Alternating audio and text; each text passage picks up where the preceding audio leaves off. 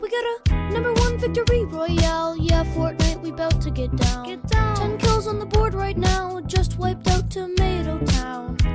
My friend just gone down. I revived him, now we're heading southbound. Now we're in the Pleasant Park streets. Look at the map, go to the marked sheet. Take me to your Xbox to play Fortnite today.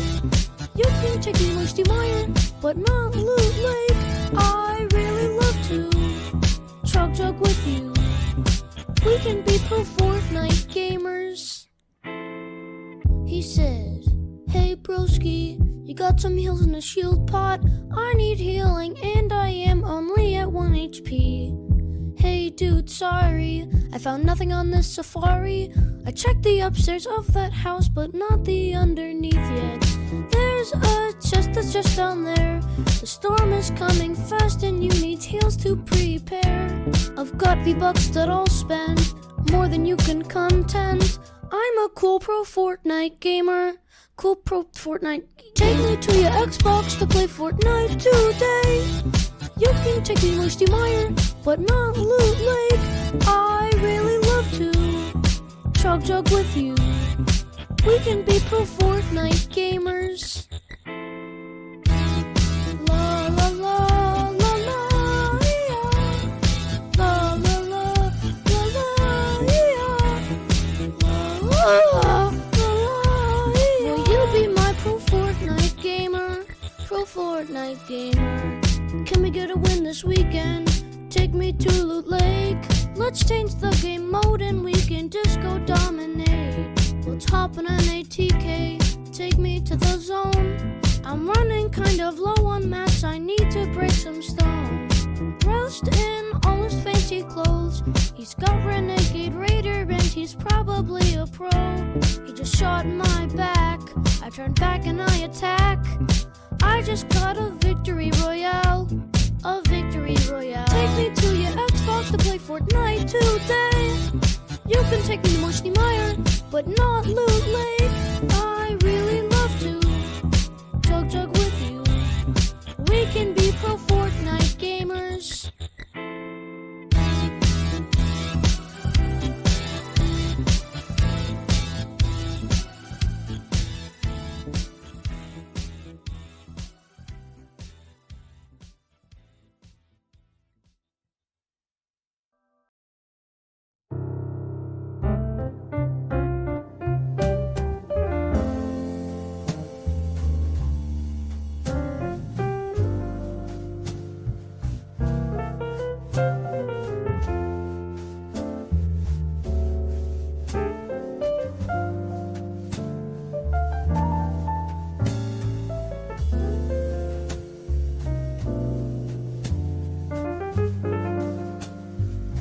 Hello everyone, my name is Notepad Anon and I write games for fun. Or should I say, hey, what's up gamers? It's your boy Notepad Anon. How y'all doing today? We're gonna be playing some Fortnite. Alright, everyone good? Hey, did I get you hyped up for that gamer energy today? Because we're going to be gamers with a capital G. Not the kind of gamers that call, you know, minorities slurs on the internet. Not those. I mean, unless you are, I mean, it happens. But today we're going to be actually going over franchise games. Video games. Yes, video games. Our favorite thing that we do outside of tabletop role-playing games. I mean, gamer energy is going to be allowed by Twitch TOS. Yeah, I don't think so either, but I can pretend, right? I have to get the energy flowing today. Because franchise games, as I've talked about before, are such a fascinating phenomenon to me. Because you would think that these things would be the most popular shit imaginable. Now, what do I actually mean by a franchise game? Well, very simply, it's a game based off a franchise of some kind. Some basic, kind of some bigger ones that you may have heard about before are things like the Dragon Age RPG. Yes, look, everybody, it's Dragon Age. Sponsored by Will Wheaton. Apparently. God, it's sponsored by Will Wheaton. But yeah, like here is the Dragon Age tabletop role-playing game. Dragon Age started as a video game. It was by Bethesda. Yeah, Bethesda, yeah. And it eventually would... No, BioWare. It's BioWare, isn't it? Fuck. Yeah, it's sponsored by, it was BioWare. They got the license, and they made officially a tabletop role-playing game for it. The Green Ronin, A Song of Ice and Fire TTRPG. This is actually one of the games I actually quite enjoy. I think it is a very good one. I still need to go over its sequel. Well, pseudo-sequel. But franchise games come in all shapes and sizes. And sometimes they're good, other times they are not great. This is one of the few companies that have been kind of doing this quite a bit, is Modiphius. Modiphius has been actually quite active in the franchising business more than anything, because that's what people enjoy. People like seeing that the thing that they enjoy is getting a thing. It's getting it. John Carter of Mars, Dishonored, Conan, I'm trying to see, The One Ring. This is a franchise game. This is also a franchise. This is a franchise game. This is a franchise game. These are games based off a previously existing franchise. Not exactly too big in that regard. However, I always say this about franchise games.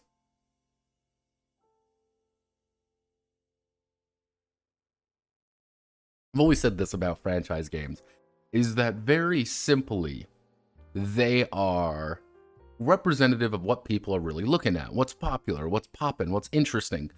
Now, franchising is not a new thing. There's a reason you see, Spider-Man Band-Aids. There's a reason, the cartoons of all these shows and all these things come out. Back in the 90s, this was actually especially popular, even down to things like the BattleTech cartoon exists.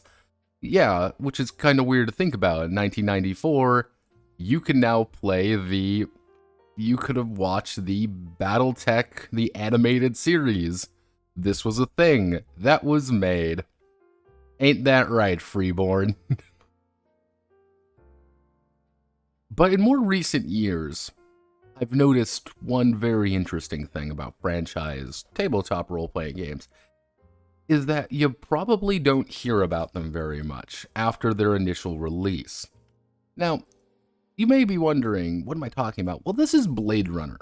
Blade Runner came out not too long ago. Free League, decent company, and generally speaking, a lot of people were kind of interested in it, and then it kind of died. Kind of disappeared off the face of the earth. And I've always attributed this kind of to a trickle-down theory. Not trickle-down economics, but a trickle-down theory, if only. Which is pretty much, let's just say we have our basic premise. Like, let's say we have a game. And generally speaking, people who are going to want to play a tabletop, it's kind of like, okay, the people who want to play a tabletop role-playing game want to play this. Okay, easy enough to understand. But then you have to go through things like, what's the franchise looking like? If I don't like Blade Runner, am I going to buy the Blade Runner TTRPG? No, absolutely not.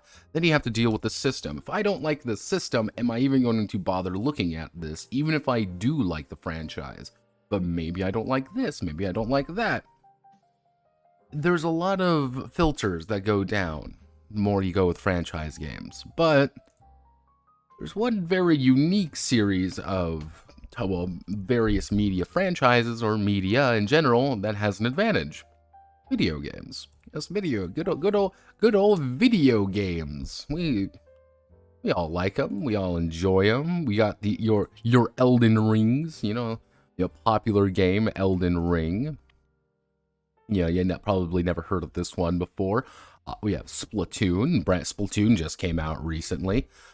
Overwatch is in its death knell currently. It's all these games to some degree are very popular.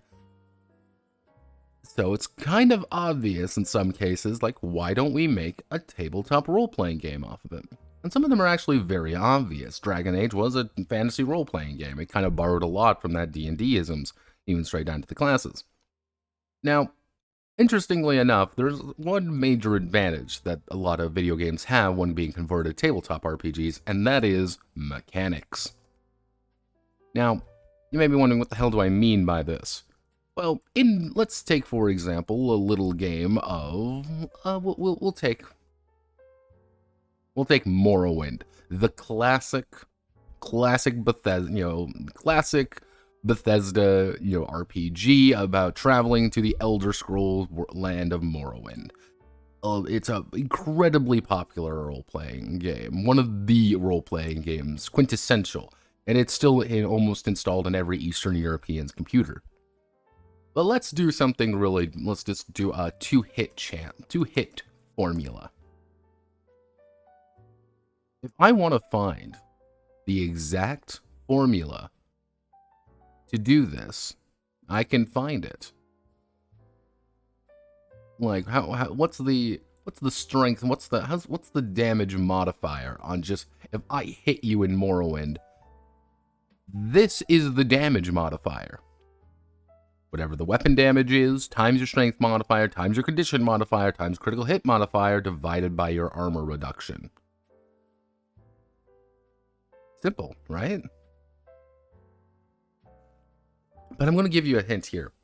Let's say I want to convert a book over. Let's say I want to convert the Dune, for example. Dune, a popular small series. Or even better yet, let's just do another, let's say, for example, I'm trying to think of the top of my head.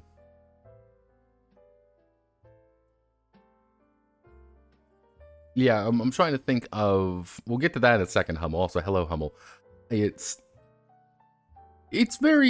easy. It's there. You have a lot of these things that are already present. Usually they have large item lists. Usually there's a lot of work to deal with.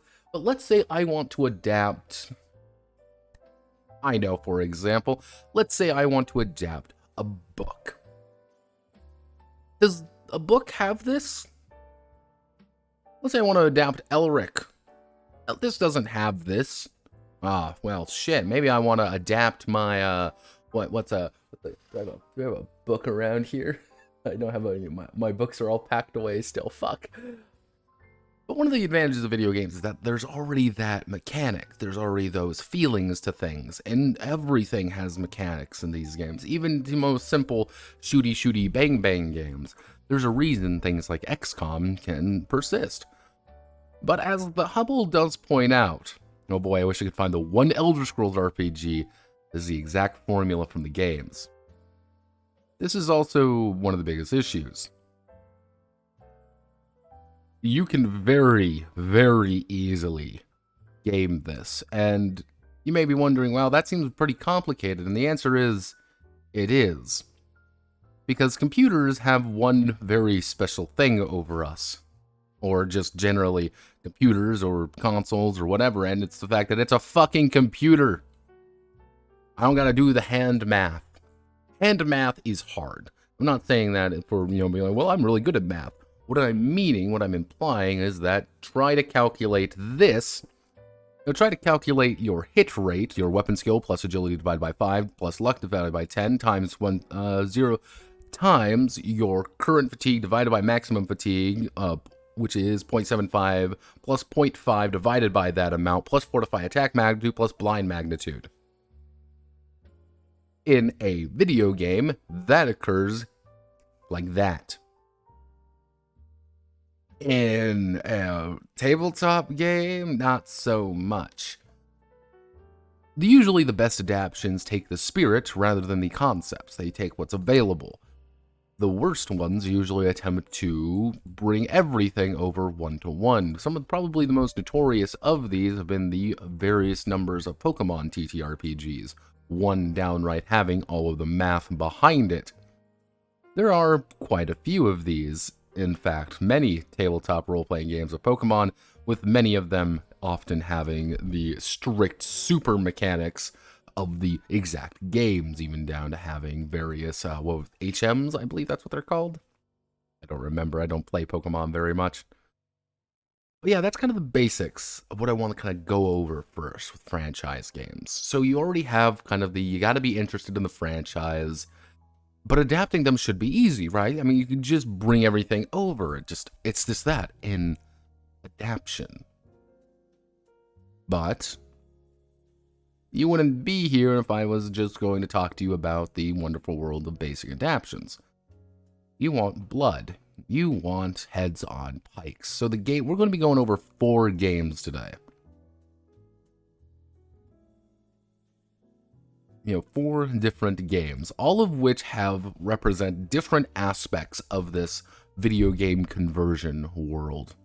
Some are more in the spirit, some are direct representations, others are completely different from what they plan on being originally. And we also have Halo Mythic, which I'm not going to go over because my eyes don't feel like bleeding today.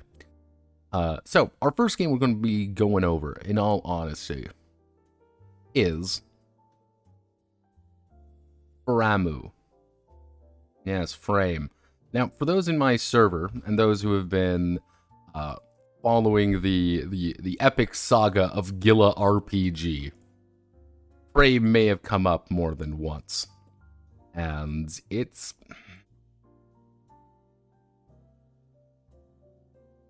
The saga of Frame and Gila are already kind of a story unto itself, which maybe one day I'll do, maybe I won't, to simply due to the fact of it being such a unique series of events, whether or not I think they wanted to or not. But give me 1 second, I just gotta do this real fast, get sure everything is the way that it should be. There we go, perfect. Now, Frame is arguably GilaRPG's first big one, but first we have to answer, who the fuck is GilaRPG? Gila is a fascinating creature, and I say this in the nicest way possible. This is GilaRPG. I see right here, what does he do? He is his name is Spencer Campbell, Mr. Campbell, and he is a independent game designer. This is what he does. This is what he is, but he's probably most famous for doing a variety of games that you may have heard about. So, for example, Nova, which I actually did a full video on, and I think Nova's fucking stupid. You also have things such as Light, the Pay What You Want edition, which introduced the wonderful world of fucking... Light was the game that actually introduced the Season Pass system. Yes, as you can see, Season 1 was Spark, and I believe Season 2 was Eclipse. These are Season Passes for this game. Yeah, and then also don't forget about Patrol Zones, which was just Nova. We also have Rune, which is his newest game, which is also just using his basic system that you probably have heard about, called Lumen. Lumen is his game. This is the thing that he enjoys, and I'll give you a hint. It's pretty much just Forged in the Dark. Like, I hate to break it to you, Spencer. Spencer, my band, you made Blades in the Dark. But yeah, as you can kind of see here, there's quite a few different games that he's done, but none of them have quite hit the same popularity as his, you could say, Destiny games, because that's what Light is. Light is Destiny. Because he likes Destiny, as you can kind of see by the... it's not Destiny, guys, though. It's very much not Destiny. It just totally is Destiny. And... which does bring me to Frame. Frame, as you can see, is 5,000 United States dollars. It's $5,000 to buy currently. As a note, because I think Frame is pretentious, and I think Spencer deserves to get mobbed by a creeper in Minecraft, this will be distributed, of course, because I'm not a dick, unlike Spencer. Frame has an interesting story, though. And the very simple Frame is... remember when I tried to make this really cool game as a love letter to Warframe? We'll learn that it's not a love letter, it is just Warframe. Remember when the gamers got mad? Here's Frame, because something a lot cooler becoming Lumen and then Nova. Suck shit, gamers.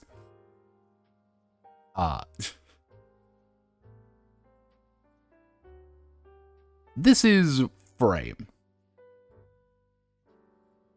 This is his game. Now, what is really about this game? Well, Frame Kickstarter, let me see if I can find it even. Frame is, let me find this. This is where things get a little bit wonkier because this is what occurred. Canceled Warframe despite yeah.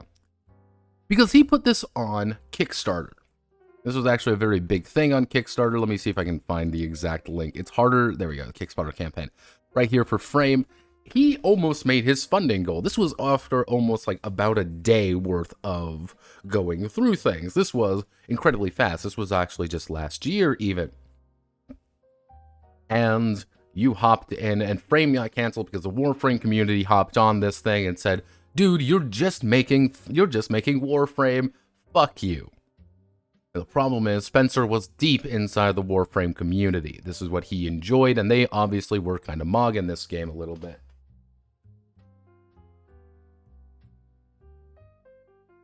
Something fell. But whether you believe or not this was deserved, it bears to note. Spencer is, as you can kind of even see as you go through here, he was making this, and he was making money on it. He almost hit his funding goal on this with only 89 people. This was clearly I wouldn't say a love letter to Frame, but I think it was light compatible. You gotta remember that. Because he just adapted light. That's all he did.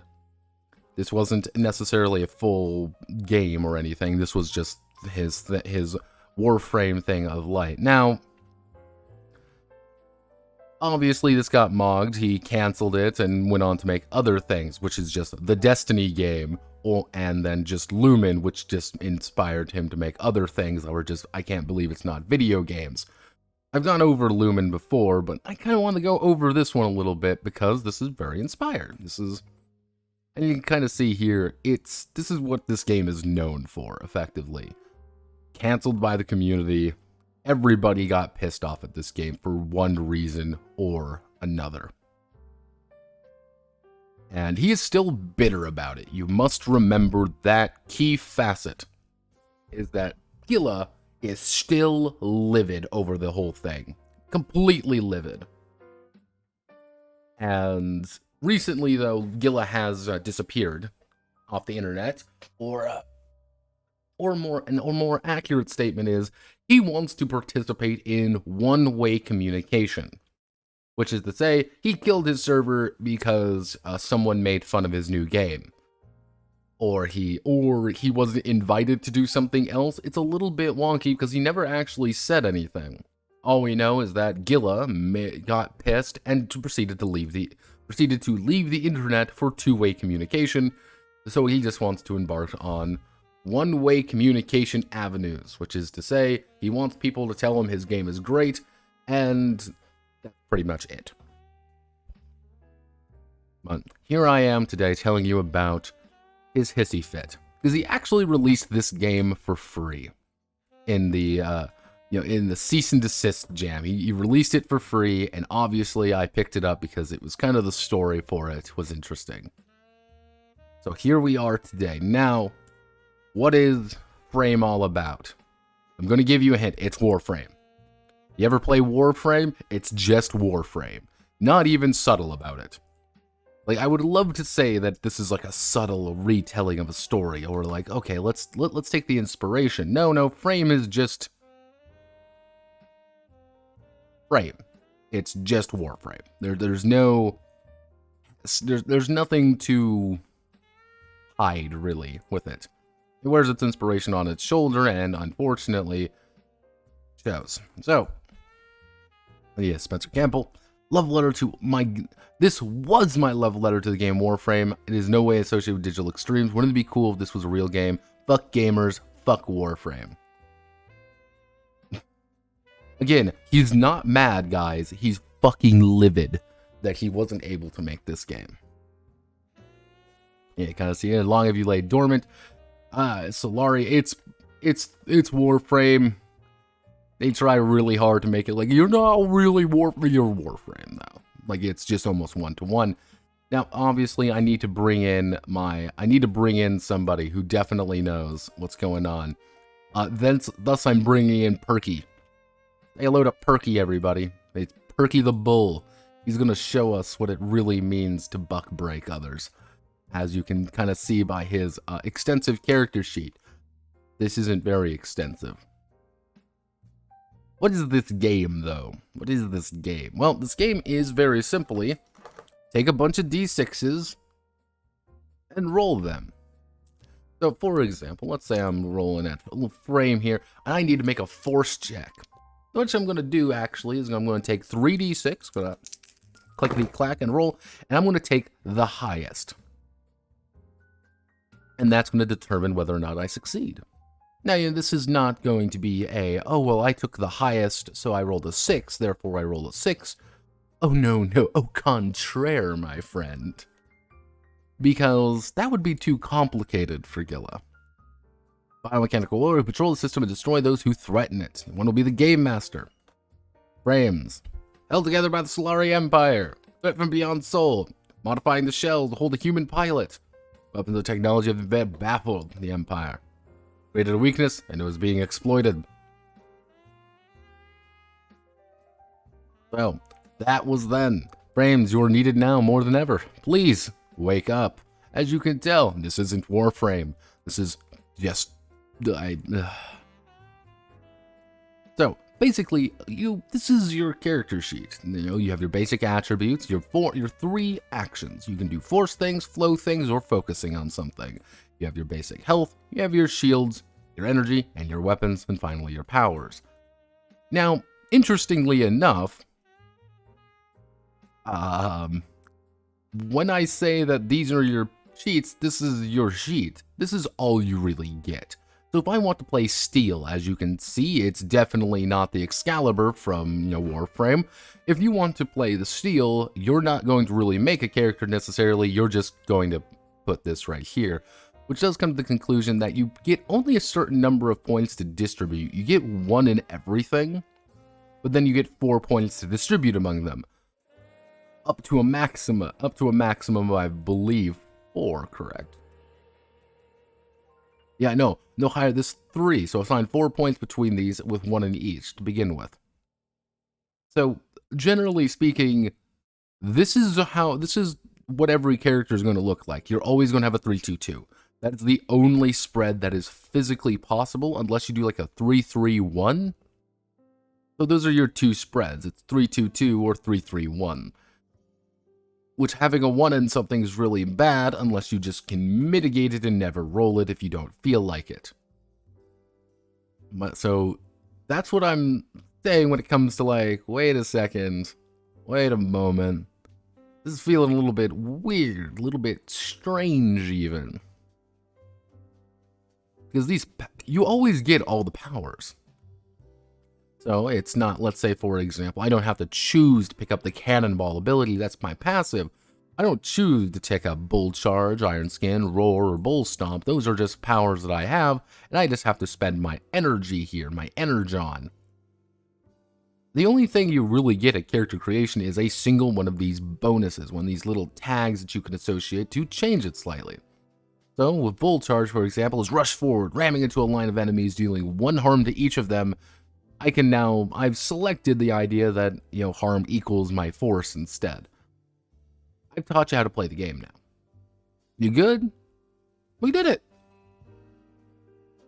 5,000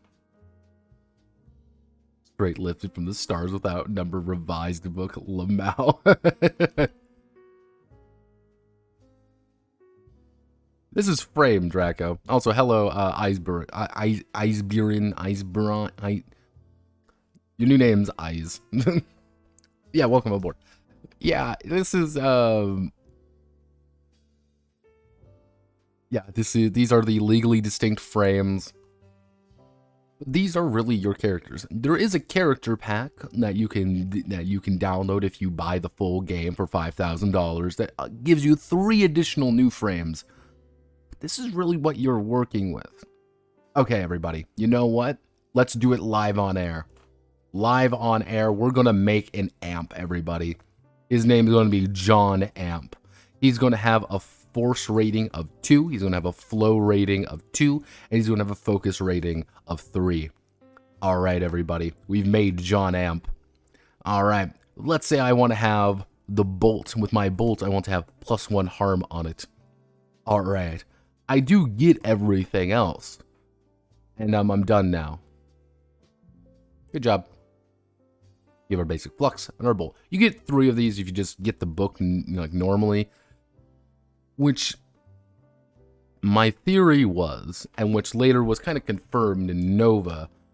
This was not a game to be, how do I want to word this nicely? This was not a game to be played. Not played necessarily, but yes, you, the audience, were actually supposed to be the ones to make the rest of it. Hey, I want to play. Let's just look up a random warframe. Random warframe.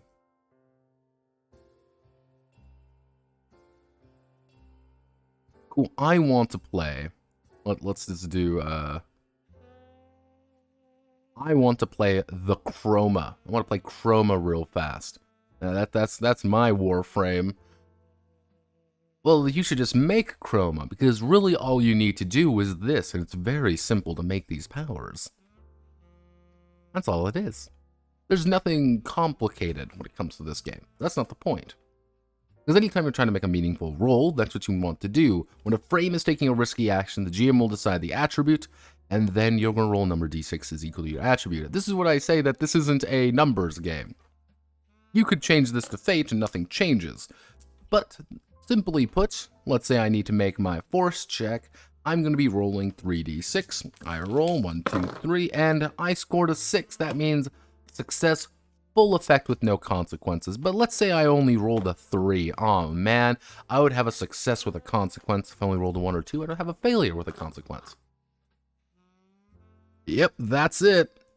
19, money.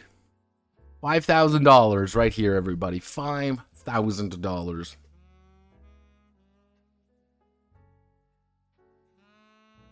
Even funny here when he actually... See, it's even funnier here because he fucks it up. I think this was supposed to be 3 to 5, then 6 is just a success with no consequences. Because what happens is, as you can kind of see here, he breaks in the first sentence almost. Kate gets a 5, a success with a consequence. It's great. I love it. Yeah, so, yeah, not a great start there, Gila. SpiderMind or no, I'm saying you're spitefully not very good at your job. So, basically in frame or in combat in these games are actually kind of interesting, which is to say it's boring as shit.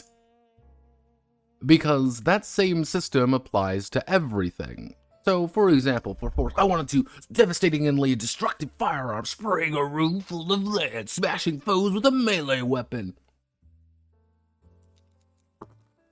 I rolled a 5. Got a success with consequence or just a full success? I don't fucking know. Anything I care. We're playing Warframe. Fun game.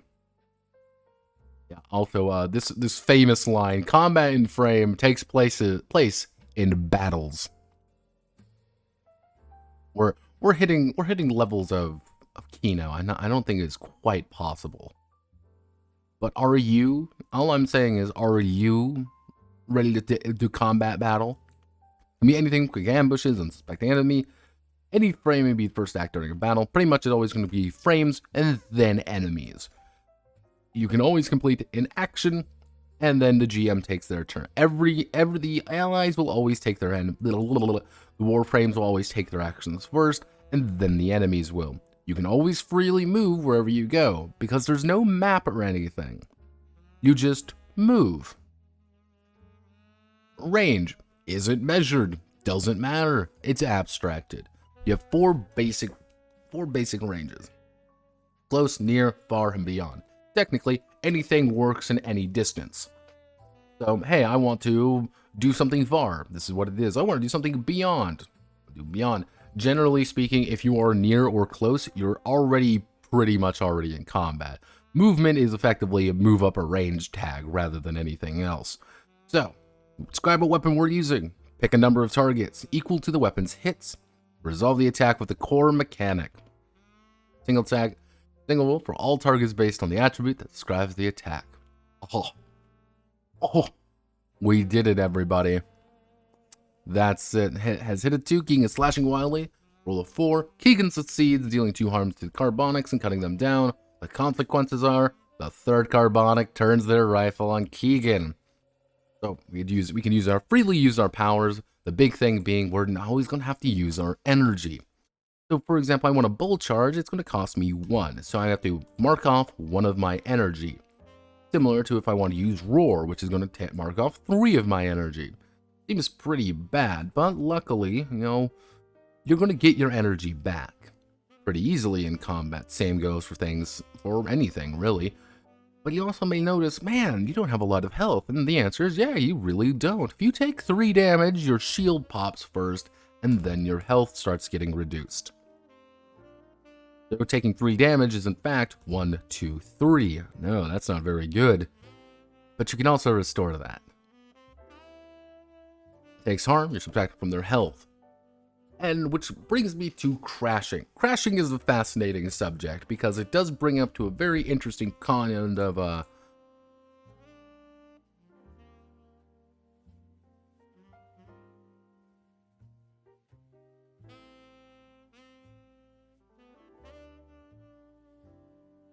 yes, it is $5,000 because it's a spite RPG, because he got mad that he didn't get funding for this. Yeah.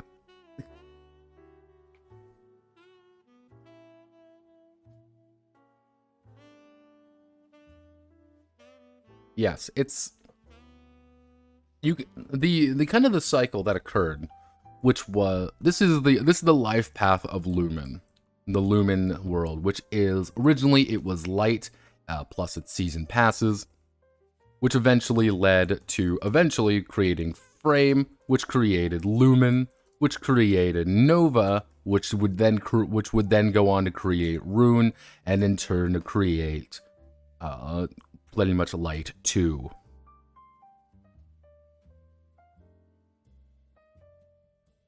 Yeah, this is kind of the Lumen track. Frame was the one that died, but that would eventually just become his generic system of Lumen, and in turn Nova, which is the exact same system. On itch.io is a little bit interesting when it comes to how the algorithm functions. Pretty much it does things based off clicks and price. Because when you say the highest price of something, it's going to... what does Rune blatantly steal from Dark Souls? Because what happens with that, how itch kind of calculates things, it says like, well, this is going to be up here, and how it kind of factors things in. If you search by highest price thing on itch, Lumen's going to be probably the Frame is going to be probably the very first one that pops up. And if you really notice, he puts all the right SEO things in it as well. Because if you type in Warframe RPG, you're most likely just going to get Warframe stuff, but it's going to pop up there eventually. It's fascinating stuff, really. It really is. But yeah, no, Rune is just Dark Souls. It also uses entirely just like a little like chessboard solo game, which was one of the reasons people thought that it wasn't going to do too hot. Because Gila is an artiste, unfortunately, who keeps doing the same thing. But getting back on track a little bit, when you die, when your health is 0, you just crash. When you can always go back, ground them up, and you can bring them back, bring them up to half health. But they lose a power. If Frame has no more powers, it can still be revived. The health reaches 0 with no further penalties. You effectively cannot die in this game unless you actively try to abandon your allies. But even then, it's not really difficult. Oh no, somebody went down, let me just zoom over there and pick you up real fast. Even if you lose all your powers, that doesn't actually mean you're any less effective. It just means you have access to less powers, which often are only going to be things like this, which, fun fact, the gun is going to be about as useful in many cases. Yeah, the gun is also going to be useful. Why don't we just use the guns?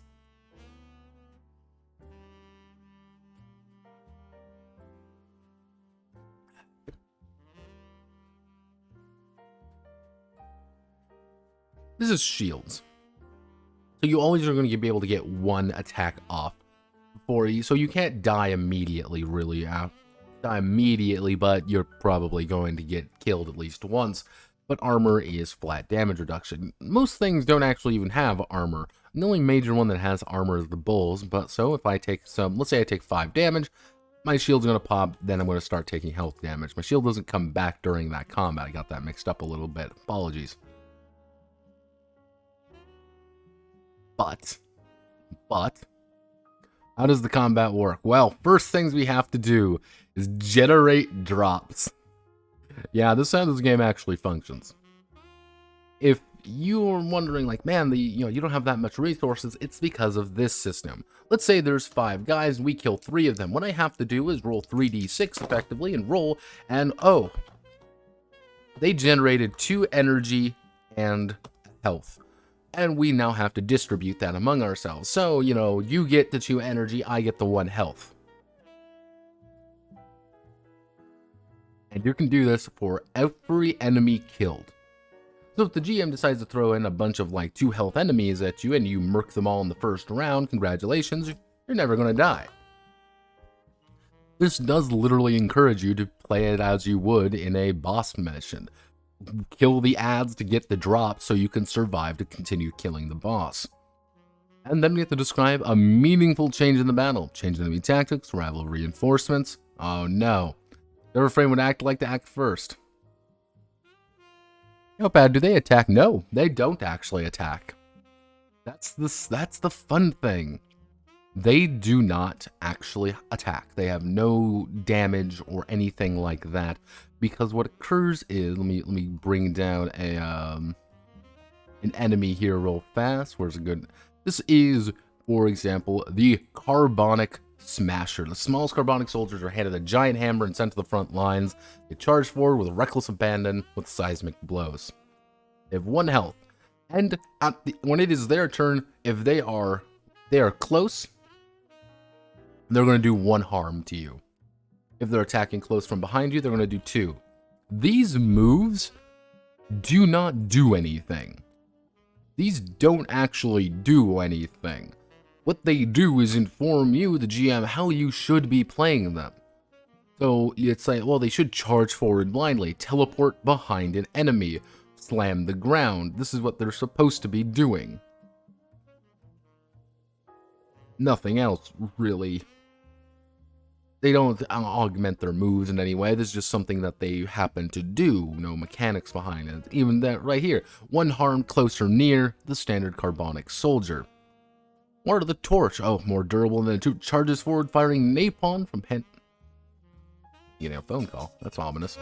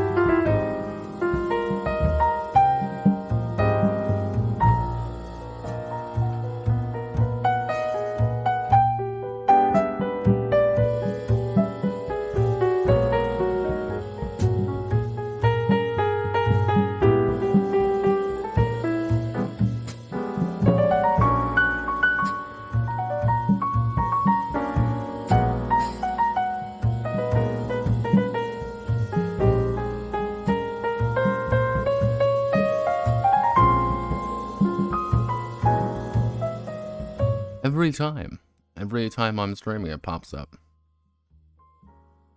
I don't hate the idea of drops of handle slightly less drops for small fodder to prevent mindless minion farming. That kind of drops certain decisions.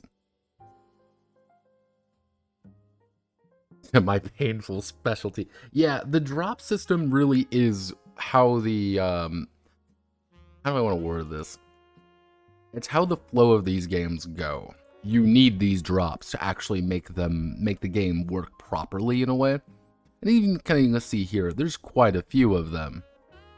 And there's quite a few different sections that you can kind of play around with, but we're going to swing back up here. But yeah, that's really all enemies do. These are very simple. You're supposed to get that Warframe feeling of running around and slicing people up without really doing anything. Armory, on the other hand, these are the weapons that you have. You don't actually have that many weapons. Mostly, these are all the weapons you get in the game. You have an auto rifle, shotgun, sniper rifle, or just bow. Then you have sword, staff, glaive, and daggers. Obviously, Perky went with a shotgun and sword because he is a bull and he's going to buck break everybody that he doesn't like. And that's it. Most of these, as you kind of see here, like the auto rifle can hit one person and do 1 harm, close or near, but it's full auto. Rifle can do 2 harm to one target. Shotguns can do 3 harms to everybody in front of them. And you get things like the sniper rifle can kill just about anyone, where the auto rifle may not even be able to really damage people all that much, unless they do quite a bit of harm, because 1 armor reduces all damage by 1. So if I have a enemy that has 1 armor, suddenly my auto rifle wouldn't do any damage unless I use the auto function. Interesting how small numbers can impact things. So if we go down here, tags, every weapon's going to have have a tag with it. If it's marked with an M, as you can kind of see right here, you can only equip it on a melee weapon, but everything can apply to anything. Now, someone did note on it, technically you can take a full auto shotgun. That's entirely possible, or have an aim or assign the aim tag to anything, or an AoE sword. Yeah, if you really want to, you technically could just have an AoE melee weapon that just kills everyone in the area, or hey, I want to have plague with dealing organic beings, or goes through barriers, or shred, or a -1 armor for the rest of battle. Honestly, someone should just have shred on something like a pistol, which immediately negates all armor problems. Or just ignore shields. Or make it silent. Or stun. What I ended up doing, for Perky's weapons, as you can kind of see here, the shotgun I chose to apply the stun tag to, because I thought it would be funny to just juggle people with a shotgun. I think that is amusing. Now for the sword, I chose to apply brutal, double the harm when 6 is rolled with force, which is to mean I'm going to be rolling force to do a shit ton of damage. I can do 4 harm to 2 people if I roll a 6, which is a 1 in 6 chance, which is going to kill most everybody. Congrats, I did it. Let's see, if it applied to reasonable capacity, pretty much Doom style push forward combat. Overall story failure, like time limits or other thing stuck in a battle could make playing way rushing for success for farming for resources. I believe that was the intent of this, but they never state it, and that's usually the issue. Nova was the same way, because you gotta remember, Nova is the exact same game pretty much. This just became Nova. We also have our mission briefings, and missions are roll a bunch of tables. These were according to Wuso. Actually, Wuso's actually here.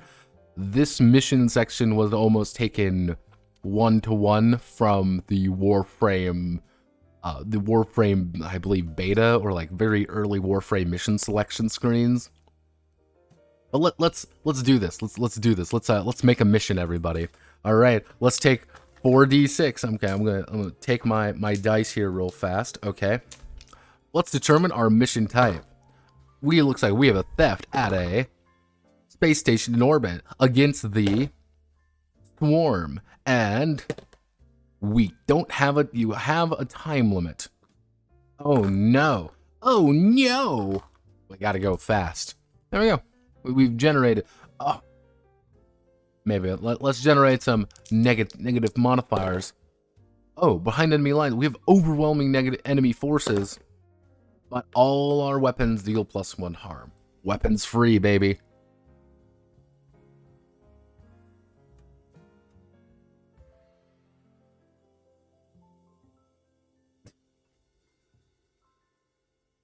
Yes, capture VIP, a valuable commodity. They have intel and operations across the system. Oh no, we need to target a rogue frame. Oh no, defenses. Oh no, extermination. Oh no, mission. Oh no. There's a lot of stuff here, and you kind of even see the artwork here. Advancement. After each mission, you pretty much choose one. Increase any attribute by 1, increase by 1. So, effectively, when I level up, I can increase my after a mission, I can increase my force to 4, or increase a health box by 1, or increase a shield box by 1. Yeah, that's really it. You can also improve your weaponry, but that's it. They don't really state you can. It's just do what you want. It's what you feel like. Expectations, death, frames can't die in this game. When they crash, they can be, revived, though weaker. I don't like this personally.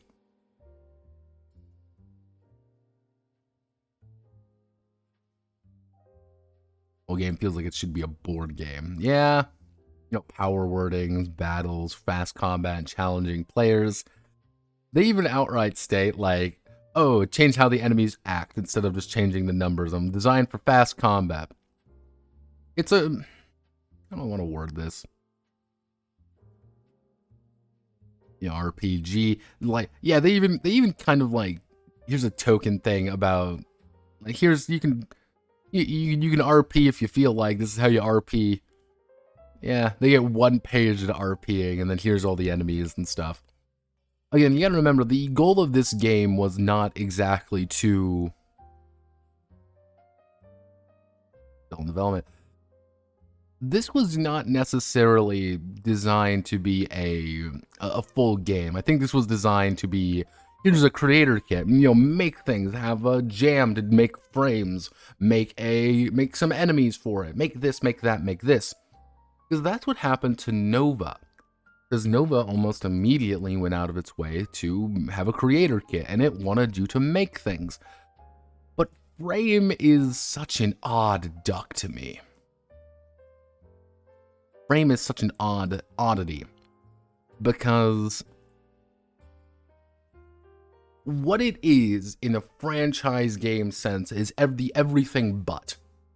And we see this quite a few times. I've made this game, it's everything but just this. And would this game have done anything if it was called Space Ninjas? If it was called Space Ninjas, I think this game would have been published. If it was called Solari, I think this game would have been published. People probably would have been like, why'd you name it after Dune Money? That's kind of weird. Being like, it works. It's Solari Empire, it works. Don't think anybody would care. If it was Biomechanical Cyborg Ninja RPG, okay, fine, fuck it. But he called it Frame. And the first thing you see with it is this. This was on the Kickstarter page, was this, which is steel, and it's not Excalibur, it's steel. And I ask you this. At what point does something become an homage? Like, oh, this is just me and my love and appreciation of the game. And at what point does it become, you clearly are just trying to do a legally distinct version of it? And I wanted to bring this up for franchise games because it is important. Because there's a lot of games out there, and a lot of games that take very close inspiration to video games.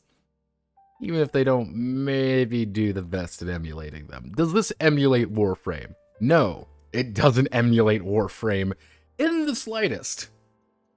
There is no fashion slider. I cannot become pretty. I cannot fly around in my spaceship. That is not a thing. That is not the point of this game. And I find that interesting. I find that incredibly fascinating. Yeah, that's Frame. There's nothing I can really say for this game. That's the unfortunate thing with it, is that there's nothing to say. All I can really say is, congratulations, Gila. You made a mediocre game, and you continue to make them. And you continue to make them. Alright, this brings me to our next game, which is probably a little bit more better known and a little bit more meat to it. But also has its own story. Each of these games we're going over has its own little story. But the next one we're going over is probably one you've heard about. The game, at least. Welcome to Pillars of Eternity, the tabletop role-playing game. And you're probably thinking, why does this sound so fucking familiar? What? Pillars of Eternity. Yeah, remember that game, CRPG, came out a few years ago? Pillars of Eternity was actually a very popular game for what it is. Yes, Obsidian! Not companions. Pillars of Eternity officially came out, let's see, this was back in 2015. Fuck me, it's 7 years old. But yeah, this came out quite a while ago, and it's very popular. You can kind of even see right here. Here's on Steam. Very positive. Obsidian Entertainment, published by Paradox. Now, Obsidian Entertainment is a fundamental player in this. You've heard of Obsidian before, because they did, hello phone, they did Fallout New Vegas, they did Neverwinter Nights 2, Star Wars, Knights of the Old Republic 2, Alpha Protocol, Pillars of Eternity 2, Deadfire, and Tyranny, yeah, and The Outer Worlds. The thing is, they actually have a very good track record here. Now, Obsidian Entertainment proper, like, we need to kind of talk about Obsidian first. These guys have been kind of, I wouldn't say passed around necessarily, but these guys have been very big. They've been publishing games forever. Now, one of the big things is that this is their particular thing. Now, the big ones is, this was founded after Black Isle Studios, which Black Isle Studios made pretty much all of the old CRPGs we know and love. Fallout, Fallout 2, Baldur's Gate, Icewind Dale. They made a shit ton of these games. But they died on their fucking... They died effectively, though, unfortunately, but they would go on to make Obsidian. Which, for quite a while ago, since 2003, they've been doing quite a few things. They actually have a lot of games that they have done. A lot of licensed stuff, though, as you can kind of see here. Knights of the Old Republic 2, Neverwinter Nights 2. But probably their most famous game is Fallout New Vegas, for lack of a better word, because New Vegas is good, and also part of the Fallout franchise, because Bethesda published it, because they were publishing through people quite a bit. Publishing through Square Enix, publishing through Ubisoft, publishing through Paradox. Paradox was actually fairly important to a lot of these.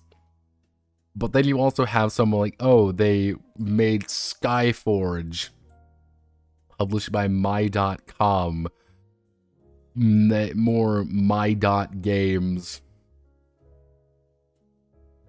Yeah, they made a few weird ones. They actually, but in 2018, you kind of see here, they've been acquired by Microsoft. Yeah, ever since 2018, they have been Microsoft. And all of these games up here are actually Microsoft games. You can kind of see even here, The Outer Worlds was actually published by Private Division. These guys are all Microsoft Xbox games.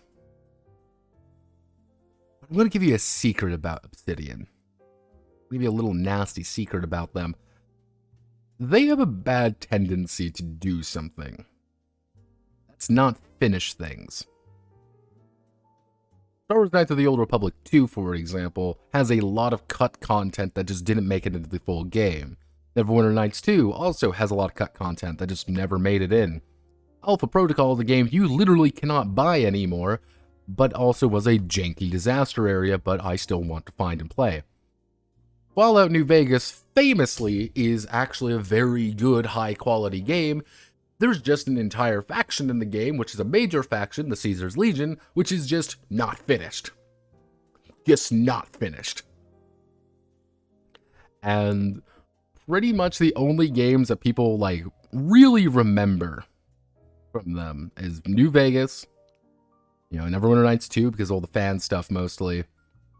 Stick of Truth did very well. Yeah, like, the Stick of Truth did very well. They did publish the sequel to it, which was its own thing, which was when they were superheroes. But then you have, like, Pillars of Eternity, which was their big one. This was the big game for them.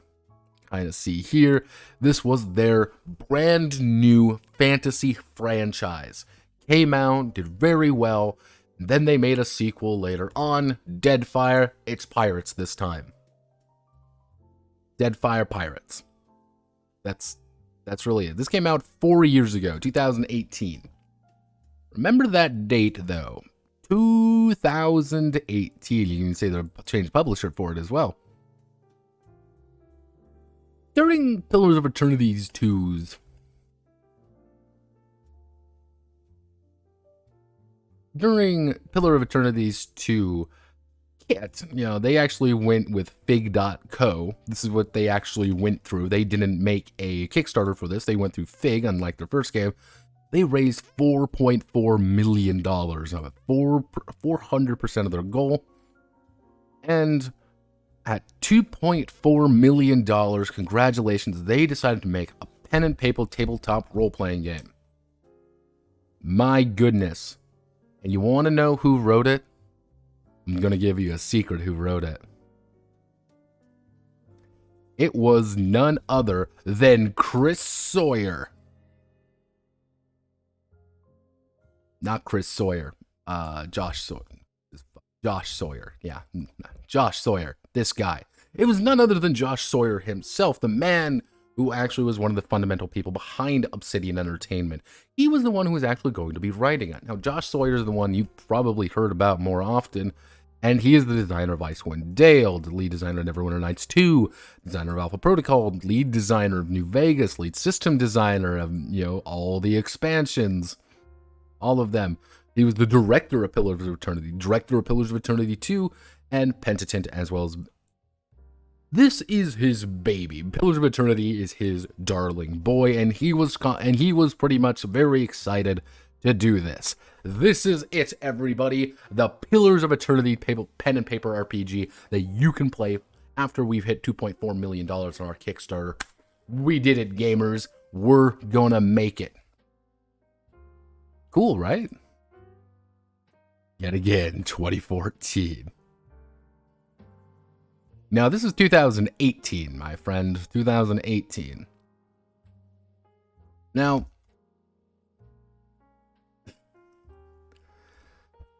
I'm gonna give y'all a real nasty,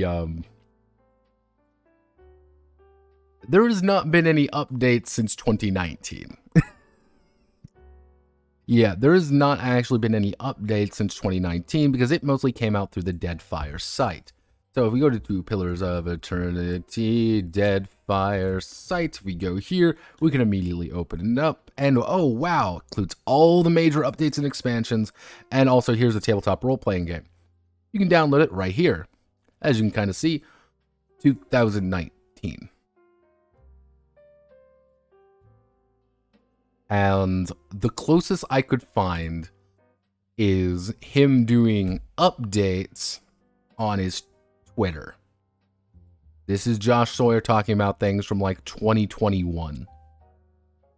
And the closest thing I could really find was early, like, yeah, 2021 was kind of the last bit of information I could find on it. One of the big things is I think this has been kind of abandoned. This is kind of a side project for him.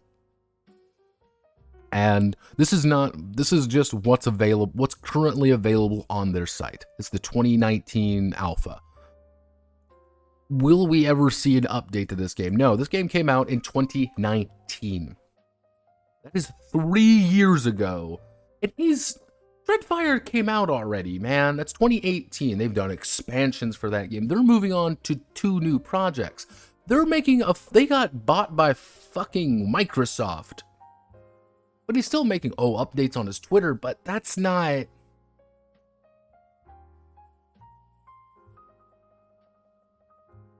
What I want you to understand is that the game we're going to go over today isn't finished. Nor do I think it will be finished. And that is somewhat unfortunate, but also kind of not. Because Pillars of Eternity is a fascinating setting. It's a very interesting one. There's a reason they've got 2 games, but... yeah. It's also a game that just doesn't finish. You know, you've got your sequel, they've talked about everything here, but Pillars of Eternity's setting, I'm actually never played Pillars of Eternity. I actually know I did play it. I played, more accurately, the first 3-4 hours of it. And then I'm like, I'll play this another time, and this never kind of did. What I'm trying to imply here more than anything is I don't think this game's ever going to finish. And I'm not going to blame it. I'm not going to blame him. I'm not going to say, oh, well, this is bad that they didn't get this. Who the fuck is Versus Evil? They publish these ZeniMax people. Yeah, you can kind of see, like... these kind of guys... That's kind of the story behind the Pillars of Eternity RPG. Which is more accurate to say... the story that's never going to finish. Because this isn't a game, I think, designed... Yeah, Banner Saga. I love Banner Saga. I should play that on stream. I need to play through Banner Saga 1, 2, and 3 again. I love that game. Very fascinating. But yes, this is what it is. And this is officially written by Josh Sawyer himself. And you're going to quickly realize Sawyer's an autist. Sawyer is a fucking autist, and he's a lovely. Love him for it. But yeah, somewhat different focus from the computer games. Already, first things first, we're a little bit weird. So what does it mean by we're taking a different approach from the computer games? Well, very simply, the computer games are a fairly classic CRPG. You go around, you have your characters, you build your characters, and you go on adventures. The RPG does not necessarily take inspiration from D&D, nor does it take inspiration from things like Savage Worlds. It's a very custom system. And it also takes inspiration from fucking Burning Wheel, of all things. Yes, this game actually has a lot of its DNA from Burning Wheel, because that's... Sawyer likes Burning Wheel. Which I found fascinating. Yes, Sawyer, Sawyer took, there's a lot of DNA from that particular game. And it kind of goes over, like, these are the differences, what do we want to do? And, it's very slow, so we have to kind of, finding proper balance of abilities and pacing. Strive for realism. This is the service of helping ground the systematic elements of the world of Yora, which, while fantastic, tries to emulate many realities of Earth in the Renaissance age of exploration. Yeah, it's this man is the first one to ever write a tabletop role-playing game. You gotta remember that. This is the first tabletop role-playing game ever created, and all of those basic assumptions he's making for us. Don't worry, Mr. Sawyer. I trust you. Because one of the major things that you have to kind of build on right away is the idea of the cause.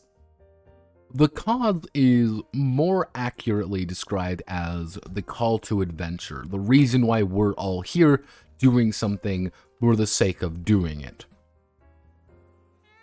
We are the crew of the, we're the crew of the Azkaban, and we're gonna be pirates. That's the cause. We want to get rich or die trying. We're a brave batch of explorers going to uncharted lands on the evil archipelago of nightmares for riches and glory. That's the cause. We're a secret organization dedicated to protecting the Deerdwood, or whatever the fuck they end up calling it, from imperialist threat. That's the cause. That is actually how you all get together. Now you may be wondering, no, Pat, that's just 95% of RPGs already do that. And the answer is yes, it does.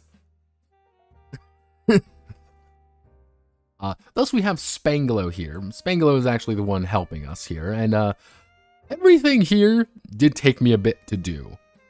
And we're going to have to go over every single aspect of this. This is why it's a little bit of a weird game. So, again, here's the type of causes. And next, it goes over the various regions. Pillars primarily takes place in two places. Pillars of Eternity, the main game, takes place mostly in the Eastern Reach. The Deerdwood, the Redcliffe, the Valiant Republics, Irglanvoth, and Ixmitil are nations of the Eastern Reach. The second one, the Dread Deadfire, takes place, I believe, in the Distant Lands. That's kind of the two regions.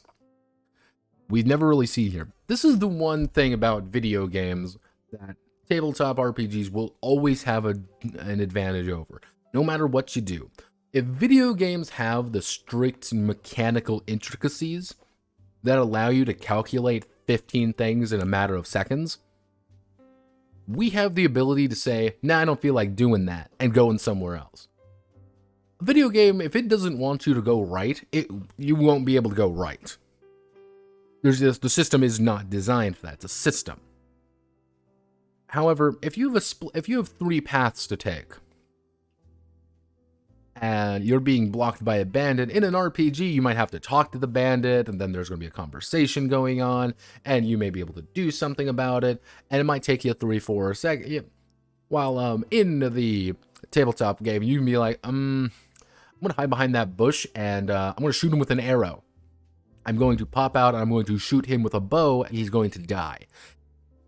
Combat begins. Oh no, this is an event that nobody could have predicted. So they kind of have to talk about some of the places that they just never really talked about all that much, which is mostly things like the Old Empire. It's always been mentioned in the background, but never actually a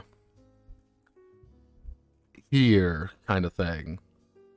And even things like the Reach or the Distant Lands, none of these have been like fully explored. I mean, let's actually do Pillars of Eternity.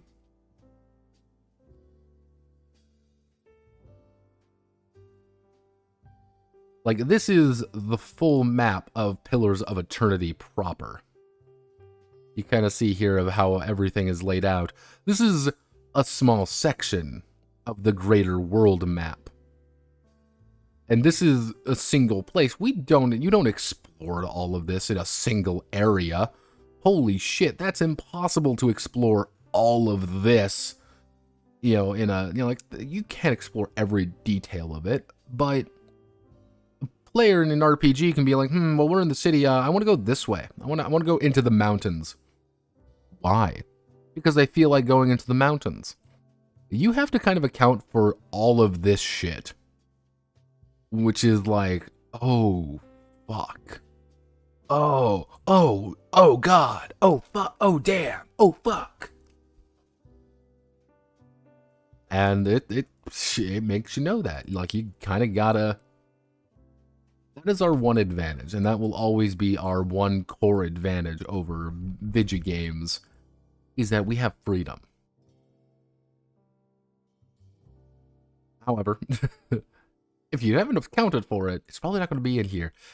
Hence why, like, oh, the gods have, like, a paragraph, and the leaden key have, like, a paragraph. This is the entire society section. Technically, you're going to be using every kind of dice, but the primary mechanic of this game is very odd because it's 2d10. Not 1d100, 2d10. Where did my d10 go?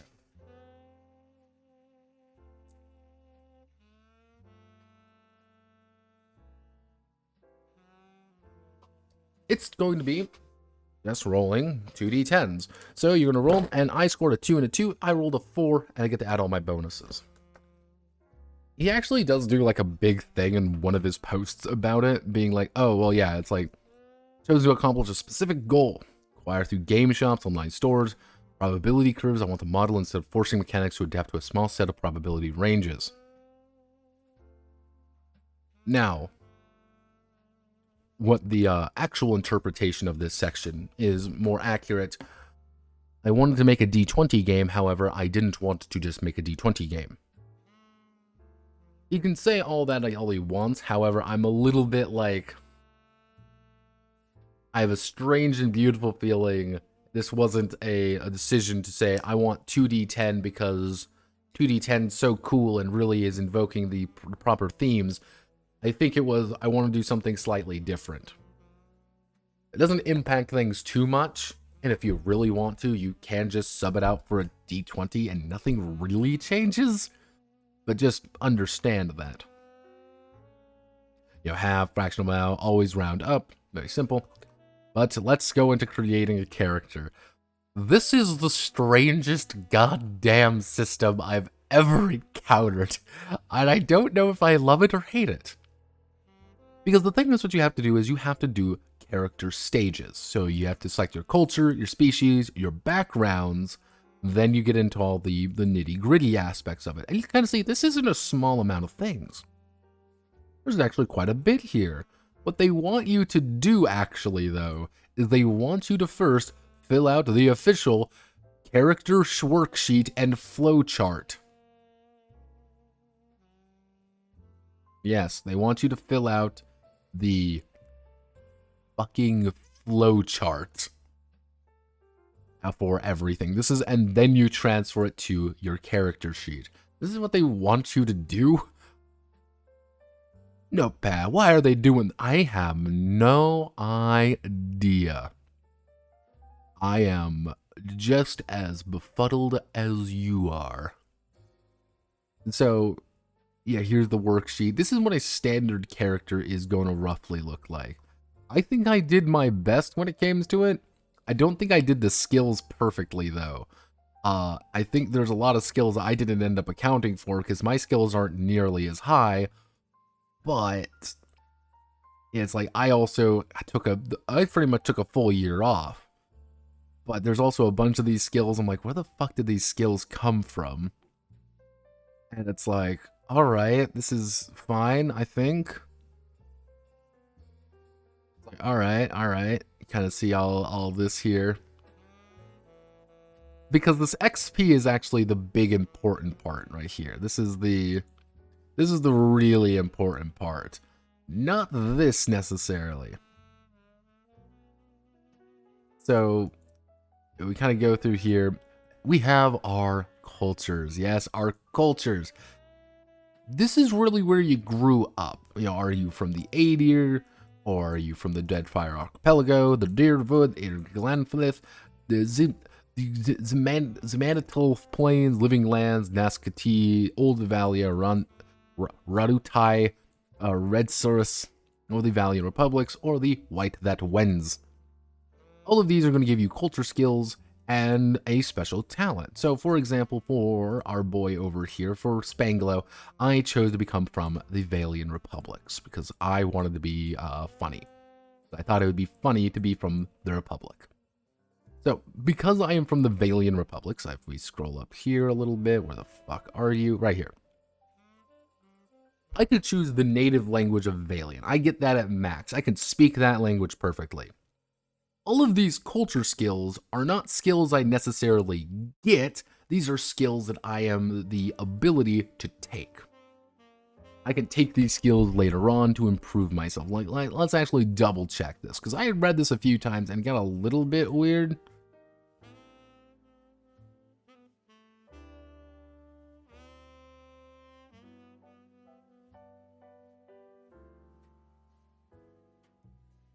Yeah.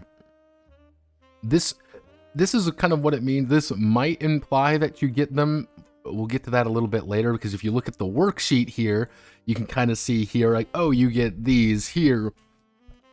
They don't tell you that in the book, so again, I might have fucked that up. I wouldn't be surprised if I did.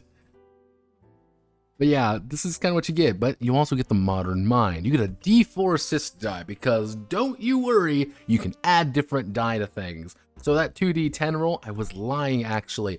I want to make a 2d10 roll, and once per session, because you gotta remember, all of these powers, all these traits are actually used once per session, I get to add a D4 to it. If I'm using a mechanics check. I roll, and wowzers everyone, 7, 9, I get to add a D4 to it. That's my assist die. And someone's helping me. I get to add something else. You know, they have to hand me their dice. Already you can kind of see, this game's a little bit weird. Little bit wonky. That's okay. Gym time, yep. You know, work out, get thick, you know, get ripped. Hello, phone. Yeah, and some of these are like, oh, this is pretty good. You know, you're like, oh, that's metaphysics. Oh boy. But reroll any obstacle or versus test when temperature is below freezing. What? These aren't actually super useful until you see them where you see it, like, you know, the will of the Empire. This is the only time that really pops up. Oh, it explodes. It explodes? When you never mentioned that previously, but alright.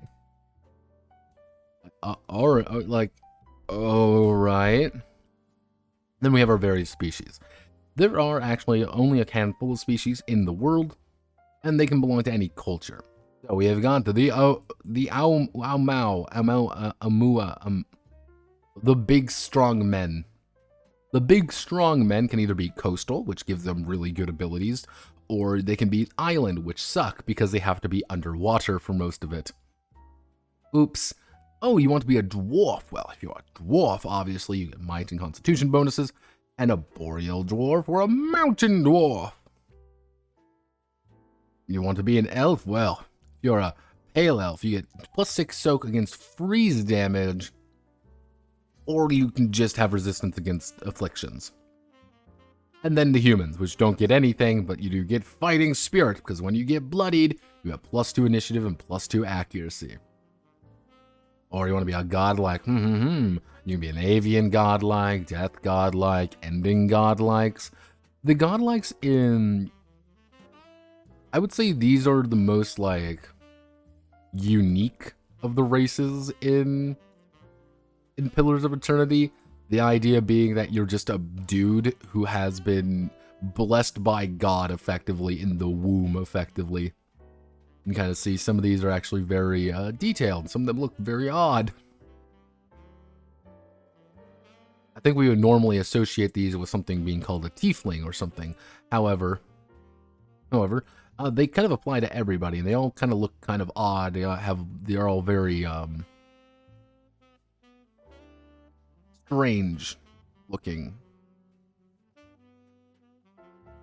Yeah, they're a regular part of, you know, everyday society though. They pop up and like, hello. Oh, you're the godlike farmer from down the road. Huh.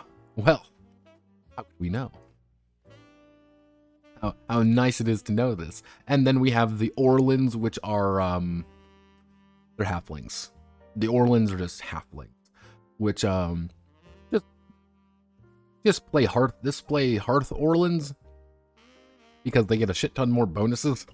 Yeah, there's some very clearly good ones and bad ones.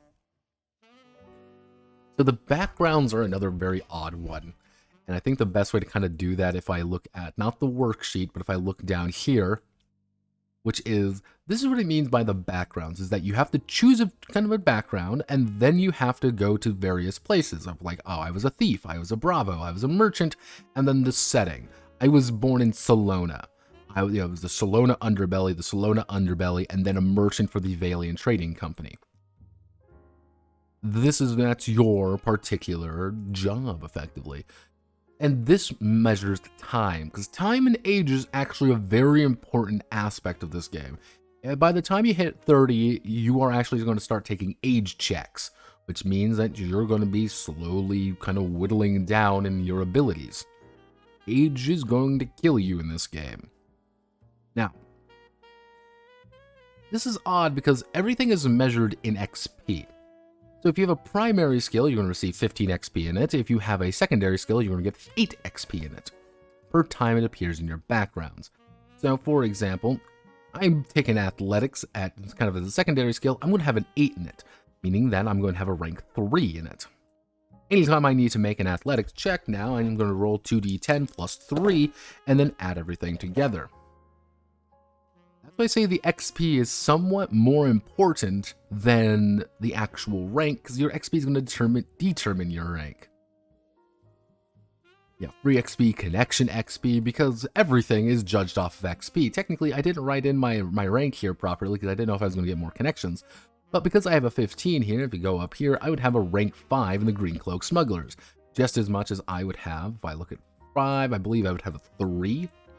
I believe I have a 3 in the Valiant Trading Company. Anytime I need to make a check with the Valiant Trading Company, I'm going to add a 3 to it. Don't you worry, everything is based off these skills. This is a very important aspect. Because you're kind of supposed to, with the idea being that every background's 5 years, you're going to be ending up about 25. That's what they kind of want you to end, about 25 years old.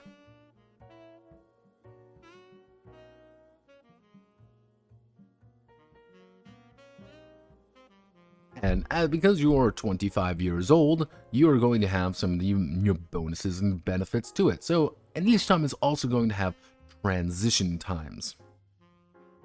Which is, if the transition cost of each background category is higher, that means you have to spend an extra number of wasted years getting into it. I think this is the best way to think about it is, for example, a rural child. Let's say I start off, I get 10 free XP. 10 XP I can put wherever I want, but I get 5 XP connection XP to my region I was actually born in. But, let's say for example, I want to move up in the world. Let's say, where's that good one? Where's that good one? I was rural in a rural setting, 000. That's child in a rural setting, so I get 1 XP. I'm moving to something else. So let's say I am a...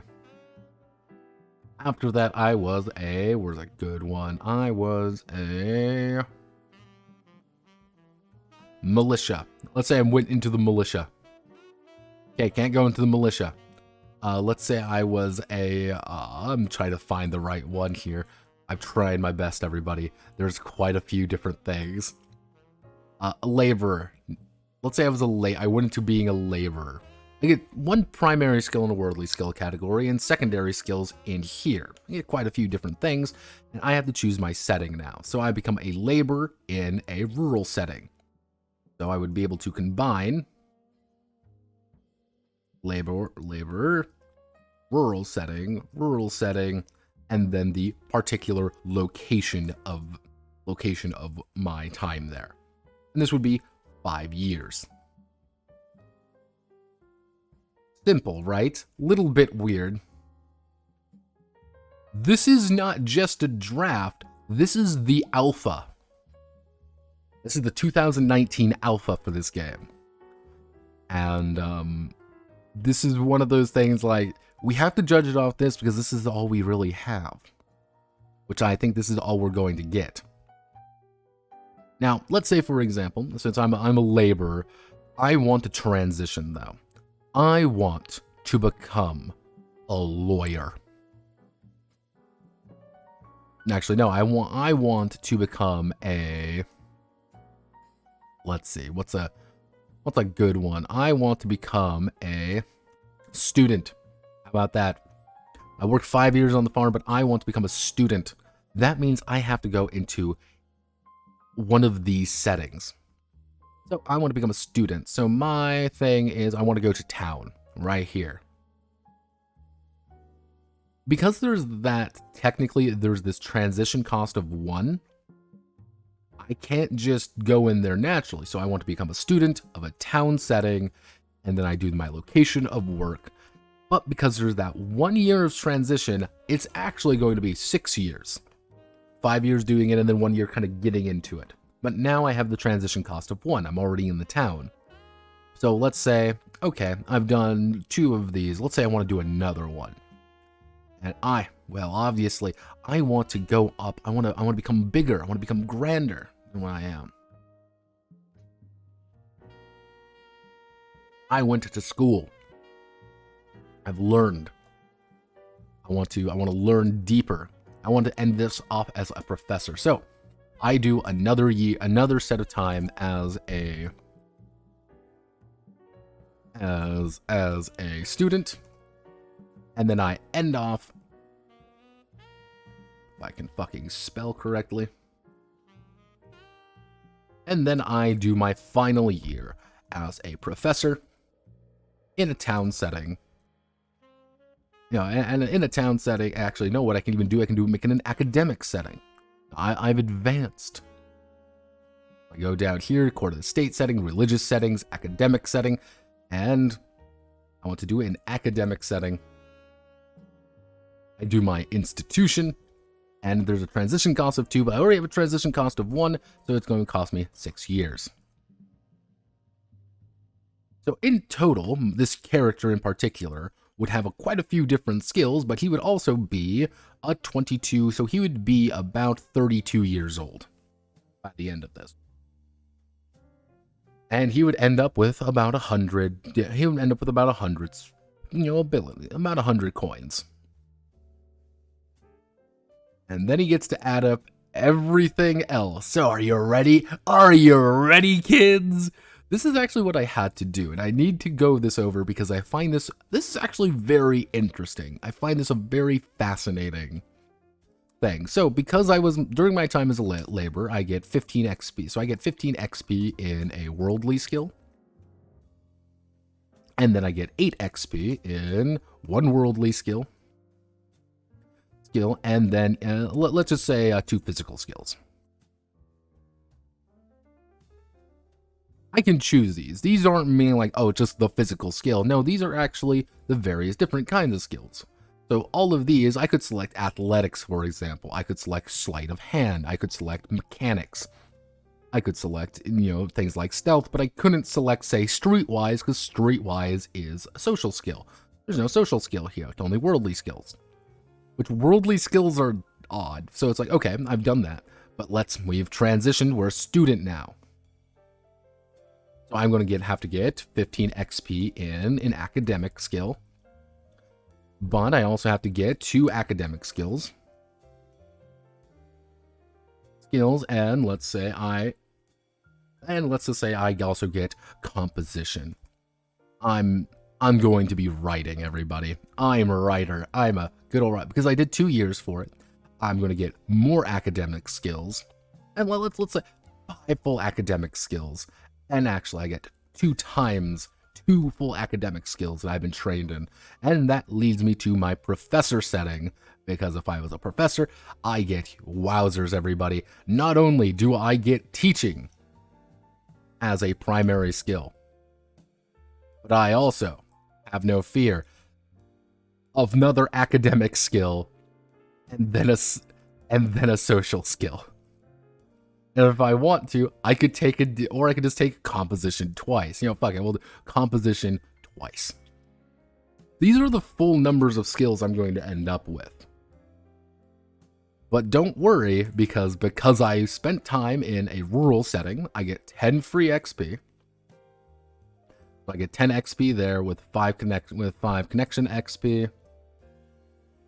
But have no fear, but because I did two sessions there, I get an additional 16 XP, so I'm currently at 26 XP with 5 connection XP to the town. Actually, it would be 10 XP, 10 connection XP to the town.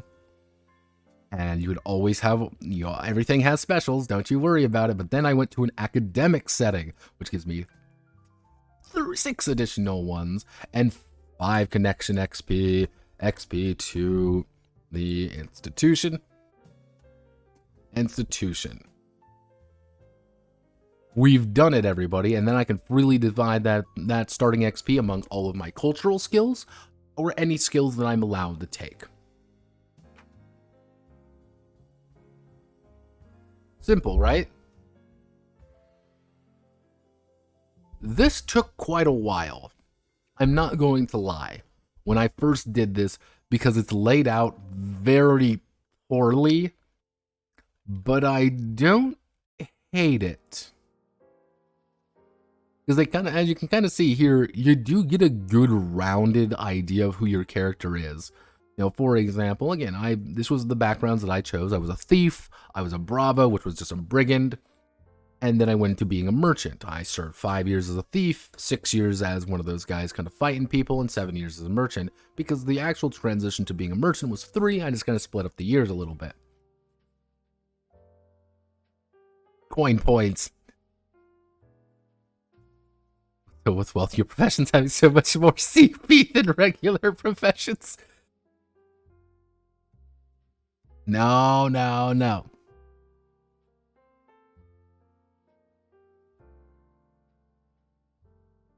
Well, here's one of the odd things about this game is you can technically go into anything from anything else. You just have to pay the transition cost. So, for example, if you wanted to play, say, let's see. Of course. I want to play a rural child. I want to play a rural child who was, you know, a fucking laborer in the wild. I can do that, and then my very next one, you know, when I was 15, I decided, you know what? You know what I want to do? I want to become a knight in a noble setting. I have to spend 7 years of my life doing it, but I can just suddenly become a knight. And then that's fine. It's a little bit weird that, so you technically would have to spend 12 years doing this. But you can.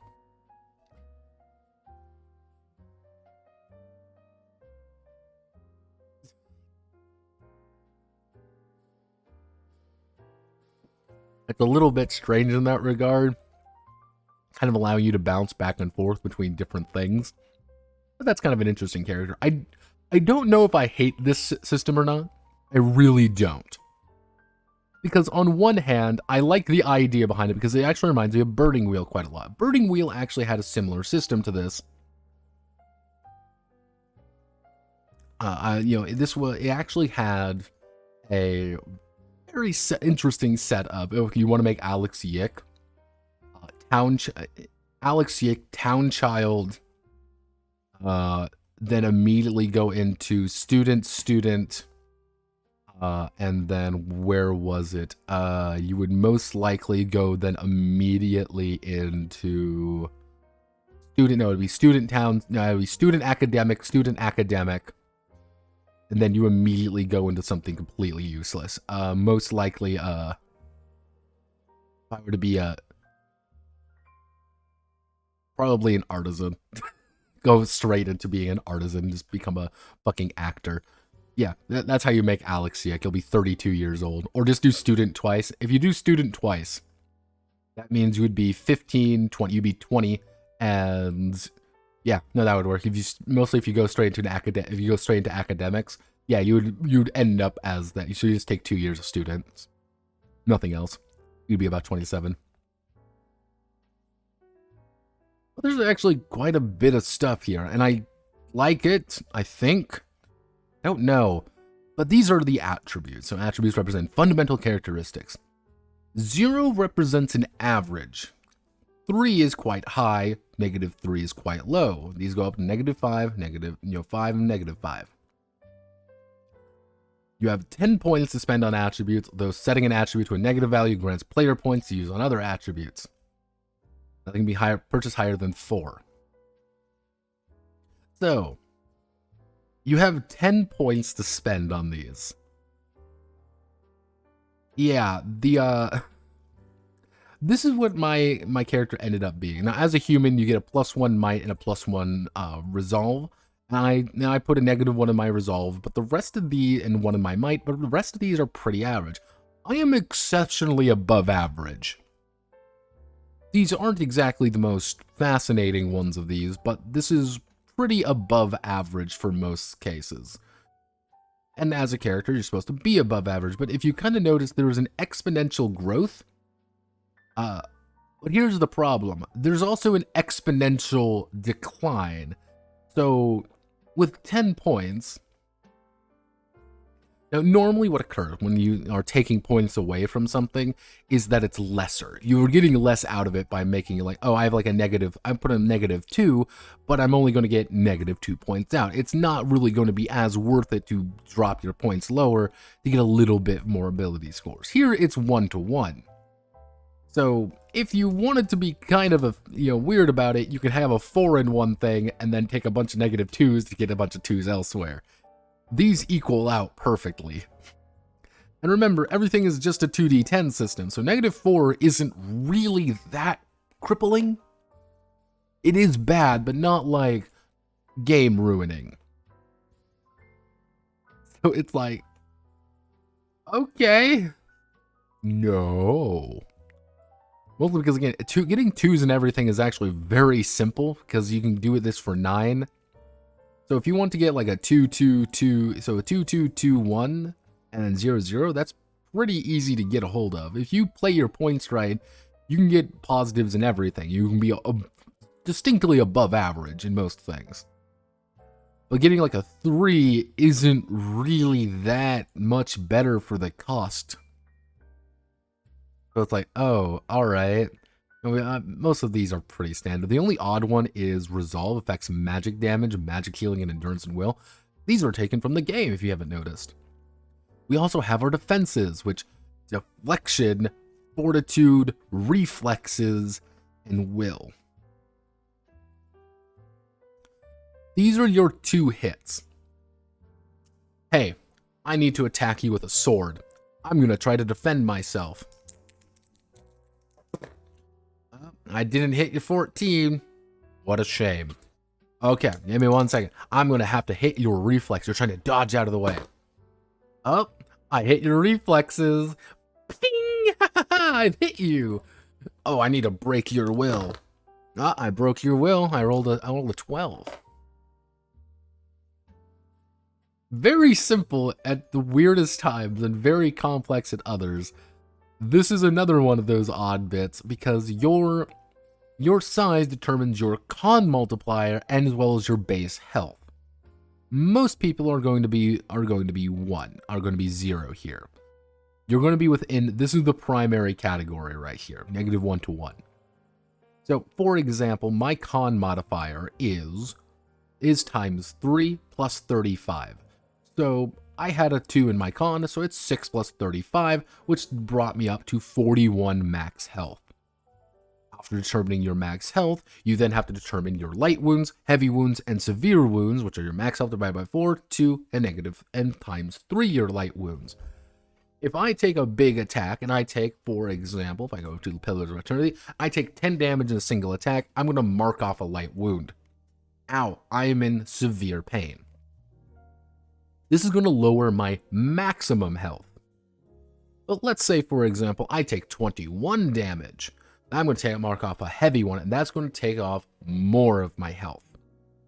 Now, I'm taking off a pretty significant amount, because this actually represents the number of health possible. These are in 25% chunks, these are half chunks.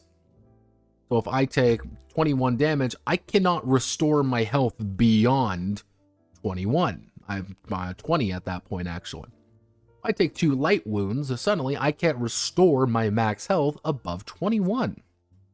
This is similar to how the game is, and you might always be bloodied. Because if you're bloodied, you get -5 defenses across everything, as well as your skills. If you ever hit negative 10 health, -10, or whatever that particular thing is, I believe it's looking over here, it's a quarter of the max health. You get that. You look at it, you're like, what? Because in the game of Pillars of Eternity, this was actually one of the more interesting mechanics behind it, which was the concept of the endurance health system was actually very interesting. Anytime you took damage, your health wouldn't necessarily go down, your endurance would go down. And if your endurance goes all the way down, you become unconscious, in which day you can get back up at the end of the fight. However, your max health would decrease, so you'd be pretty much easier to take down every subsequent attack. If your health ever reached 0, you are DEA dead. But, however, you also end up in a situation where you end up, bloodied permanently, like you might take damage too much. It becomes a really interesting risk-reward situation. Do you continue to push forward because your health is low, or do you hold back and, rest and try to recover your health?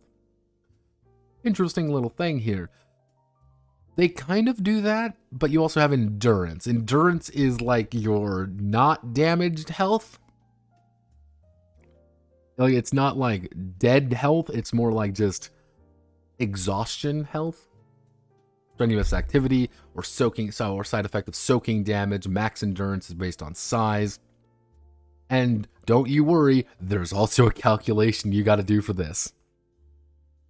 My endurance did not actually turn up very high because my resistance was 0. So I ended up with a pretty average endurance. Yeah. Then we have all our skills. Generally speaking, skills are pretty standard. This is the big thing, though, right here. If you have 15 experience in a skill, you have a rank 5 in it. If you have 36 experience, you have an 8 in it. Your rank is the bonus you're going to be rolling. Your XP is getting up to that. If you have 1 XP in anything, you have a +1 to it. And that's pretty much how it goes from there. With the idea being that you're adding on to whatever the next rank is. So if you want to have technically 21, rank 21, you need 231 experience points in there. And these are linear. Pretty much the more points you invest, the more points you invest in, the more points you're going to get out of it. But, for example, if I'm at rank 3, I'm not going to get rank 4 even though I have 9 XP in here until I hit 10, then it levels up to 4. I don't know if I hate this system or not again. I am mixed on it. Okay, I'm mixed. And I'm mixed because, on one hand, kind of a cool idea.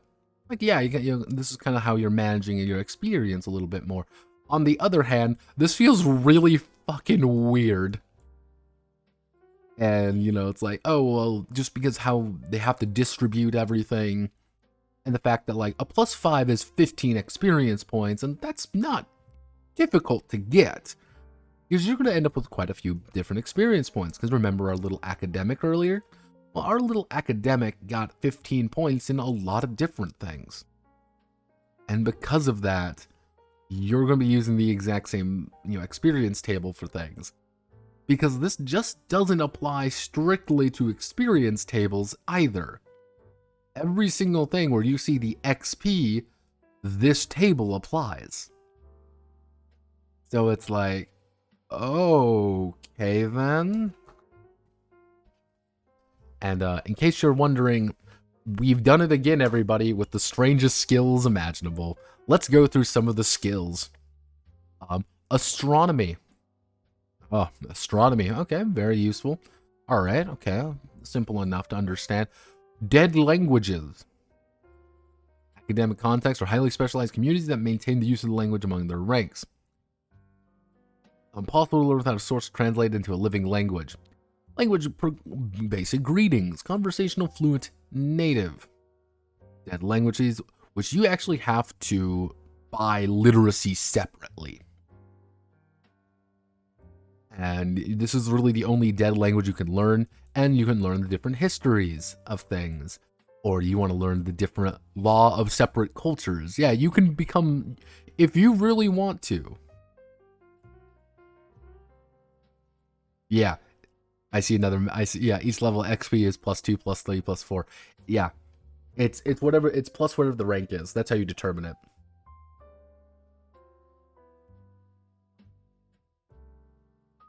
Yeah, if you really want to, it is very likely, if you really make things, that our character that we just made, our academic, we could just make him a lawyer. We can have him, give him extensive legal knowledge on every single type of law physically possible.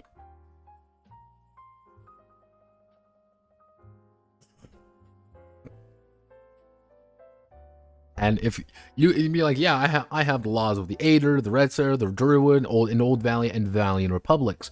And you're looking at like, being like, damn, like this man is learning about things, being like, I have a fucking +9 in my one ability. It's time to let's do some legal cases here real fast. Oh. Looks like somebody. Time to find some loopholes. Bing!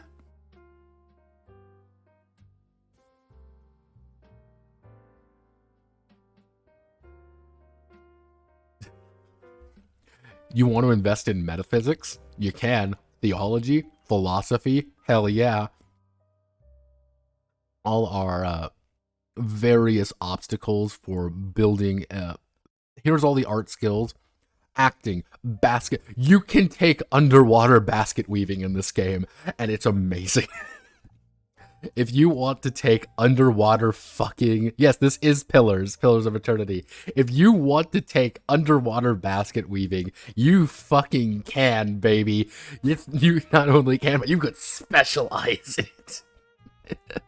Blacksmithing, bookbinding, carving, gem cutting, engraving, cobbling. You can be a cobbler. Why is this a skill in my fucking fantasy adventure game? Knitting, pottery, musical composition was the one that broke me, I think. Because this isn't music. This isn't performing music. This isn't directing music. This is composing music. You have to write it. If you specialize in musical composition and you have like a rank 7 in it, let's see, I rolled a 7, I got +2, let's say a 9, I got a 7 in 18. If I roll an 18 on this, I can technically get a, it'll be all right. I can get some pretty good one, but oh man, I can get some more. I can get so much more time. I want to roll higher and higher and higher. I want to get more. Because it's like, yep, this is tattooing, whitesmithing. That's an entire different skill. And then all the martial skills. These are like, oh, here's all the martial skills. But, yeah, there are most of the martial skills, because these also count for it. It is entirely possible to build a character with no combat skills. With absolutely zero ability to defend themselves. It is entirely possible to do that. And I find that hysterical. I love it. I love it to death. You have no idea how much I love it. Yeah. So, but don't worry. We can use... Guys, you don't understand. I've invested all my points into siege weaponry. We can use catapults efficiently. Why is this here? Mr. Sawyer, I have a question for you. Why? Physical skills, acrobatics, athletics, riding creature. And the thing is, you actually have to do something very specifically, because riding animals does not include raising them or domestication. Those are very different skills. Don't worry. Dance performance. Dance.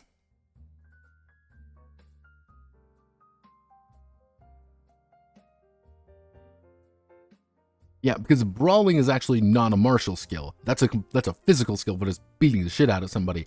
You know, swimming, stealth. Yeah, you have to take the swimming skill if you want to do some things.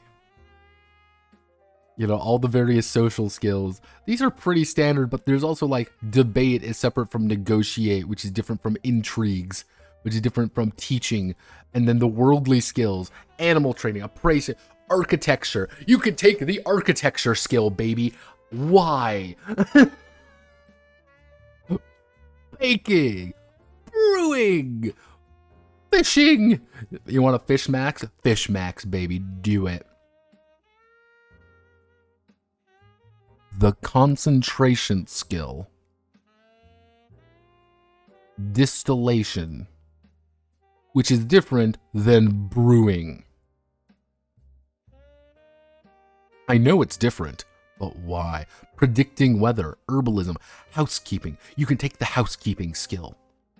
Husbandry, hunting, living languages, local lore, mining. Why? Sailing, masonry. Sailing could be useful, but it's like midwifery. You want to specialize in midwifery? You want to specialize in fucking midwifery? You can, man. Milling, surgery, tactics. Tactics is actually no, that's indifferent. That's wagoneering, winemaking. Again, if you get a lot of worldly skills, you can totally just make the beer man who'll be like, yeah, I know how to ferment beer, I know how to make beer, and I know how to make wine. Yeah, it's like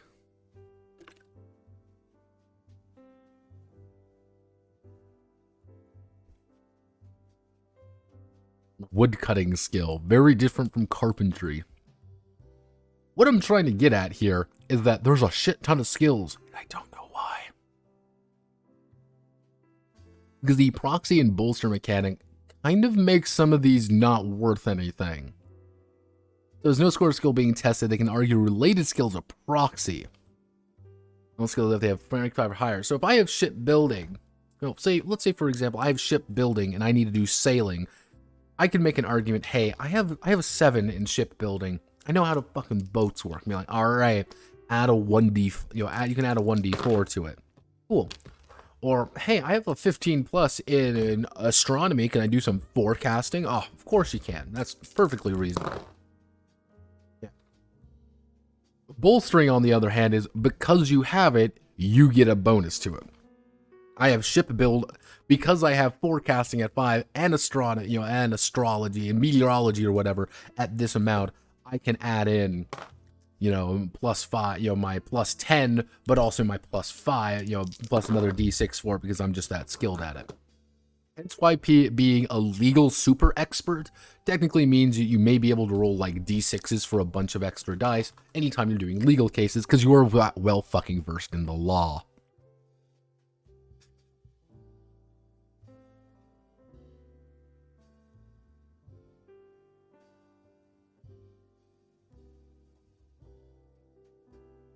You can play an actual maid. That's a fuck ton.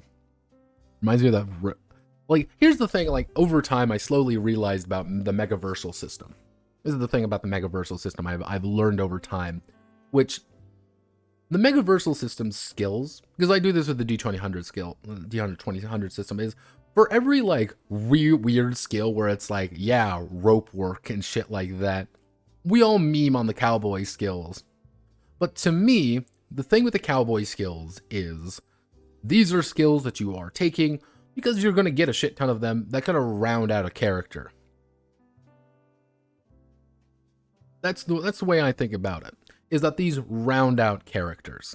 They give you something maybe a little bit that you wouldn't really have the option to really debate on. Being like, yeah, because I have rope tricks, I need to impress somebody, we need to impress some people in this town or like distract them, being like, well, I have my rope, I have rope tricks.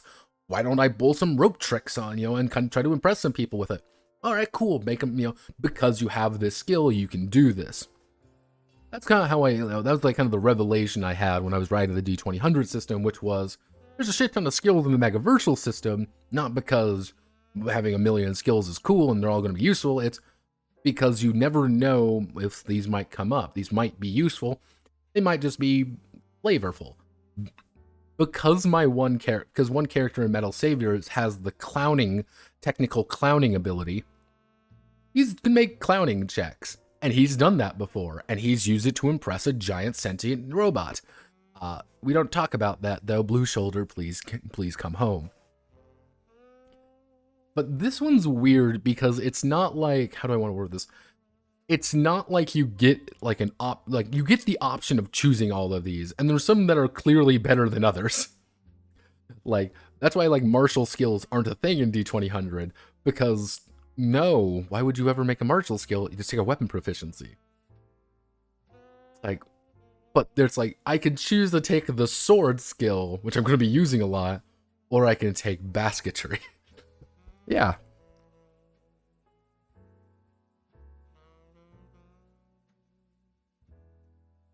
Yeah, like proxy skills, I think they do it pretty good here, which is just like, if you can make an argument for it, you just get a die for it. Though, my thing would be, you just take like half your skill bonus.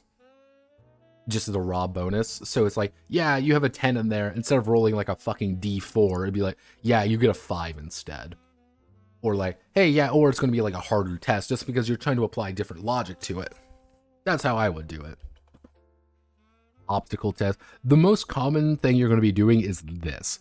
2d10 plus attribute plus skill plus assistance minus hindrances. Now, most of these are going to be your standard 5, 10, 15, 20s.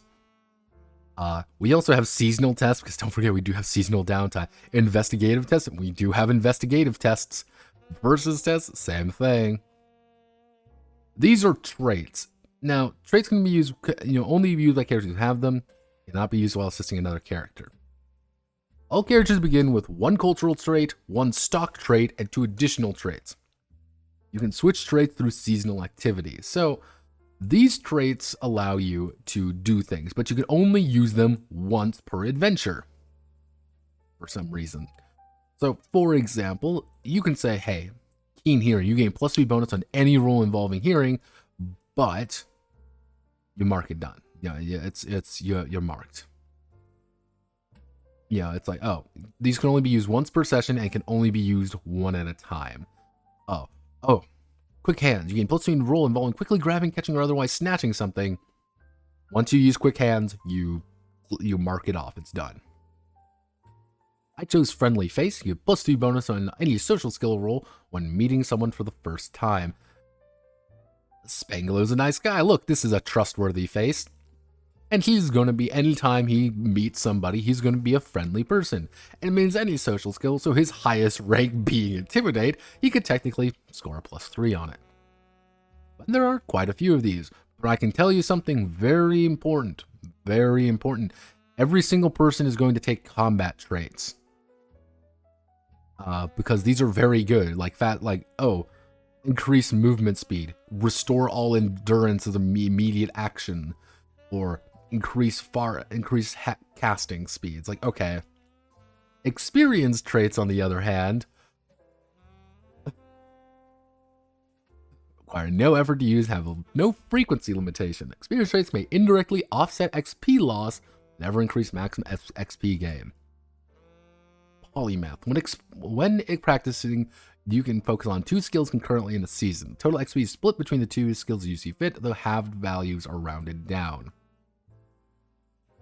Social Butterfly. You may adjust 2 reputations in a single season. The total XP is split between the 2 reputations player sees fit. Because in the game, there's the idea of books. Books is actually kind of how you gain an indirect amount of XP. And of course, it's in this game. Of course it is. Why wouldn't it be? But don't worry, we also have powers. Pillars of Eternity actually has a class system.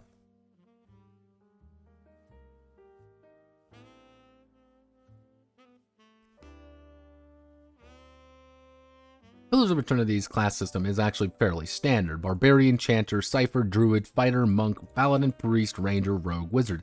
But one of the bigger things is that some of them actually had some unique features to them. You had things like, for example, the Paladin.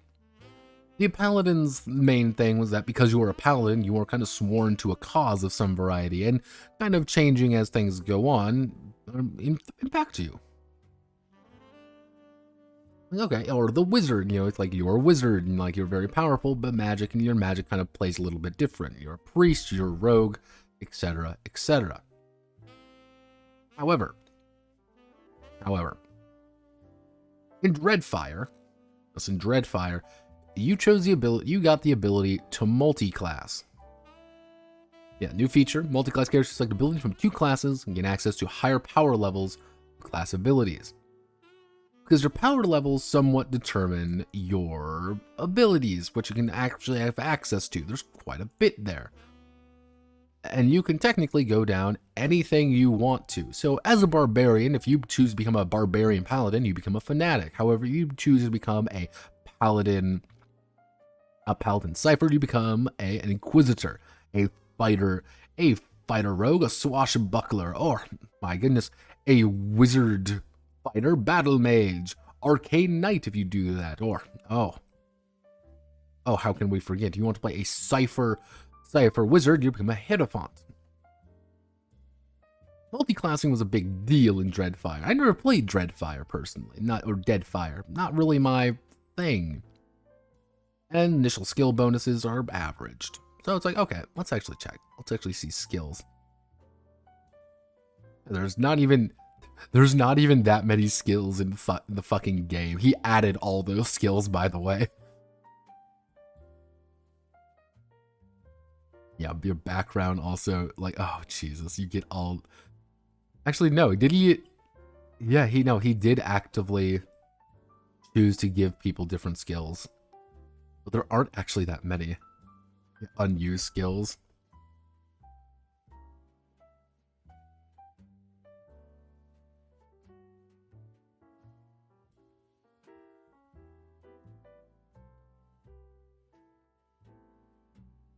Why am I bringing up multi-classing, though? Because powers are your classes. These are your power sources in which you have to determine your power pool. At the start of the game, you ended up with either... I don't need you anymore. You end up with either the option to choose between 2 powers at rank 4 or 1 power at rank 6. This determines your pool, which is the number of points you end up getting. Now, these are your abilities you end up. You always get the foundational power, I think, and then you get 3 abilities tied to it. Now, for example, I chose Discipline and Rage. Effectively, I am a fighter. I'm a barbarian fighter.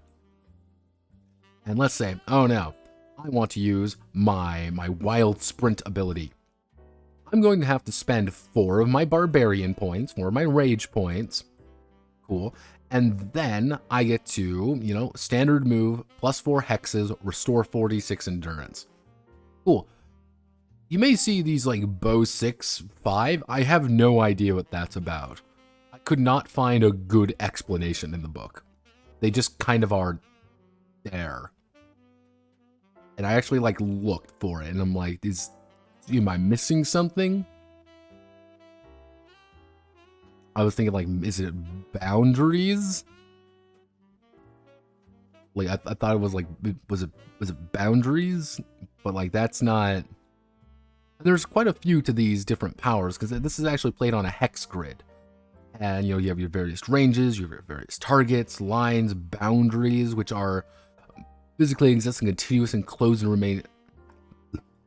Close at the time the power is used. Activation, must physically walk within 1 hex of the entire length.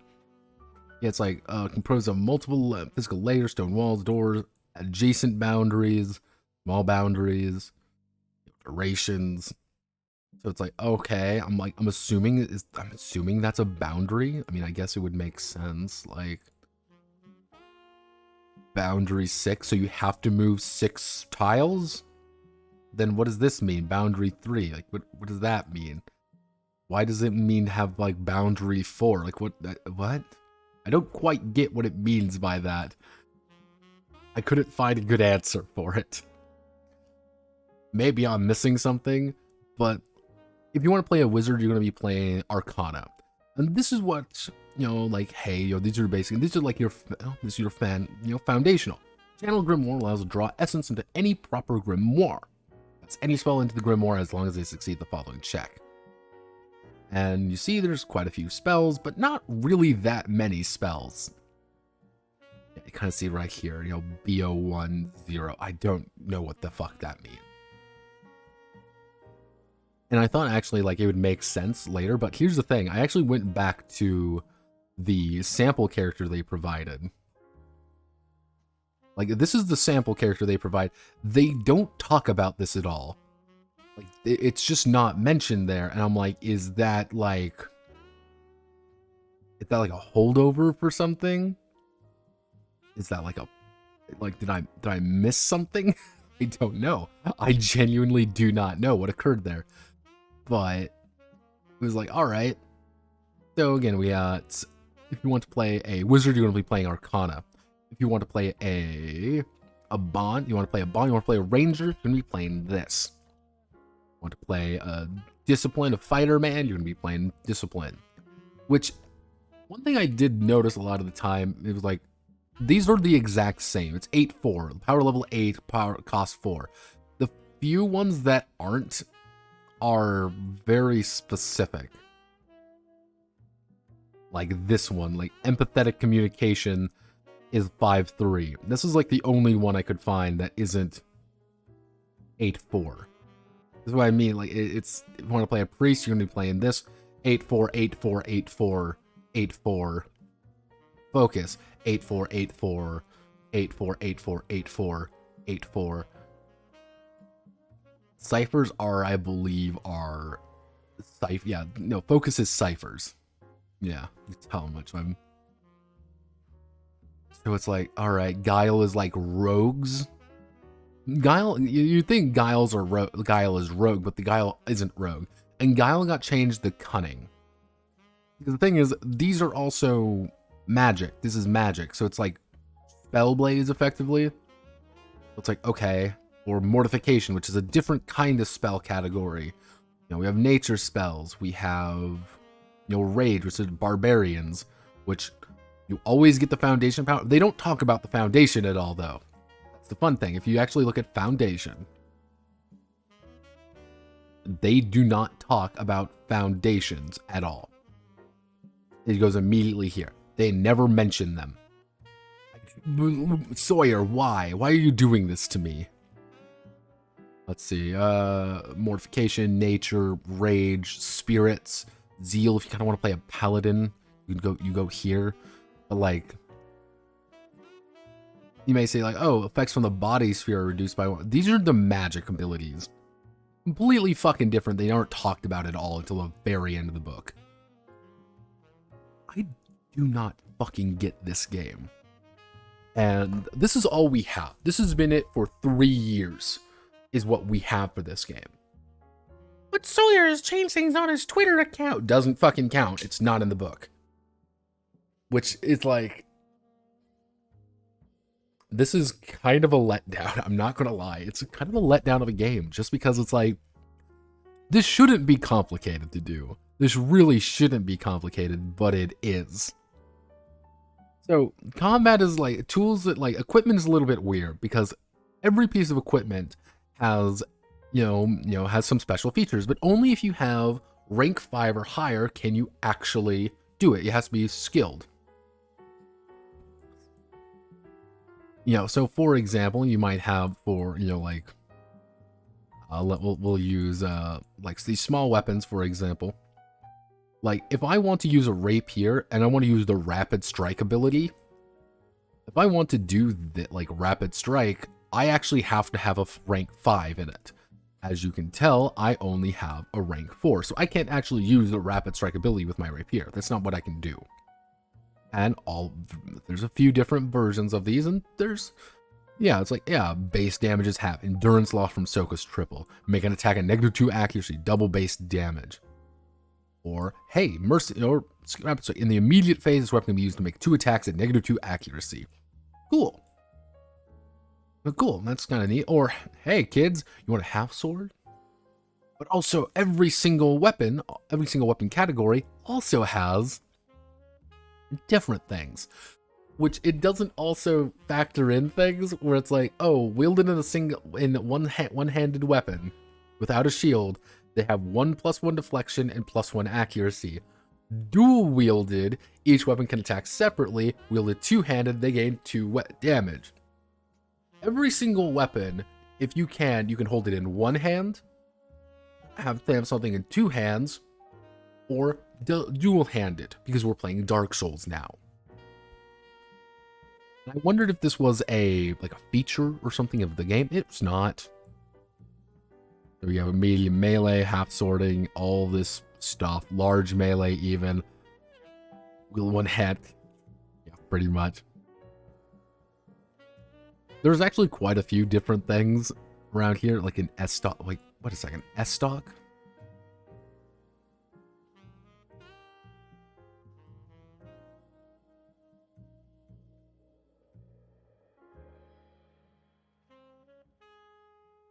Yeah,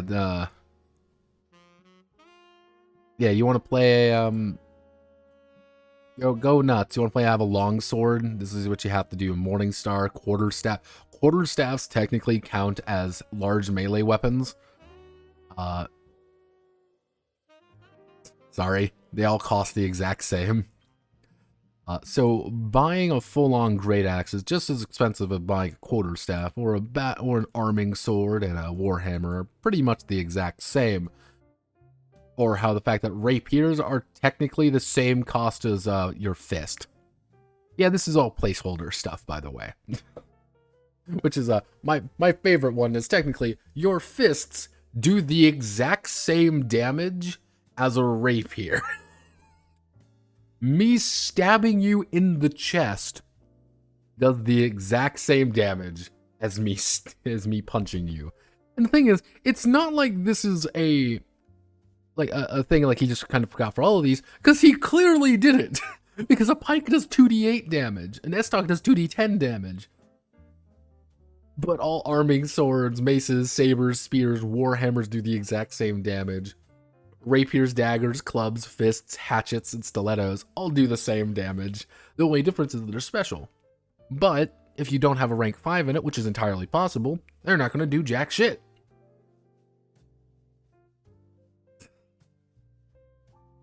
So if you want to play a battle lawyer, usually the best option to do is get a ranged weapon, which is the medium range. It's weird because it's medium and large ranged weapons. But medium range weapons are the blunderbuss, which does d6 times 4 damage, and you can one-hand that bitch. Because yeah, -2 accuracy on my blunderbuss.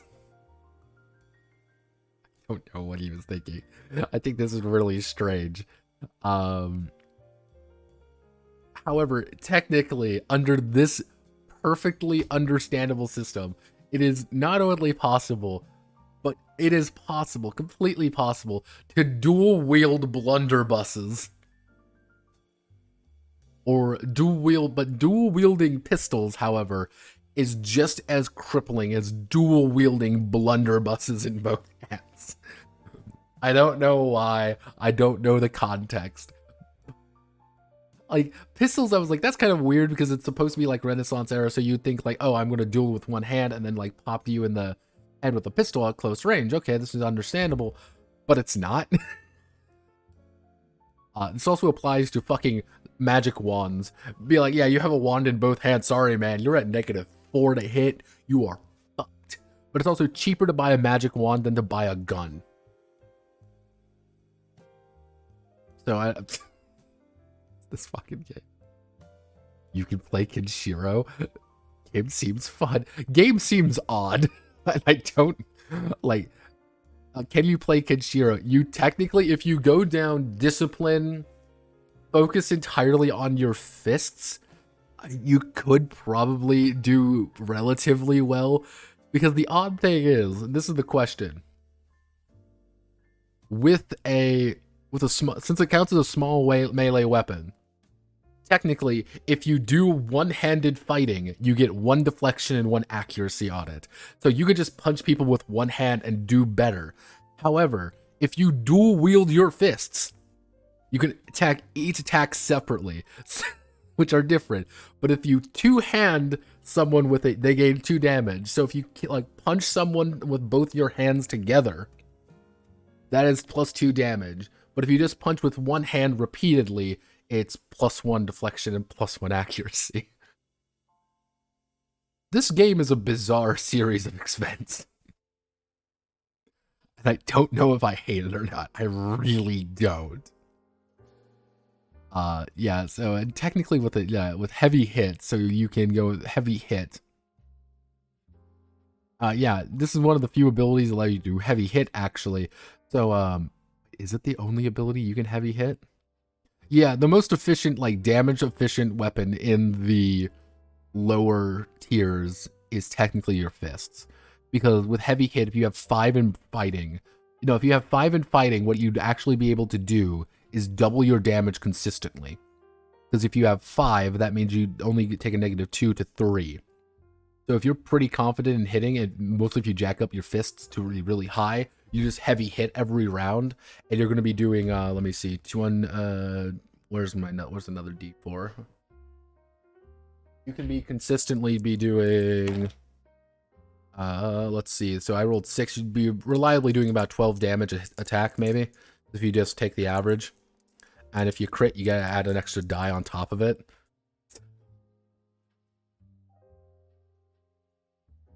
Playing Kenshiro is not only efficient, it's optimal. God, I love it.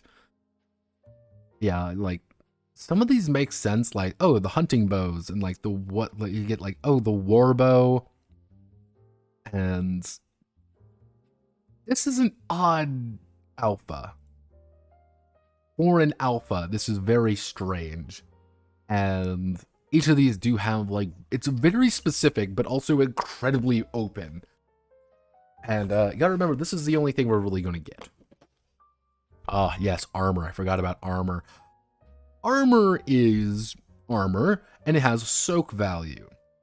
Anytime you take damage, you're going to take soak. So if I take 5 damage, I'm instead going to take, if I'm wearing padded armor, I'm only going to take 3 damage. Okay, pretty understandable, not exactly too strange. However, this is going to be transferred entirely back to your endurance. So it's like, okay, you're still taking a little bit of damage from your arm. You're still taking it, but not really as bad. Do you see, perhaps, a small issue? The issue is, these are linear, in the initiative value at least. So it's usually the best idea, as long as you aren't like a little noodle boy, is to take the heaviest armor available. Mostly when it comes to things like leather. Where it's like, yeah, I'm going to take 4 damage. I'm going to be able to mitigate 4 damage. My winded threshold's higher. Like, instead of being 3, it's now 10. But I only take a -1 in my initiative. So I'm like, I'm still pretty good, and I'm able to soak a decent chunk of damage. Not a huge amount, but enough. So it's like, okay. Interesting. And like anything heavier than that, unless you have an insanely high endurance threshold, it ain't gonna, like, it is not worth you investing in a breastplate or scale mail if your endurance is not high. Like, scale mail sucks compared to like what you're really getting out of it. Like, yeah, you're gonna pay more than leather armor, but your winded threshold is increased pretty significantly, and you're gonna lose 3 initiative or 2 more points of damage reduction. It's like, yeah, that ain't too valuable. Like, it's very strange. Shields, on the other hand, are entirely just increase your deflection. If you have one-handed weapon, pick up at least a buckler. Maybe pick up a heater shield. There's really no downside to it, because it's just going to be a flat deflection bonus, which just makes you harder to hit. And then we have our final finishing touches, do some basic relationship stuff, and then we go into how combat works. Combat's exactly the way you think combat kind of works. You're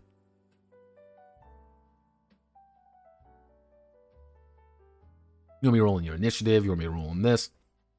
And some abilities are always going to hit, but again, this is skill plus bonuses.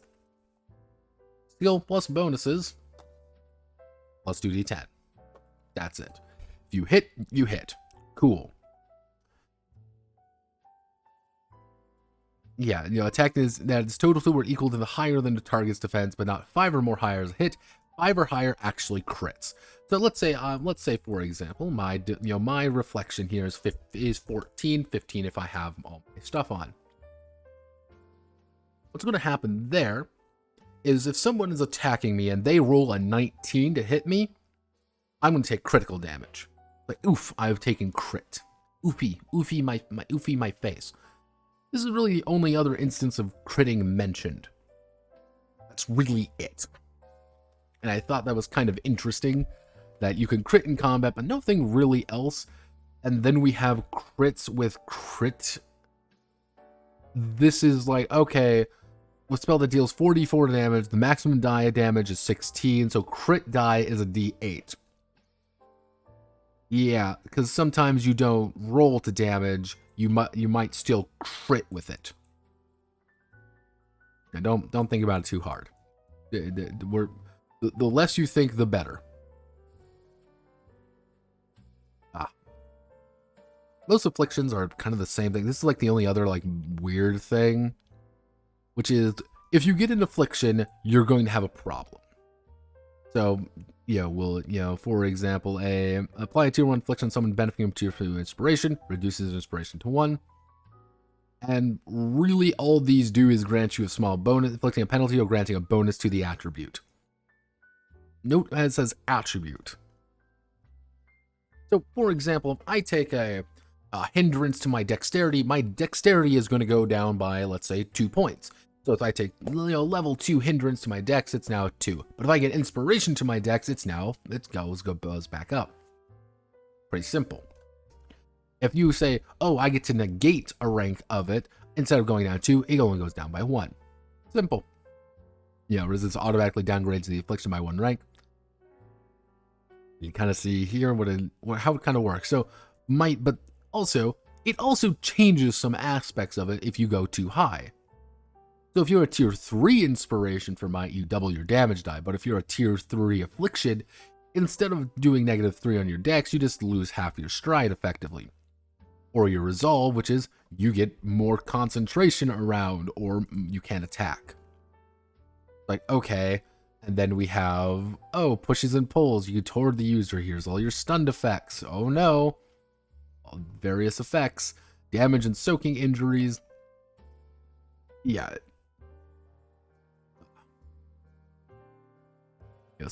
Any damage absorbed by soak is inflicted on endurance instead. So, soak, you might say, oh, I take 4 damage. You might take 8 damage. 4 of it's only going to my health. 4 of it's going to go to my endurance. Hence why wearing armor is a really big double-sided sword if you don't invest heavy in con. If you invest heavy in con, you're going to be able to wear heavy armor a lot more consistently than if you're not. Or for endurance, resolve. Resolve is actually very much tied to your endurance. So wear heavy armor. Is what I'm implying. Basic injuries. So like, oh, I've got a broken arm. Oh no, severe wounds, broken ribs, collapsed lung, concussion, which is really bad, swollen eye. Various different problems here. And usually you have to do like recovery rolls. Generally speaking, this is going to be, don't think about it too hard and you're going to recover your light wounds after a rest. Yep. 6 or lower change a light wound to a heavy wound in the same period of time. Heavy wounds, severe wounds. Oh no. If you fuck up healing people, you could just completely kill people. Oh no. I can tell you this. Normal human beings are probably not going to do this. Unless there is a necessary reason to do it. In this kind of situation, like if you have 0 way to recover, like consistently, then I would start having you make wound checks. But if it's like, yeah, fight's over and we're like able to settle down, I'm not going to make you make a wound check. That's kind of like, why would I do that to you? Because what this system effectively means is you need a surgeon on standby. And it's like, oh, well, you need someone with all these things. You just need a doctor on hand. That's your job, is to have a doctor. But I don't want to play a doctor. You're going to play a doctor. we have all our... The CP is actually called Copper Pyres, and they're minted by these republic, the Valian republics. And as you can see here, your various lifestyles. How do you lead? I'm going to give you a secret. You're going to be leading a poor lifestyle. Because, you're impoverished. That's so bad. You are effectively homeless. And these are all your problems. Plus the aging rolls, -4 connection rolls, or you're just poor, which is 15 CP a season. Most people in Eora live a poor lifestyle, basic food and humble shelter. Dominated by the poor, many towns and cities have large population of poor residents.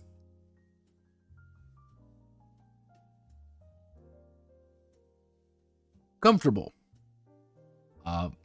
No bonuses. 250 a season.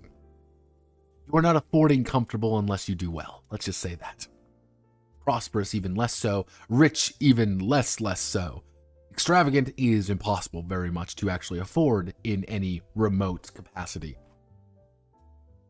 Yeah, and then here's the entire connections and reputation system, how reputations work, which you literally get XP by doing different things here. Here's how you design powers. You want to have the very specific power set, you can design them here.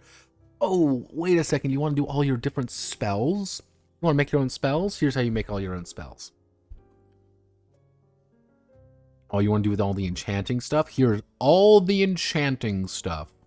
Everything you could want. Age and aging. Here's the entire aging system. So the concept behind the aging is after you hit adult, pretty much here's all the various adult years. So for example, if you end up being about 30, let's say you end off being about 30 at the end of it, you're going to be a young adult still, except if you're Orlin, in which that means you're an adult. Orlin are going to die most likely at 65. They actually age very quickly. So you're not going to actually have as many skills as an Orlin, but you're going to be younger. So normally you're going to be a young adult, but you may be able to push yourself into adult. Every year, as an adult, you're going to make an aging roll. This aging roll is 1d12 plus your lifestyle modifier plus your life phase modifier. Depending on this, it's good or bad. But the higher you roll, aging malady, I don't know why I think it's like I think it's a +2. So, for example, I'm going to take my D12. I'm still going to take my D12. Where's my D12? Take my D12. Let's make an aging roll. Let's say I'm poor, so I get it's 1d12 plus 1 effectively. 7. So I rolled a 7. I only am going to increase my parent age by 1 year. I look a little bit older. Every time you take an aging point, what happens is it doesn't subtract from it, rather it tracks separately and count against experience in that attribute. So it's like, okay, simple enough to understand. However, the number of aging points in an attribute pulls the experience total below the threshold to have a given score in an attribute. It is reduced accordingly. If you have, let's say I invested 10 and 4, if you ever reduce that amount, you might lose your attributes effectively. And every aging point you get, congratulations, you're counting toward your death march. Because every year, after about 30, you can take these death marches. If you roll poorly enough, you might die, let's say at 33, so 34, 35, 36, 37, 38, 39, 40, 41, 42, 43, 44, 45, 46. If you fuck up your roll every single year, you will be dead at 46. Because you will just constantly take these points and just die. Like, cool. Awesome. Yeah, at 0, you're dead. Maladies are kind of the same way.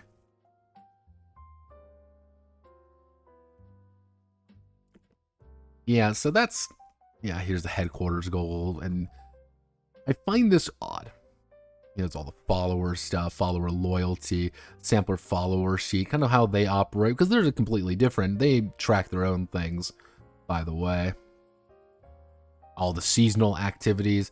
Because, yeah, go every season, if you're not doing something, that you are doing things. Oh, but you gotta remember the time in the aura, because in the aura, technically days are 27 hours long. Why? I don't fucking know. They just are. And this is the main way of how you're leveling up, mostly, is you do the seasonal activities. And, hey, if you go on an adventure, you might get a few XP. This is kind of like your basic way of stuff. Chaos rain. You might get some XP here and there. Cool. Like this is fun. 3 XP a month, 3 different things. Then you get things like tech studies, which, hey, I want to do study. You just learn from a book. You're gonna learn up to something. Here's all the study required. Oh, you want to practice something. This is how you get practice XP. You want to practice being artistic. You can get artistic XP by just practicing it. And that's going to bring you up at least 2 levels, possibly. Cool. Socializing. This is going to be able to increase your socialization points. Yes, you're going to get 14 socialization points to do things with. So, for example, I can spend, let's say I spend 10 points to a metropolis or an international organization. I'm going to spend 1 to get kind of a city reputation, and I'm going to get 1 social skill XP. Just one. Just want to grab something real fast. Just 1. But I also want to do something else. So it's like, I want to spend 7 points to increase this. I want to get this up here. And then we have all the instruction ones, how to translate books, you want to live off the land, all these different things, the advanced seasonal activities. You want to write a book? You can write a book if you want. Yeah, that's Pillars of Eternity, the tabletop role-playing game. I opened this up by talking a bit about Obsidian and the nature of them not finishing things. Pillars of Eternity, this particular game, I don't believe is going to be finished. There are some fundamental little weird issues with this game that just make things not quite work the way it should. This needs an actual game designer in the background doing this, not Josh Sawyer. Now, Sawyer does actually have tabletop experience. He does actually have some experience, most notably in the, if you go here, the J.E. Sawyer Fallout. Most notably the Fallout role-playing, the J.E. Sawyer. This is him, Joshua Sawyer's. However, it's been shut down. And if you want to find all the information about it, technically it's here. People have actually said this is probably one of the best ones, but it's pretty much gone. Like simple character creation, if you want to do all of this. But Sawyer is a game designer. He's a video game designer, and he has a full-time job doing it. He works for fucking Microsoft now. Do you really think he gives a shit about the fucking tabletop role-playing game he hasn't updated effectively in 3 years? I don't think so. I don't think he cares all that much about this game. I think this was a fun side project, not even a fun side project, a side project he decided to take on because Pillars of Eternity raised $2.7 million. But then Pillars of Eternity Deadfire did pretty well. And that's it, really. I think he hopes people just kind of forget about this game. But there are some interesting ideas here. But this is the big but with this game. The part of this game that kind of saddens my soul, you could say, a little bit. Very simply, this game relies entirely on 3 things. You have to know the Pillars of Eternity setting. If you aren't already kind of invested in how the Pillars setting works, this game isn't going to do it for you. So, if that's the first filter. You've already kind of lost it. The second thing is, you have to actually like Burning Wheel more than thinking this is D&D. If you go into this game thinking it's going to be like D&D, it's going to be combat, it's going to be some exploration, no, it's not. Far from it, actually. This is more in line with things such as Burning Wheel. It's more about character backgrounds. It's more about building this little weird XP system, doing a bunch of that. The final thing you also have to realize is that you're going to have to do a lot of legwork with this thing. If you were to gut most of it and remove a lot of the Pillars of Eternity aspects to it, there's some things here, but like, why is there basketry? Mr. Sawyer, you will never watch this, but why is there basketry in this game? You had a perfectly functional RPG. You had all those skills that would apply perfectly to this situation, but you chose to invest in basketry. This is a small part about this, but it's one of those things where there's a small selection of weapons, like a little tiny selection of weapons, but you have this entire section on upkeeping your fortress. Like, I know that's like an important part of the original game, but it's like, Sawyer, you gotta realize, like, A to B, and like some fundamental parts just don't quite gel well. Is this game ever going to get finished? No, I don't think this game is ever going to get finished. Maybe steal some ideas. Maybe take the XP system, for example. It's an interesting concept for maybe a longer running game. Maybe rip out the power system. Not my particular thing, but it could be useful. But this one's an oddity. For all the wrong reasons. Yeah, it's like... yeah, that is Pillars of Eternity. The next game we're going to be going over. Yes, our next game. Is going to be and I gotta get the voice correct. The Unofficial Fire Emblem TTRPG. As you can see how professional this looks. This is a fan game. This is very much a fan game. And the thing is, this shouldn't really read the Unofficial Fire Emblem TTRPG. It should read the Unofficial Fire Emblem Awakening TTRPG. This is by a guy named Morthos21. Goes by Morthos21 at least. We go here. He's on here, and he actually goes by Shady Brain Entertainment. This is really the only thing on itch he has. You want to join the Discord server, you can if you want to. I didn't, but this is what this guy kind of does. He does videos. Full Can Demons Be Good? Does horror game videos. And he also does Ultramarted Stardew Valley games. So subscribe to him if you feel like it. I got it. Trending adult porn videos only, everybody. Have no fear every time. Yeah, this is the part. Yeah, 5 episodes of a Skyrim Let's Play. We got horror game videos. This is really all I could find on the guy. We kind of go here like, I was playing Fire Emblem Awakening, thought this would make a great tabletop role-playing game, so I went and made it. This game is based off of Fire Emblem Awakening. I will be releasing expansions for the system for other games of the franchise, as well as a book about the lore and characters of Awakening. We enjoy this little fan game I made. So, 2021, it was the last update.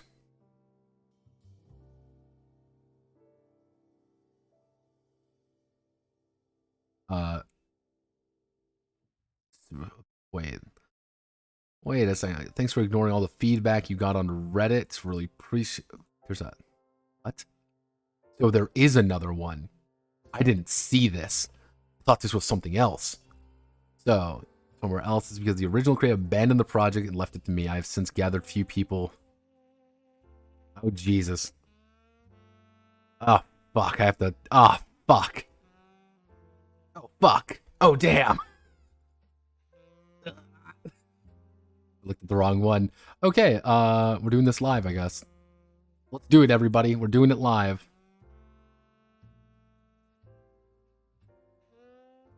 Yeah, I didn't read this properly.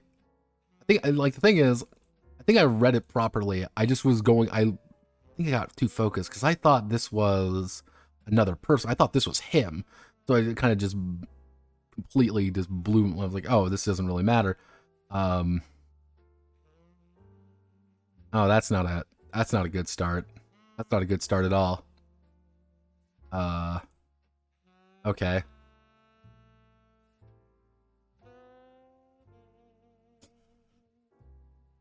Oh Lord. Oh Lord. Okay, so this is the official 2.2 one. Contact me in the comments. Friends on the Discord, general feedback. Yeah, this one looks like it's actually been updated at least a little while ago. But this was taken over. So there was a split back in like November. Where this Morthos guy took over. So this Spirit guy took over. Spirit doesn't do anything.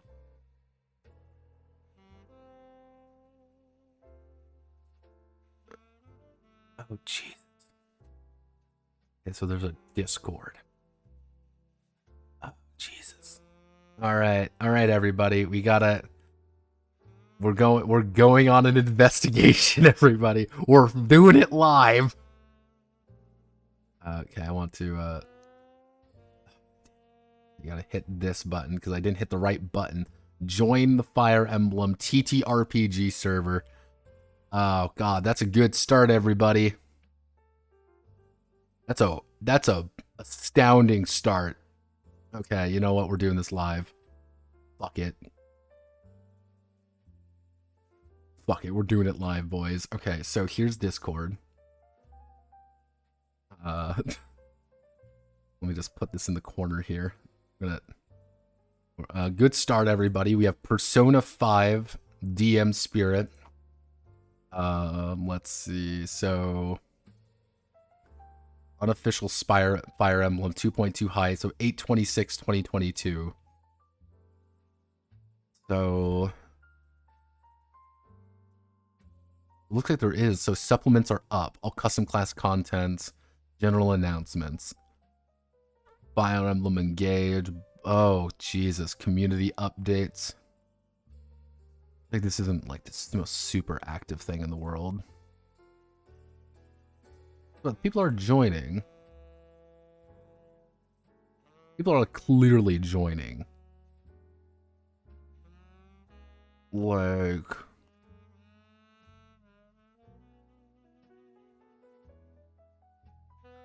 not a good start. See, I'm waiting for like to find the porn channel because that's how it always goes on these fucking things. FE Cypher. What the fuck is FE Cypher? Card game. Master Duel. 3 Houses spoiler. Balloons. Why do you have a balloons server? Okay, so Rosebud. Rosebud's dead. Rules bot. Yeah, so okay, so there's nothing here. Very, if there is anything here, it's very quiet.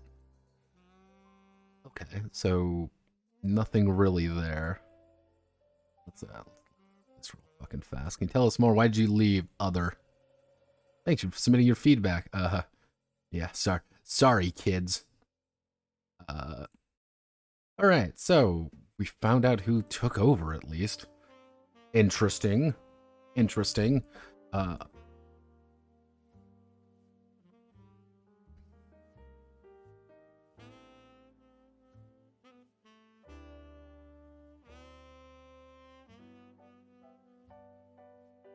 I looked at what I ended up looking at fully was this version, because I had an old version, like, oh, it's been updated, so this is the version I need to look at. This is the new version, this is the old version. However, if we look at the version, if we look at the pages here, this is the old version, this is the new version. This is literally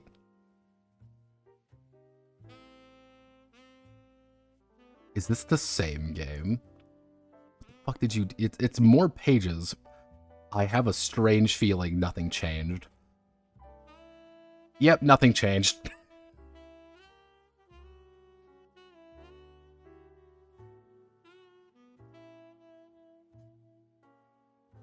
Because, okay, so let's look at the base version. This is the base version.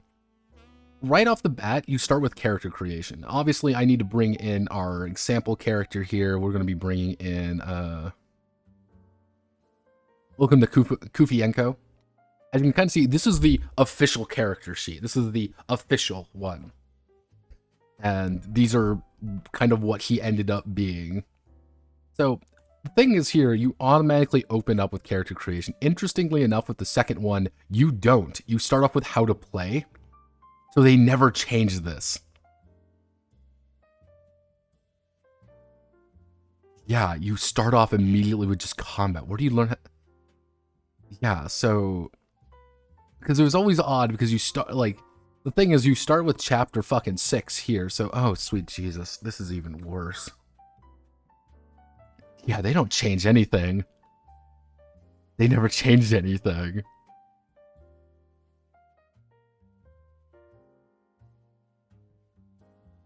Oh, wow. Okay. So, I'm going to do my best to actually explain this. This is the base version. Everything actually does relatively line up. We start with combat. However, what is this game actually? Well, this is a... Well, it's a D20 game. Sort of. Sort of is a D20 game. Because anytime I need to do something, let's say, for example, I need to make an animal handling check. As you see by our D&D skills down here. If I need to make an animal handling check, what's going to happen? I'm going to roll a D20 plus 5. I'm going to roll it. I rolled a 6. I scored an 11. These are almost entirely based off of your skills. Up here, your current stats. These stats look familiar, is that these are taken directly from Fire Emblem. Yeah, these are taken almost directly from Fire Emblem 1-to-1 because this is just a conversion of Fire Emblem onto the table. At the very beginning of the stream, I somewhat talked about the nature of adaptioning, of one-to-one adaptions. That people have this terrible tendency of being like, oh, well, all the systems are here, I'm just going to bring it over. This is one of those examples. The original guy, Moroth, literally took Fire Emblem Awakening 1-for-1 and brought it over to the table. And yeah, roll D20, added unit speed. This, you open up with combat, and this is actually how you calculate your 2 hits in the base version. Now let's go over here. We're going to learn how to calculate our 2 hit, and it's the exact fucking same.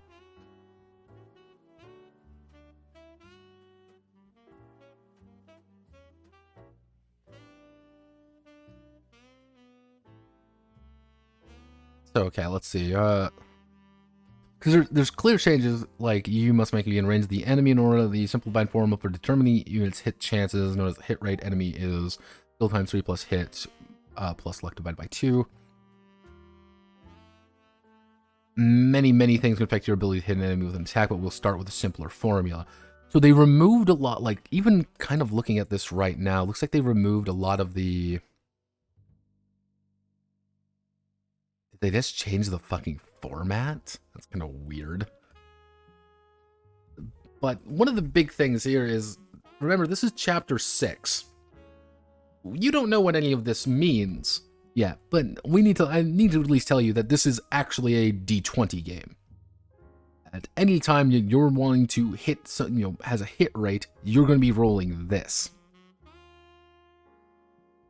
That isn't really true either. That's the thing, it's not really true. Because you also have to determine your avoid rate, which is speed times 3 plus luck divided by 2. So what we're going to do is we're going all the way back. We're going to go all the way back and make a character and learn how to make characters first, because that's kind of how you got to start with this game. So I guess we have to go to... I'm going to try to do my best to compare things, because this is already very fucking weird. Oh, why does it look so bad? Oh my god, holy... Oh fuck, oh damn! Okay, so character creation, chapter 2, character creation. There we go. So chapter 1, set personal growth rate. These are the exact same. Yep, these are the exact same. Okay. I was worried there for a minute, words. I was worried for a second that all my work meant nothing, but I realized the story just got fucking weirder. So, character creation. Now, in Fire Emblem, actually, I should actually explain a little bit what Fire Emblem is. Fire Emblem, very simply enough, is a fairly popular Japanese strategy RPG. And Fire Emblem there has actually been quite a few Fire Emblems throughout the years. It actually started all the way back in 1990 with Shadow Dragon: The Blade of Light. You kind of see right here, a classic SNES title, which we never really saw because it was entirely Japanese. Actually, originally, it just came out in 2020. Now, this has all gone all the way up to now. There have actually been quite a few different ones. Our first one here in the West was really Blazing Swords. Right here. This was our first kind of official Fire Emblem game, but this was also like Fire Emblem fucking like 12. As you kind of see here, all the way, you know, Blazing Blade, not Binding Blade, which was the prequel to... Actually, no, it was Blazing Blade is the prequel to Binding Blade. Yeah, technically, we got 7. That was our first one. And you kind of see down here, like, these ones didn't really sell very well, but they were kind of a little niche games. They were. Then you have Path of Radiance. Then you have things like Path of Radiance, Radiant Dawn. I played Radiant Dawn a little bit. We played, got Shadow Dragon, New Mystery of the Emblem. The big ones, though, came out in 2012. That's when the current trend started, you could say, with Fire Emblem Awakening, Fates, Fire Emblem Awakening, Fates, and finally, Three Houses. Awakening was the big one. This came out actually on the 3DS, and it was an official big Nintendo product, as you can kind of see here. It's a very technical game. A lot of these Japanese strategy RPGs really are. Usually you're moving along a grid, you're making attacks. If you've ever played something like Final Fantasy Tactics, or you've ever played even Advance Wars, it's going to feel pretty similar. And it actually won a shit ton of awards, and people really fucking loved Awakening. Because it was a decent game. Translation still kind of goes down in infamy, however. The translation somewhat goes down in infamy because it was really, really, really bad. And it's interesting to kind of reference these because Fire Emblem games usually are seen as the easiest to convert over because those games, those strategy RPGs, are actually very technical. How the math actually adds up, and they actually tell you a lot of information of the back end behind things. They will tell you exactly how to actually damage people, and you're going to be able to see all of the stats what you need to increase to change that chance to actually hit or do damage. However, as I've stated more times than not, that does not necessarily make it easy to convert over, because again, the Magic Game Boy 3DS is far more powerful than our tiny little human brains. Continuation of the series, this extra Awakening, Fates. Yeah, so since Awakening did well, we got Fates, which Fates, no one really talks about Fates. The big one was actually Three Houses. Three Houses was like one of the first big ones on the Switch, Nintendo Switch, and it went over astoundingly well. People adore this fucking game. People still talk about this game, and it's doing pretty well. Recently, they did Fire Emblem Engage. This was the new one where stupid haircuts reign supreme, but that kind of is par for the course for Japanese RPGs. But this is the one he's basing it mostly off of. Now, interestingly enough, what we need to do more than a Fire Emblem Awakening, I'm going to go to fighter stats just because it's there. Because what he did actually was, let me see, it was Fire Emblem 13. He converted this over 1-to-1. Actually, we'll use Cavalier for example. He converted this over 1-to-1. Everything here is exactly the stats in the RPG, in the game we're going to be going over today. But let's make a character, all right? We've established that. We've established what we're dealing with. So let's see. So, the first thing you actually need to do is set your personal growth rates. Because you don't level up normally in this game. What you do more often than not, technically that growth rate isn't super correct. I should have changed that. But what occurs most of the time is every time you level up, you're going to make a D100 roll. You're going to roll, and like, congratulations, if you roll under your growth rate, you get a +1 to it.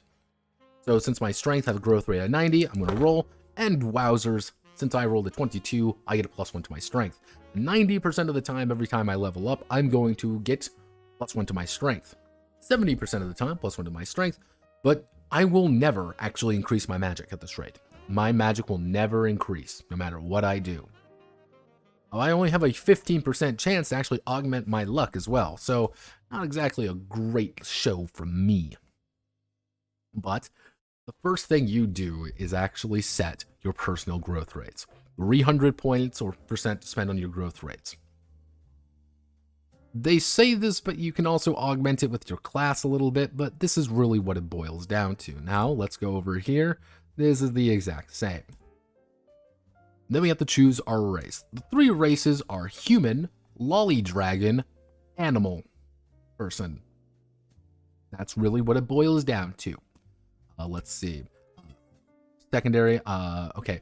Human, chapter 2, no. So we have human, dragon, lolly, and animal. Okay. Then we have our various classes. These are classes that are taken directly from the games, even down to the fact that there are these special classes. So you have things like Lord, Tactician, Cavalier, Knight, Myrmidon, Thief, Barbarian, Fighter, Mercenary, Archer, Dark Mage, Mage, Cleric, Priest, Troubadour, Pegasus Knight, Wyvern, Knight, Villager, Dancer, Tegul, Manichete, Conqueror, Lodestar, Dreadfighter, and Bride. These are what you would consider the basic classes. And you may say, wow, there sure is a lot of these classes. And the answer is yes, there is a lot of these classes. However, they are not all built the same. That's not really the point. So, for example, you might think Barbarian, Fighter, and Mercenary all sound exactly the same. That is incorrect. Mercenaries use swords, fighters use axes, barbarians use anything they can get their hands on. But their differences mostly come into how their stats grow and what they're doing. Very specific in how these games look out, and we kind of even see. Let's see, is it the exact same? Yeah, even down to the page numbers are slightly different in this game. Okay, the page numbers are slightly different. However, this is the best part. The page numbers are different, but also wrong. Let's actually go to page 11. Wait, is it right? Yep, nope, it's still clearly wrong.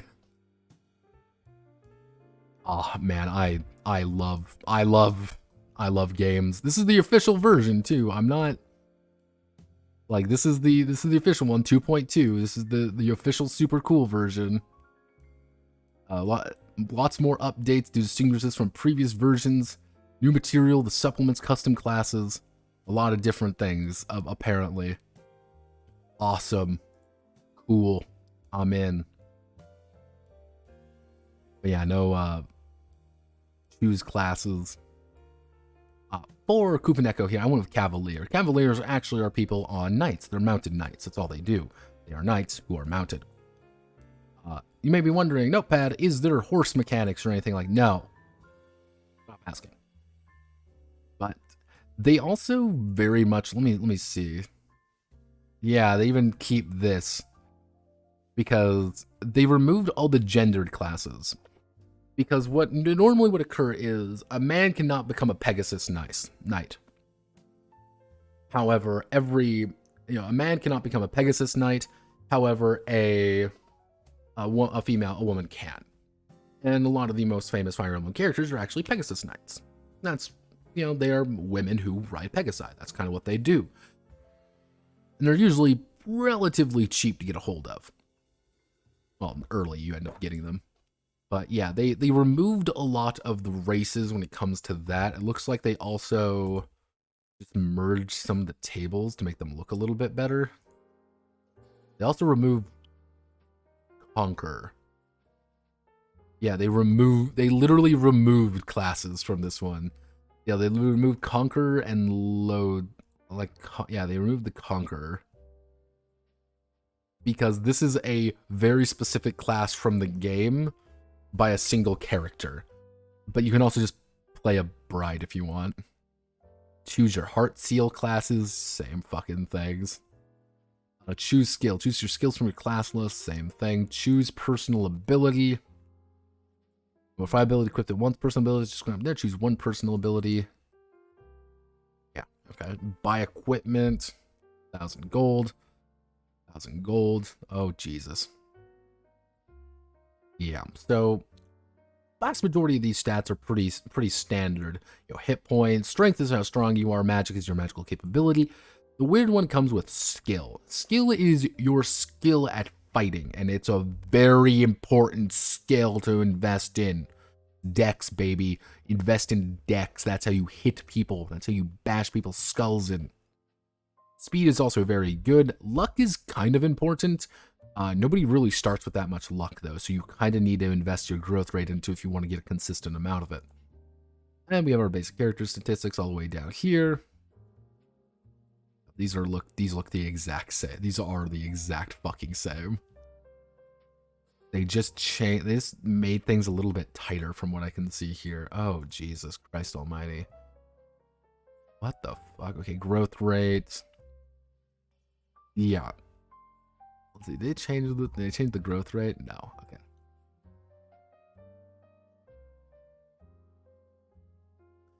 Pretty much what happens here with your growth rate. This is just how you're going to be leveling up.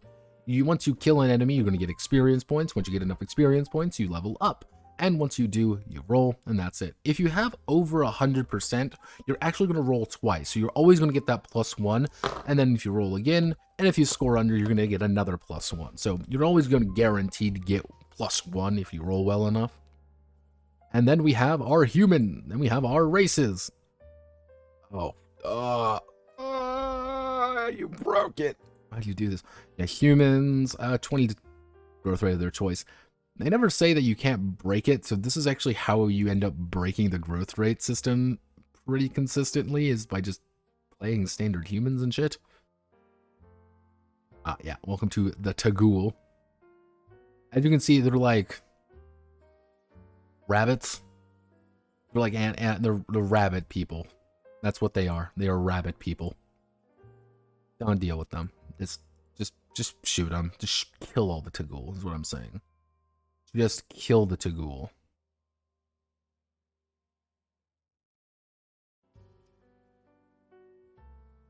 Then we go down to giant rabbits with glowing purple eyes. Always count as beast units. And here we go. Here's the lolly dragons, everybody. You also get 15% to HP if you're Tagul, 10% to strength, skill, speed, and -10 to magic and resistance. I believe this is your growth rates. They don't say that. Assuming. Yeah, here are the magic lolly dragons. They don't be any shade or tint of green, but they always tend to be a lighter tint. Human body are much weaker than their natural humans, making severely exploitable weakness that humanity has exploited before. Cool. We need, yeah. Let's see. Medical age slowly as showed by Tiki first appearing appearance of a young girl during Marth's time, 1,000 years after her birth, having the appearance of a young adult by the time Crom is born, 2,000 years later. Yeah. Lolly dragons. Everyone get the sobbing face emojis out. We need more sobbing face emojis. Yeah, always kind of dragon units. This is what they end up getting. Growth rates. Stuff. Then we get the fucking half-human hybrids. So if you want to technically play a half-dragon, these are all the bonuses you get. If you want to play a half-rabbit person dragon, these are all the bonuses you get. The most efficient, though, I did discover, are technically half-dragons, because you get a shit ton of bonuses.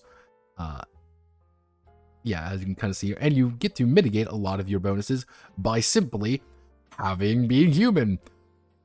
You get overall, you're going to end up probably with a negative 5% on this, but you're also going to end up with plus 15, about 20%.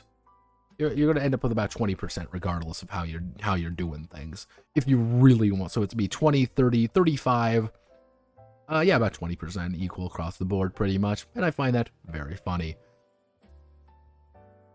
And here are your classes. These are actually how the classes work. Let's see. Are you going to be the exact same? Yep. Let's see. Yeah, these are almost, this is almost the exact sucking same. Holy shit.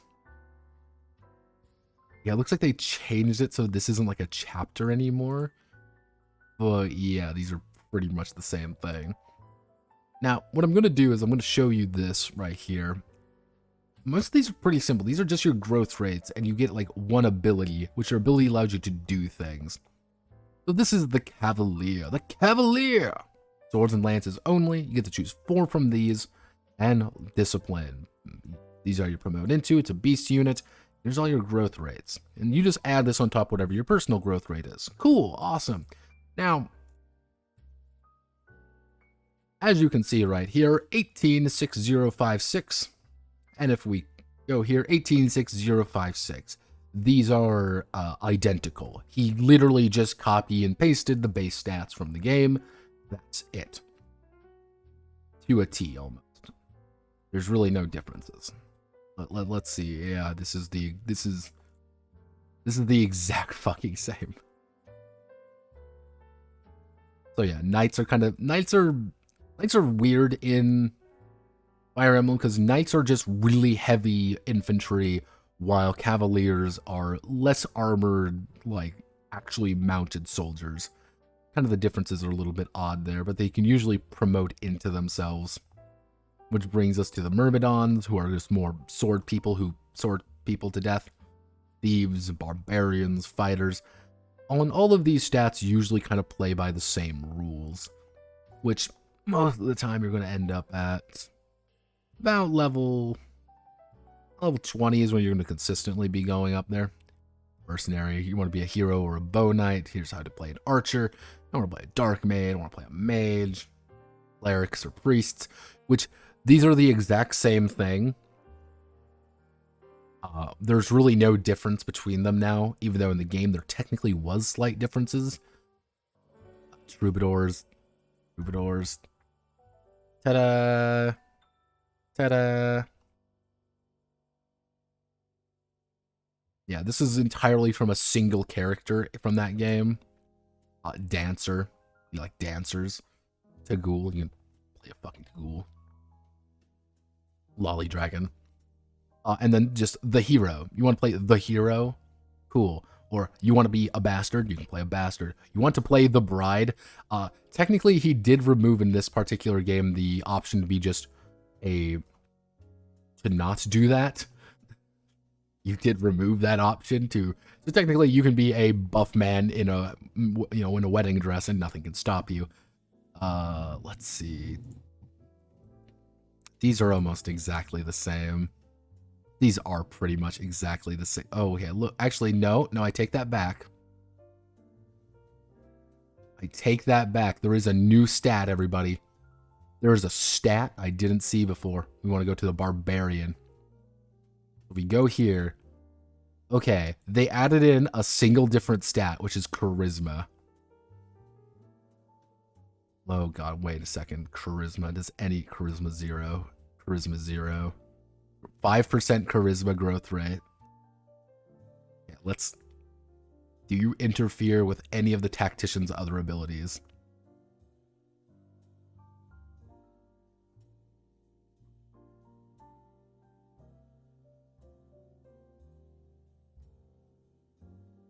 The 40, 15, 15, 15, 40, 15, 15, 15.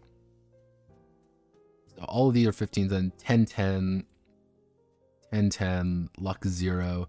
No, he just gets a free 5% there. Does he get like a base? No. Lord, he gets 5% charisma, and I'm going to make a wild guess being like, he gets... No, it's the exact same. He just gets the exact same shit. They just some people get 5% charisma bonuses. That's awesome. Awesome. I love it. This is the exciting differences between these games, is that they added a charisma stat. Good news, everybody. We've added a charisma stat that half the fucking characters don't even have. Yeah, you have to deliberately invest in it, it looks like.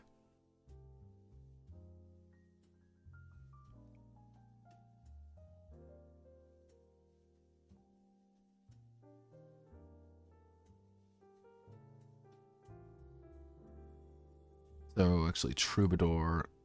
Yeah, it looks like they haven't changed anything, though.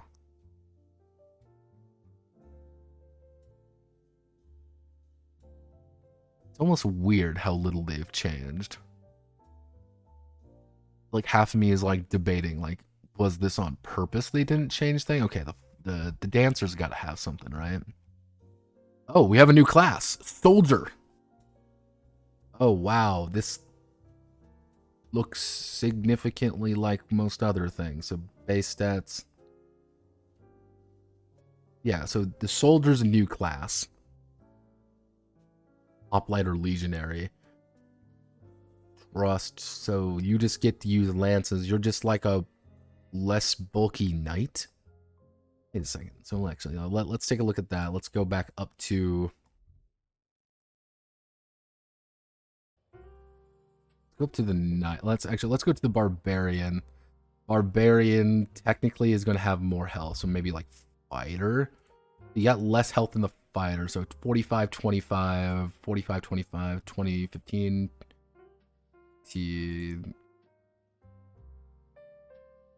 yeah, so you're just kind of like a worse fighter. Yeah, that's cool. Villager.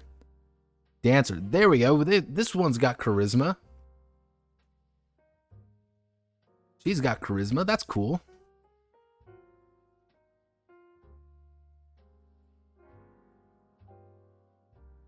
If you want to know why I'm a little bit befuddled by this game, it's simply because it's just a lot of... Like, what the fuck?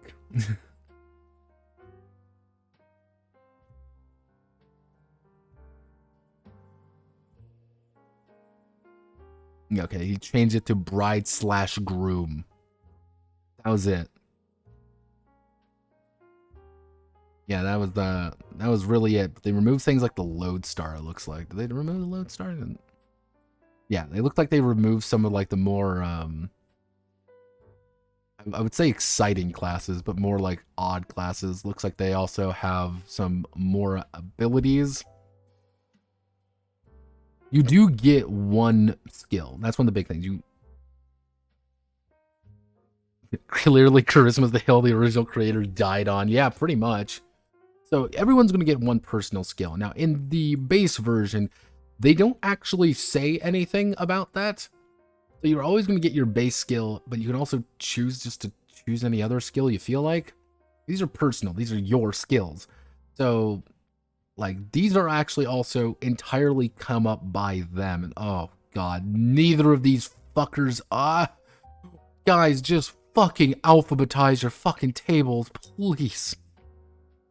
So, yeah, Yilslian Patriot, and then...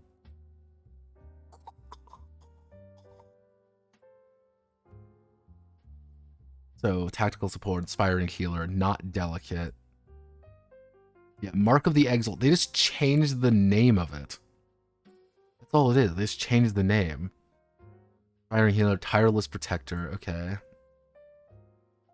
Now, the thing is, a vast majority of these are actually pretty simple, and it's like, yeah, when next to an ally, you receive 4 less damage. Units healed by you receive plus 20 to avoid for the next round. Cool, this is really all these boiled down to.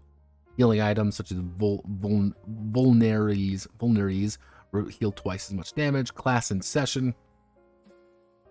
Yeah, actually, wait a second. So, they changed some of the numbers here. Yeah, because... This is one of the weird things in there, because in-game, XP is not distributed evenly. When you are the lead unit, the supporting unit gains twice as much XP. And you can actually game the system a little bit. Anytime you hear about Fire Emblem exploits to get like infinite XP or whatever, you can do this in this game. Let's see. So like, yeah, okay. They changed like, oh, when paired with a unit of the gender you were attracted to, classes lower level than you. Okay, so this is like a better option. Fighting an enemy for the first time grants +1 damage, +3 skill.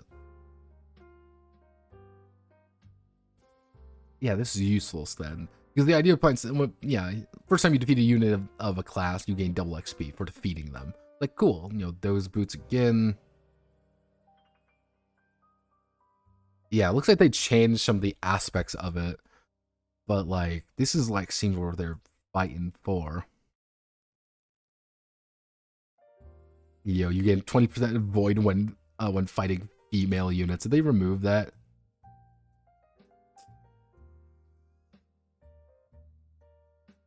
So instead of being a genophobe, you know, genophobe plus 20 bonus to your avoid when fighting female units, they just took a heterophobe.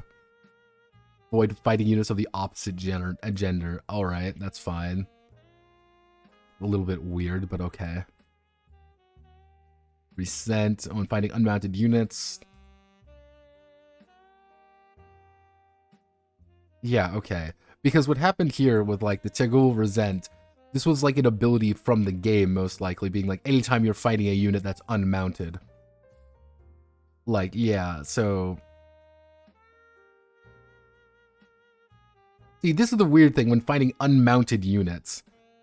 Like, to me, this is really valuable if you're a Cavalier. Like, this is insanely valuable if you're a fucking Cavalier. Because it's unmounted units. It's like, I assume it's like, that's a non-beast unit. That you get a +2 bonus to deal damage or a +10 bonus to avoid. Like, hell yeah, I'm fighting like, I'm on a horse, I'm gonna fuck anybody else up not on a horse. So they changed it to just being racism. Cool. Being racist gives me superpowers. Finally. Finally. Let's see.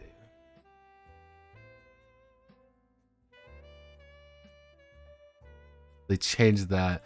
Because it looks like, I think the big thing was that this version, the old version, you could say, is more committed to the letter of the game, rather than the more generic version. But, see, this is the letter of the game. This is the idea, being like, Arms Collector in the game is, anytime you defeat a unit, you're going to get 1d100 gold. This is just your ability that you get. That's a gimmick. Here is, whenever you defeat a unit, you may gain their weapon, but they never changed this. So is there a % chance I gain it? Is there like a %? They don't explain that, they just changed it. Changed it without thinking about it. So, like, this makes sense, because it's like, okay, I kill a unit, I got 14 gold out of it, in addition to all the XP, because I am the one who defeated it. Now it's just like, you just take their weapon, like, that's kind of weird. Bonus, let's see, Crippling Shyness. Yeah, it looks like they buffed up Crippling Shyness for some reason. Loves Death. Beat a unit. They nerfed this, but they stacks now. Almies Air. But yeah, again, letter, you know, kind of the letter to the word. This one's a little bit more to the point, like a little bit more open. Let's see, Awakened. Sleepy, so excited, Awakened. Yeah, also, I have no idea why you would never take this one. Whenever you attack, you gain +20 bonus to dodge, a 10% bonus to hit, +3 bonus to attack and defense. Why would you never pick Awakened outside being a gimmick? Passion, gender to which you are attracted to. Female unit, yeah, again, letter. Juggernaut, unconventional methods. Extinction. Blood and Thunder. Critical hit. Hard Miracle Stalker. Choose an ally for the rest of the campaign. Gain +10 AVO and +10 hit rate against enemies. Okay, so They added this, and they added this. That's actually, no, they only added the last one. They removed all the gendered terms from it, but they just added in some non-things. Oh, fuck me. Fuck you. You changed the goddamn... Oh, please. I'm so glad the community stepped up and added both charisma and racism. Yeah, that's the good job, Fire Emblem community. You added racism. Technically, you can play a handsome racist in this game now. Finally, I can play myself. Dual strike, 10% dual strike chance. Either rightful king, 2 consecutive attacks. Yeah. Veteran, solidarity, Ignis. Okay, so discipline is weird because discipline in the game is you gain twice as much XP as you normally would, which is very good. So it's like, if this is very good, however, here it's just like you're no longer advantage or disadvantage because of the weapon triangle. This is actually a nerf. Like, this is actually punishing in some aspects. Like, this is the weird, because the idea behind Fire Emblem is actually the weapon triangle. Axes, it's, if I remember correctly, it's axes beat swords, swords beats lances, lances beats axe. I believe that's the case.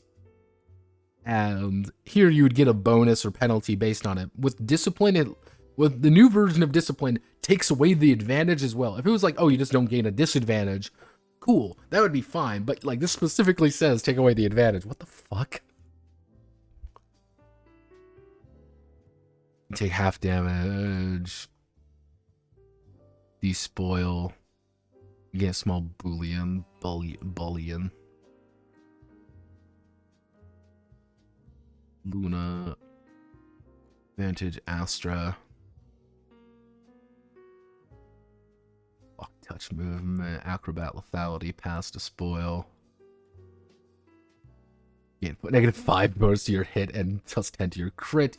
Wrath, Axe Fair. So, yeah, it looks like they just like move things around. Blood Trail when attacking a foe, less 50 HP. Dragon Wall, Resistance, Trust Formation. Okay, I do like the fact that they did change like level. Here's a bunch of level 1 skills, even though I didn't see half the fucking level 1 skills. And then we have all the level 10 skills. That's actually nice. I split that up. That makes a lot of sense. They kind of put everything in this one at, like, as just one table. And like, to me, it's like, yeah, that's kind of like your thing. You see advanced level 5 classes. These are all kind of their own thing. Advanced level 15 classes. Yeah, so that's fine. Oh, thank God they actually yeah, put things really well there. So here are all the weapons. The weapons are, if in case you didn't quite realize, everybody, they're taken directly 1-to-1 from Awakening. They do the exact same shit you expect. And it looks like they made the table smaller and with a larger font for some reason. Yeah, but it looks like things are... Actually, no, they increased the size of the might.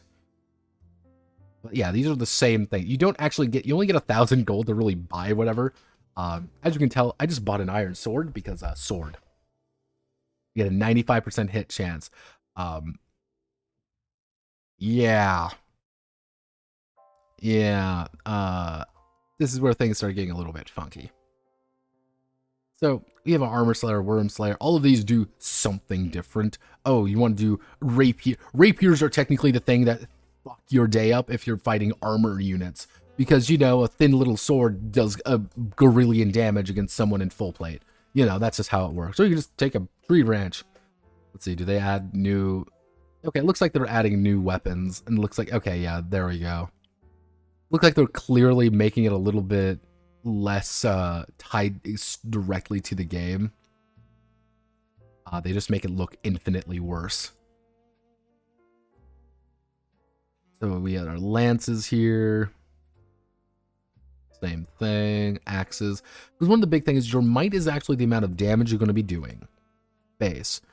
You have your hit chance, your crit chance, your range, and the number of times you can use it. Because in Fire Emblem games, one of the big things is your weapons degrade. The more often you use a weapon, the more likely it's going to break after a certain number of time.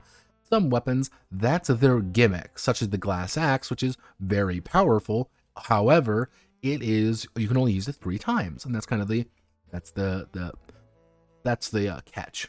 Like, okay, you can only use this weapon a few times. However, if you do manage to hit with it, you're going to do quite a bit of damage. That's why it's so cheap.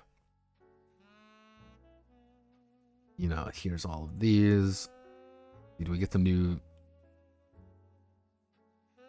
Okay, yeah, it looks like we got some bonus ones. Not many. Damage use, yeah, shock stick, superior lance, axes. Excuse me. Yeah, it looks like they added a bunch more stuff to it, which I think works pretty well. Yeah, tomes work off kind of the same idea. If you ever played, thing is, if you've ever played Fire Emblem, you've played this. Let's see, do they fix up? They fix up, yeah, all the dark tomes. That's cool. Light tomes. Yep, more things. Staves, cool. We like staves. These all do something slightly different. Do you even have staves in this game? Yeah, they do have them. They don't do much, but they do something. Because one of the big things is staves can't deal damage to things. Why? I don't know. There's no. Stones, yeah, looks like that. It looks like they actually changed that a little bit because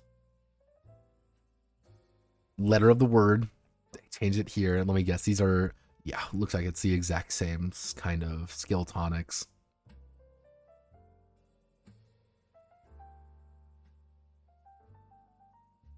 Okay, now we have to go back to the how to play section of the game.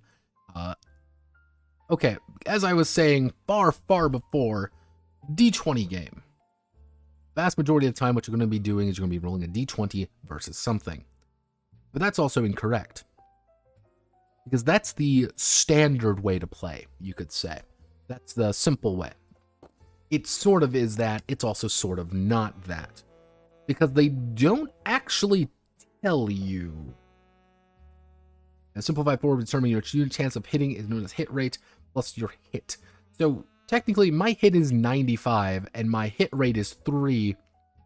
So technically I have a 98% chance to hit with my iron sword at any time. That's the point. Now in a game this is actually very simple because it just auto calculates all this. Your avoid score actually reduces your chance to hit. Yeah, so the defender subtracts his avoid rating from the hit rate calculated earlier.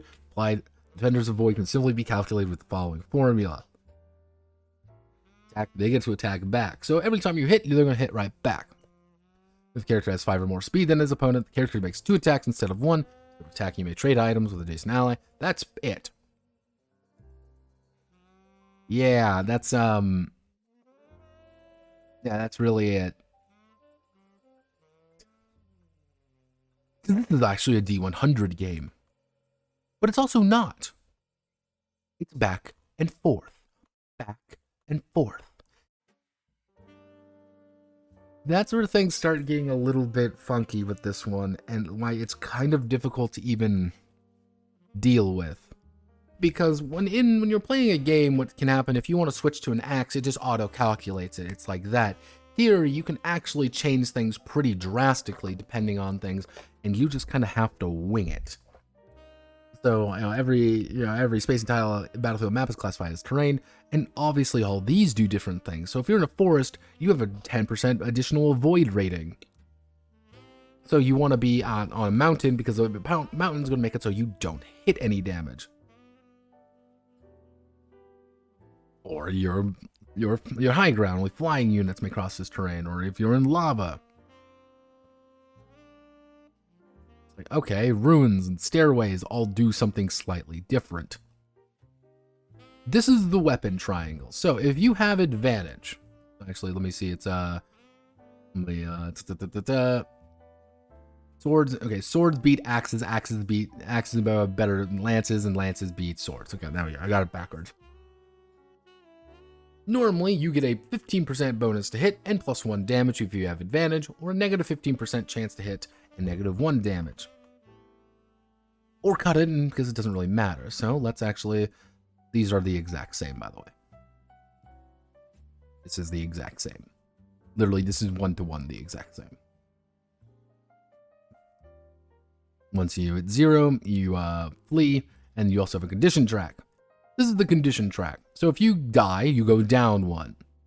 However, if you defeat by critical hit, you go down by 2. So, first time you die, go down by 1. Second time you die, go down by 2. Third time, 2. Crit, dead. It's actually very hard to like fully die in this game because you technically have to lose your health 1, 2, 3, 4, 5 separate times unless you get crit. Which crits don't happen very often because crit chance is... technically, my crit chance is 3. I have a 3% chance to crit anytime I hit you because my weapon only has a 0% crit. So, I'm going to calculate my hit. Oh, wow, I hit because I have literally anything above a 95. And let's do my crit chance. I missed with my crit. Because it's a D100 game. Do they tell you that it's a D100 game? No, of course not. Why would they do that? Dual striking is because you can actually pair up units together. If you pair up units, you're going to get bonuses to the lead unit. So it's actually encouraged that you work together, but one player just simply doesn't do anything. Which is odd and it's strange. And don't worry, everybody, the XP system is here. Because, yeah, this is XP equals the number of enemy units defeated, time 20 plus the average enemy internal level minus average ally internal level times 3, parentheses again. Because normally in these games, what occurs is whoever kills the enemy gets the XP, and everyone else who kind of contributed gets a kind of a fraction of it. Here, everybody gets the same, hence why things like discipline are so fucking insane. That's why things like discipline and anything that gives you bonus XP is insane, because you just double it. Because the original version was you just double the amount of XP you would get from this. So let's say I ended up with 40 XP, I would get 80 XP. No, there's no way to not mitigate it. It just works. So yeah, looks like it's 100 XP here. Yep, 100 XP. This is the exact same. Let me guess, this is the exact fucking same. Yep. Version 2.2, everybody. 2.2, remember that. And it looks the exact fucking same. Yeah, you can technically change classes, but you need to use either Heart Seal or a Master Seal on them. Let me guess. Yeah, this is...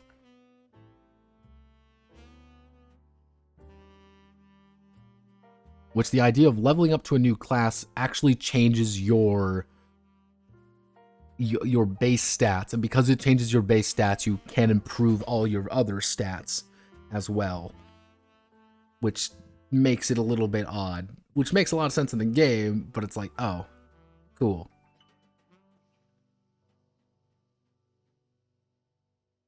Which means you can technically get quite a few different skills, but you're actually not really going to have that many skills overall because each class is only really going to get 2.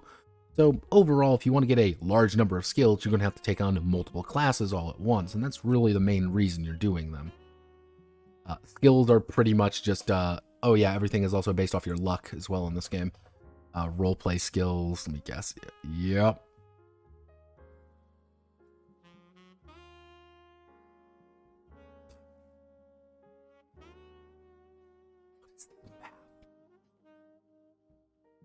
They made the math worse. I find that an accomplishment. Because if it's an untrained skill check, so let's just take, for example, I need to make a speed check. I have 6 speed. Okay, let's say I have 6 speed, I have 0, and currently I have 0 luck. Using this, the idea would be parentheses, 6 divided by 2 plus luck plus 0 plus 0 plus 1d20. Trained skill check, on the other hand, would be 6 plus 0 divided by 2 plus 1d20. So your luck actually is reduced in value if you're trained. That's weird. What? Why? Because in like the base version, what it is, it's your attribute. It would be 6 plus 0. It would be 6 plus 0 divided by 2, then redivided by 2 plus 1d20. So it would be 3 divided by 2. So it would be 1d20 plus technically 2 if you have a 6 in a stat. But if you're trained, you get a plus 5, but here you don't, looks like you don't even get it. You just have a different formula. What the fuck? Why would you do this? You're just making things more complicated. They even removed the check for it. Like, it's... Okay, what kind of DC you're looking for?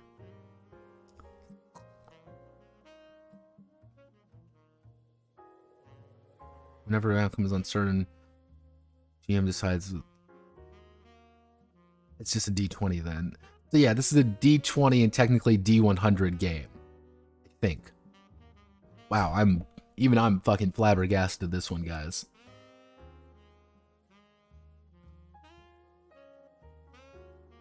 Because here, it actually kind of made a little bit of sense. Because all it was like, yeah, you're just going to roll D20. Because what it was at the end of the day, it was whatever your skill stat was, it was just pretty much half of whatever it was. You calculated, then you just add a plus 5 to whatever it was. So, for example, my intimidation was so my skill, intimidation would be skill. So I have it. It would be 3. You add 5, it's 8, and it would just be D20 plus whatever that is. Cool. I rolled an 8. I got a 16 on it. They changed it to just a different calculation here. They made it look worse. I find that very... Why? So yeah, take 10, take 20. Take 10, take 20, exact same thing. Let me guess. Strength, athletics, magic. This is just going to be the exact same shit.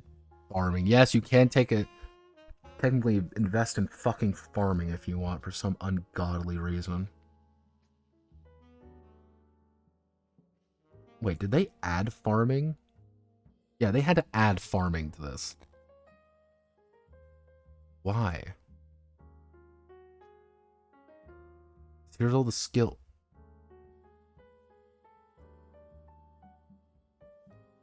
Oh, God, my fucking...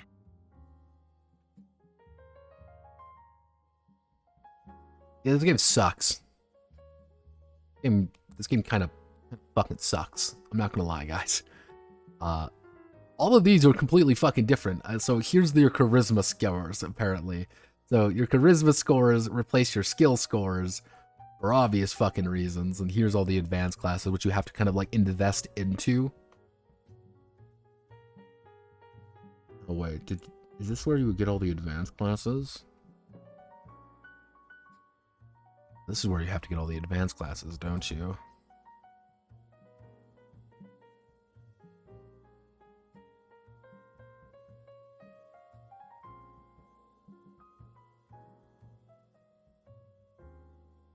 We already went through all the equipment. Yeah, so...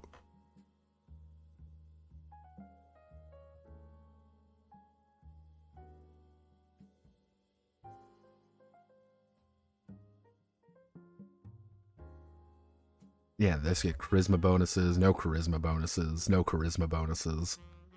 These are the exact same, I think. Trickster. Paladin, General, Great Knight, Swordsmaster, Trickster, let me guess, it's going to be Assassin next. Assassin, Berserker, Warrior. Hero. Sniper, Bow Knight, Sorcerer, Sage. This dude just doesn't even get anything. Sniper, Bow Knight. Yeah, Holy Knight's a new one. Doesn't have anything. Mage Knight's a new one. So they don't get anything. Valkyrie is Kind of a weird one. They don't get any... Falcon Knights don't get anything. Dark Flyers.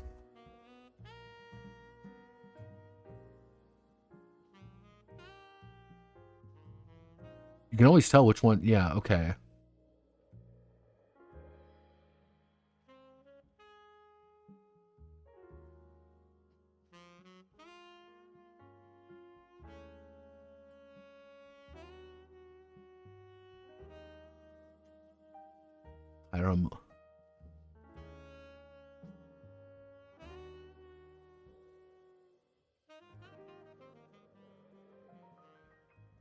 Interesting here. Right there. See that? Right there. Spirit Xeon. Knew that name looked familiar. I fucking knew it.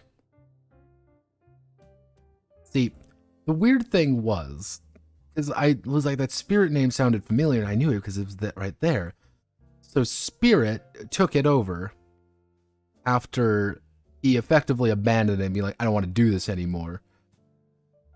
Okay, so here's the thing. Here's the thing about the unofficial Fire Emblem RPG. Both of them. They're not good. Neither of these are good. They both suck. You want to know why they suck? Because they don't fucking talk about anything. They assume you already know what Fire Emblem is, and you just roll dice. They're not going to tell you anything.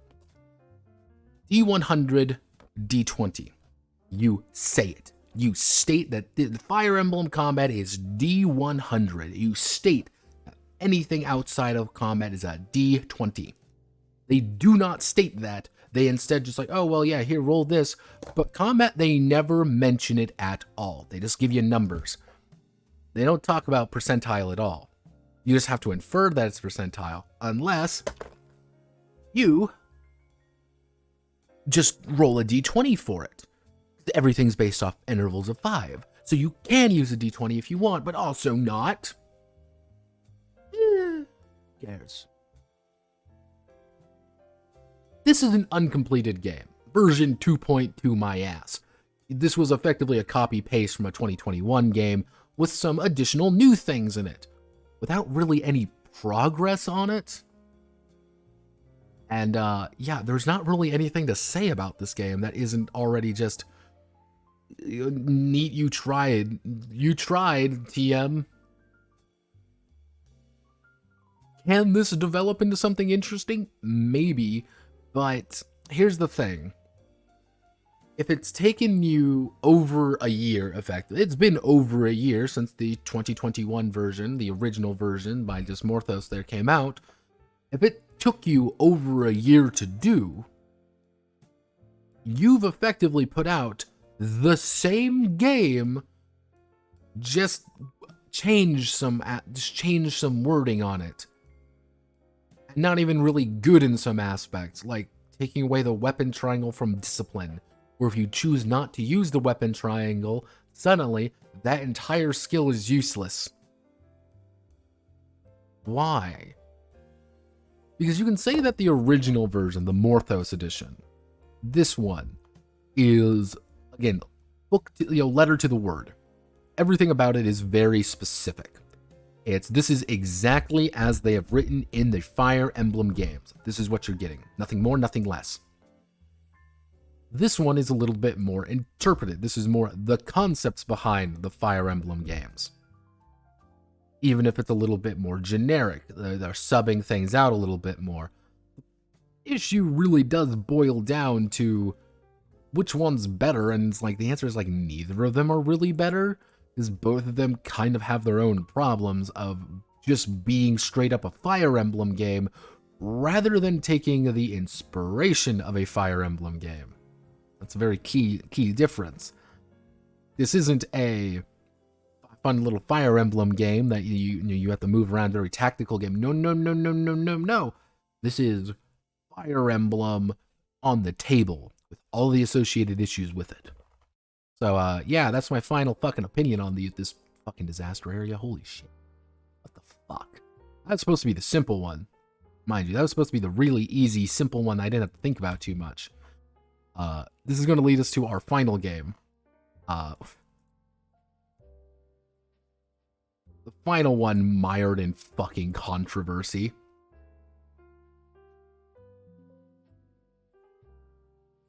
So this is... Oh god, where the fuck are you people coming from? What do you people want? So this is...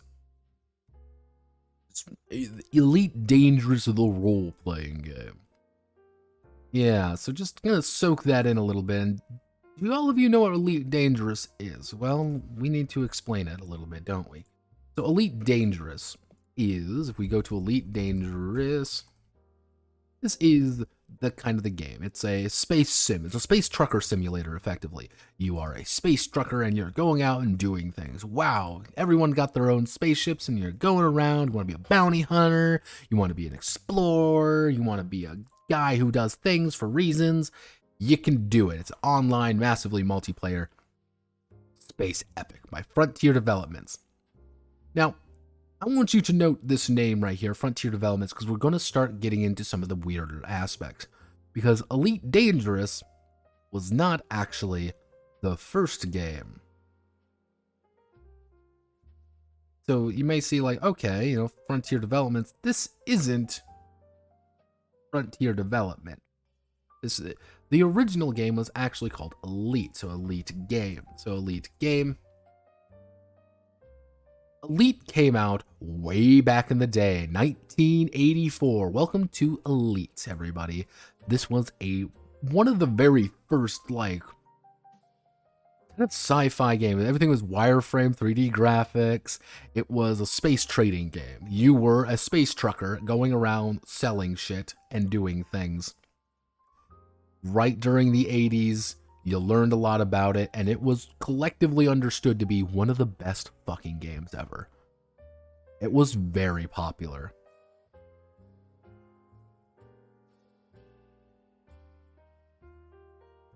And people loved it. And it was mostly designed by, if we go to, where it was not composers,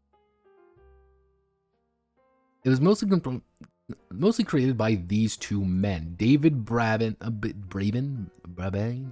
want to say Brabin, and Ian Bell. These two are the two that really made it. Now, interesting to note, David Brabin, a British video game developer and designer, founder and CEO of Frontier Developments, co-creator the Elite series of space trading video games. Co-founder and trustee of Raspberry Pi Foundation, low-cost computer for education. Okay, cool dude. This is where things start getting a little bit wonkier. Ian Bell, on the other hand, didn't really go much farther in his game design career. He was, program design and developed the computer game Elite with David Brabin, and he worked on Elite using machine code with assembly, open-ended non-linear game model. Prior to Elite, he developed Freefall, the Coriolis space station with player controlling alien punching astronaut. Well, as the first beat 'em up. Free download on his website. Yeah, you can just download the game right now if you feel like it. You can download Elite right now. This is where things start getting a little bit wonky. Elite Dangerous comes out. Elite Dangerous is getting crowdfunded. This was back in 2012. Yeah. Sequel series called that. Oh, all right. And so, interestingly enough. Interesting.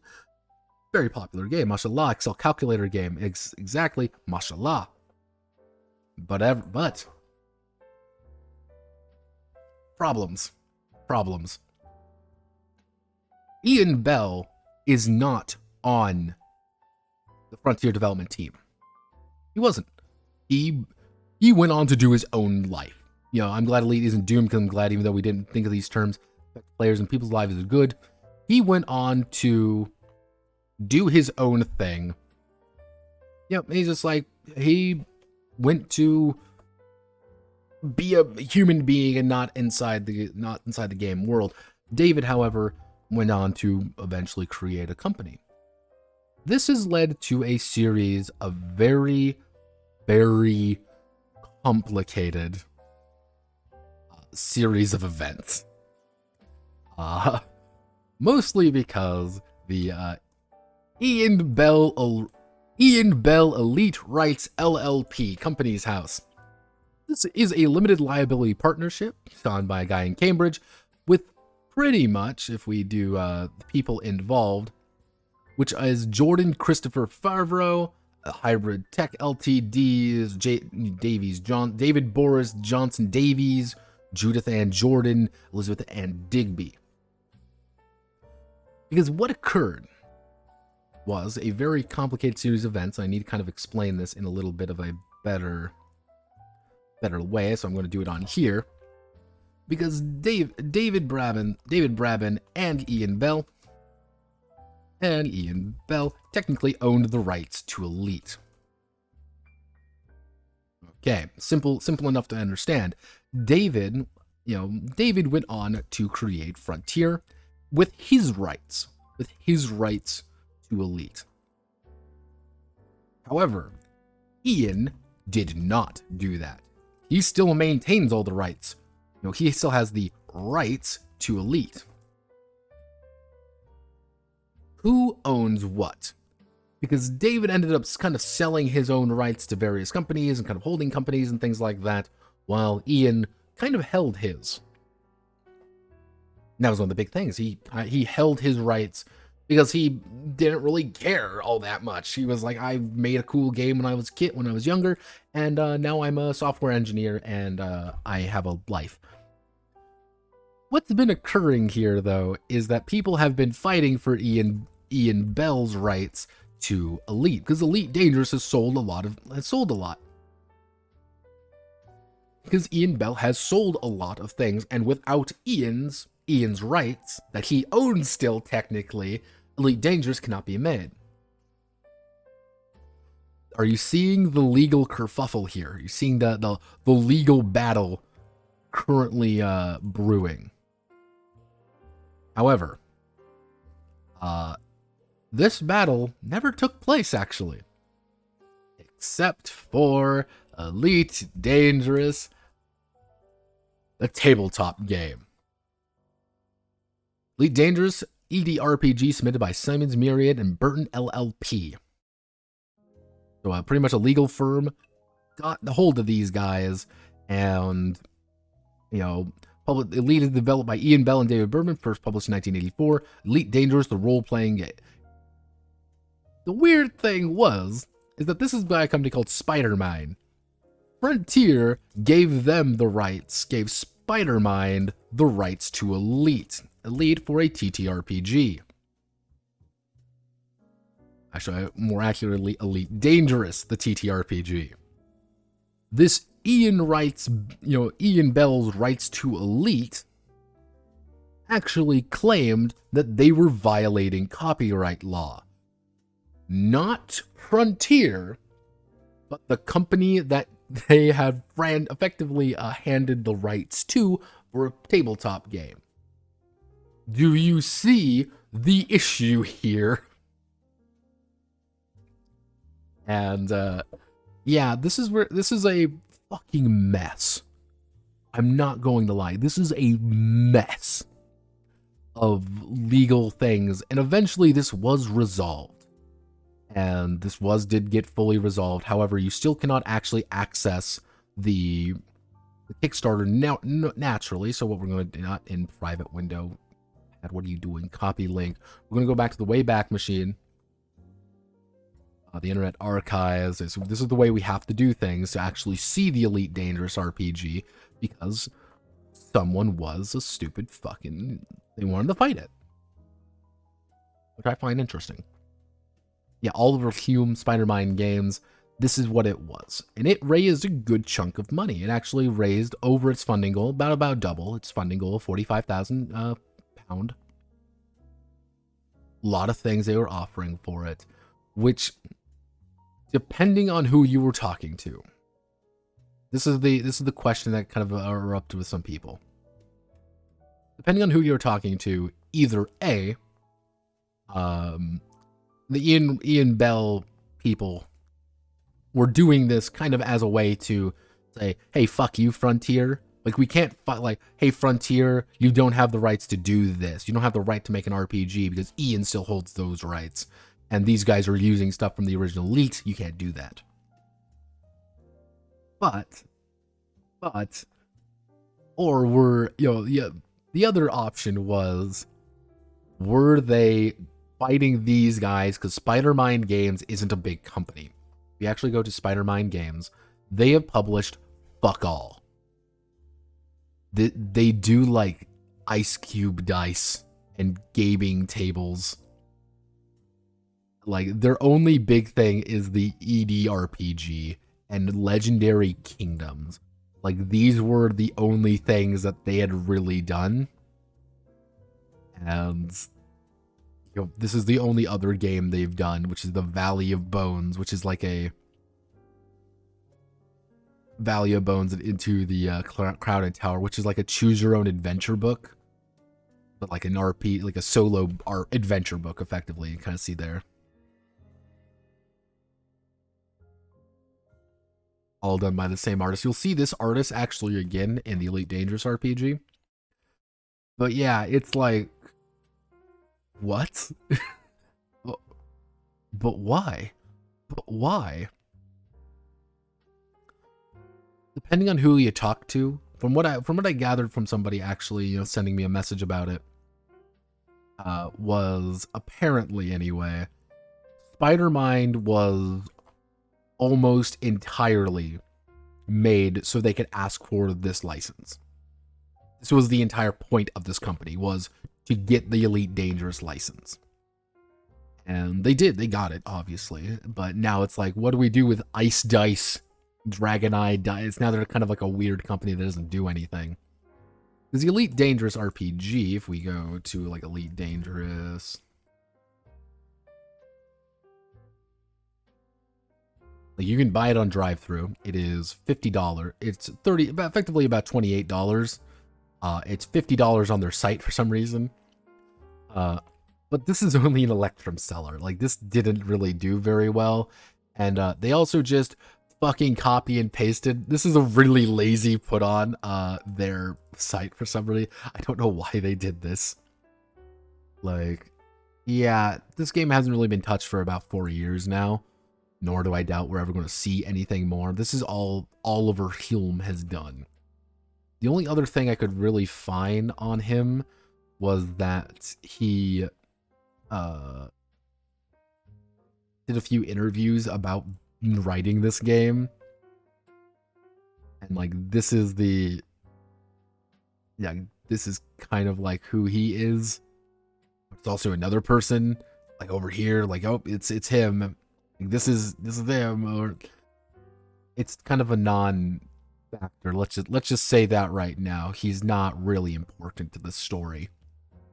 Yeah, no, the EDRPG has kind of gone through its own series of problems over the years, and this is why. So, what's the hype? What's the dealio, Bob? Why do we care? What's the game like? And the game, I'm going to be honest with you, the game is fucking weird. So, what is this game actually? What do we actually do in this game? Well, you are part of Elite Dangerous, the exciting world of Elite Dangerous, which is a science fiction, space opera, trading simulator, Excel calculator sheet. Cool, that's kind of neat. Generally speaking, though, what you're going to be rolling is 1d10 plus whatever your skill is. Okay, pretty simple, right? Well, no. They don't tell you this until a bit later, but that 1d10 system is actually effectively almost built like a d20 system, which is to say, 1s are natural super failures, and a 10 is a super success, critical success even. There's a 10% chance of you failing a check at all times, even if you have the right skills for it. So the big idea here is that your skills, go down here, appear to be out of 100. They aren't actually out of 100 though. You're really only going to be carrying out your bonus. So for example, my planetary knowledge here, it says it's 32. I'm not going to roll D100 under 32, I'm going to be rolling 1d10 plus 3. And at rank 1, at rank harmless, you're actually only capped out at 40. I thought that was a little bit weird at first, but then I realized, hey, it doesn't really matter at the end. And then we have our types of games, how we actually play these kinds of games, and so on. I will give them this. There's actually there is actually quite a few stuff going on in this game that you can actually use it for. And the art is fairly consistent, but it will quickly stop being quite consistent. Rank all your starting skills. Everything starts at 10. So you start off actually with a 1+1 in every skill. Just like Mike Pondsmith intended. Luckily, this isn't a Mike Pondsmith game. This isn't actually even based off of anything. This is a custom system. And it's... But yeah, everything starts at 10, so you will always actually have a +1 to it. Very rare. It's almost impossible to roll a -1. And if you see here real fast, you actually notice I don't actually have any like attributes or anything. This is a pure skill kind of game. This is pure skill, nothing else really.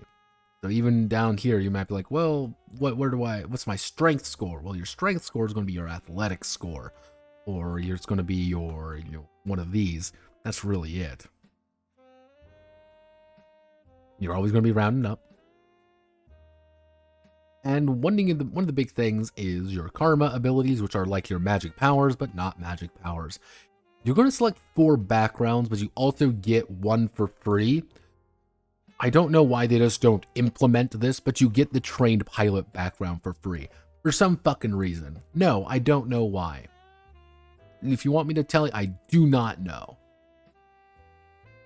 So, here's all our backgrounds. You can randomly roll if you want, but a vast majority of them are going to give you like a +20 or a +10 or something like that.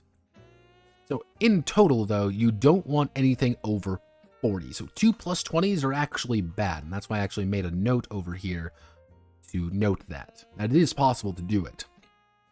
+30 is kind of the is the gooey zone that you like. But there are plenty of actual backgrounds here, and there are quite a few of them, and I think they're all kind of funny in their own way. So you can be an accountant, an anarchist, army trained. Some are actually going to worth 2. You still get the most out of it. You still get the full thing of it. It's worth 2 instead of 1. You want to be a boxer, bored on the streets. You don't have to take any homeworld if you don't feel like it. But then you start getting the weird ones like child actor. I don't know why child actor is an option. Why? Community youth worker next to cyborg. Yeah, you start with 10,000 credit, 100,000 credits worth of cybernetics. And you can do any of these if you want. I mean, if you want to be a cyborg child actor crime family member, you totally fucking can, and nothing's gonna stop you. Oh, a docking bay operative. Like, oh, okay. Engineering, Explorer Corps. This is where sometimes the art starts getting a little bit weird, because if you actually kind of look at it, you can see a very consistent tone to the artwork. And then we get our first traveler art. For some unholy reason, they decided to mix in this like traveler artwork in the middle of the Elite middle of this book. And now I kind of thought about it for a bit, and someone did point out that they were trying to deliberately go for an aesthetic. But then it kind of dawned on me, this was them trying to effectively nostalgia bait for the original Elite. Also trying to nostalgia bait traveler people, and this entire art piece thing, I think this is actually one of the designer's friends, or at least someone on the team that does this kind of artwork. And it's a little weird. It's a little weird sometimes. You can be a gene mod baby, gym freak. So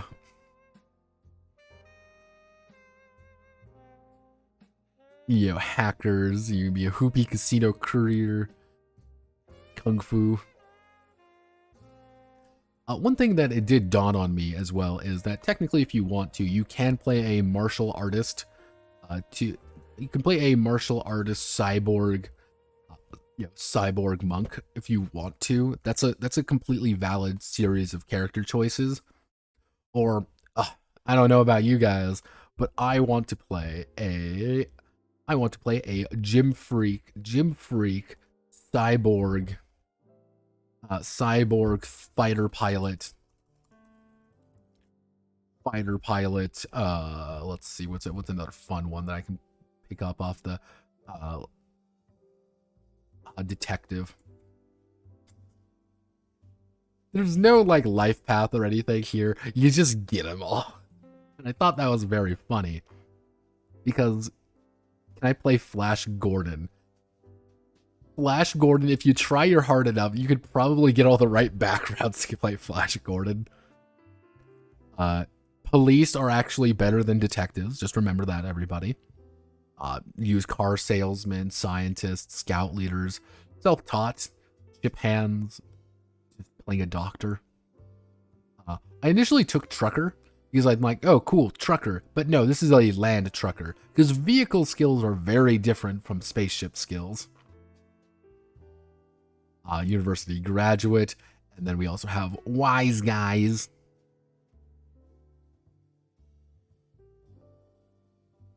Yeah.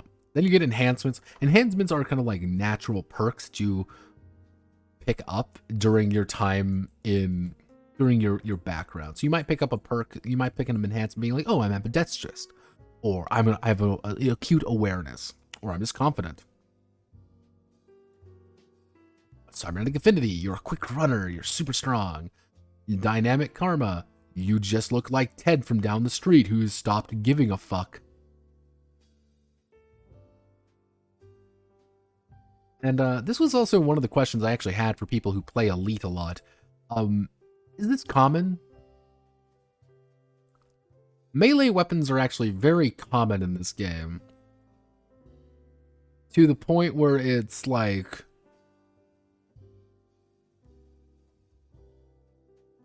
What?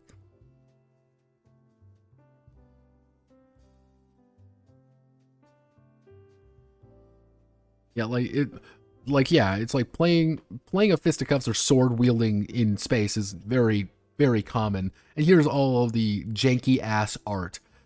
I actually thought for a bit like the artwork was deliberately supposed to be like, oh, this is obviously this is a Kickstarter backer because this. Like, you see some of these like weird faces that are like a little bit too realistic looking. And that's why you also get some of these ones that look just janky as fuck. Like, this feels like it's something like superimposed on like a face or something.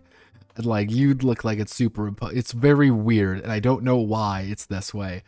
Why is the art look this? It's very uncanny. I think that's the correct way to say it. It's very uncanny artwork. Yeah, like, karma capabilities. These are your magic powers. You have to spend karma points to do these. You see these karma points. And these allow you to spend the karma points and something happens. So it's like, get me out of here. Get a +4 to a pursuit check when you're disengaging when a ship. Or Jink, +2 spaceship defense against attack that would hit. So I might be able to mitigate a little bit of damage. Or point blank shot when making a point blank attack. They don't get a free attack on me, so I can just whip around and shoot him in the torso with a gun. There's quite a few of these, and they do all play slightly different. You're only going to regain your karma points at pretty much after the full night's rest or at the end of the adventure. So it's like, yeah, here's escape death. Everyone gets this for free. Cool. Fire in the hole. Handbrake turns. Hard boiled.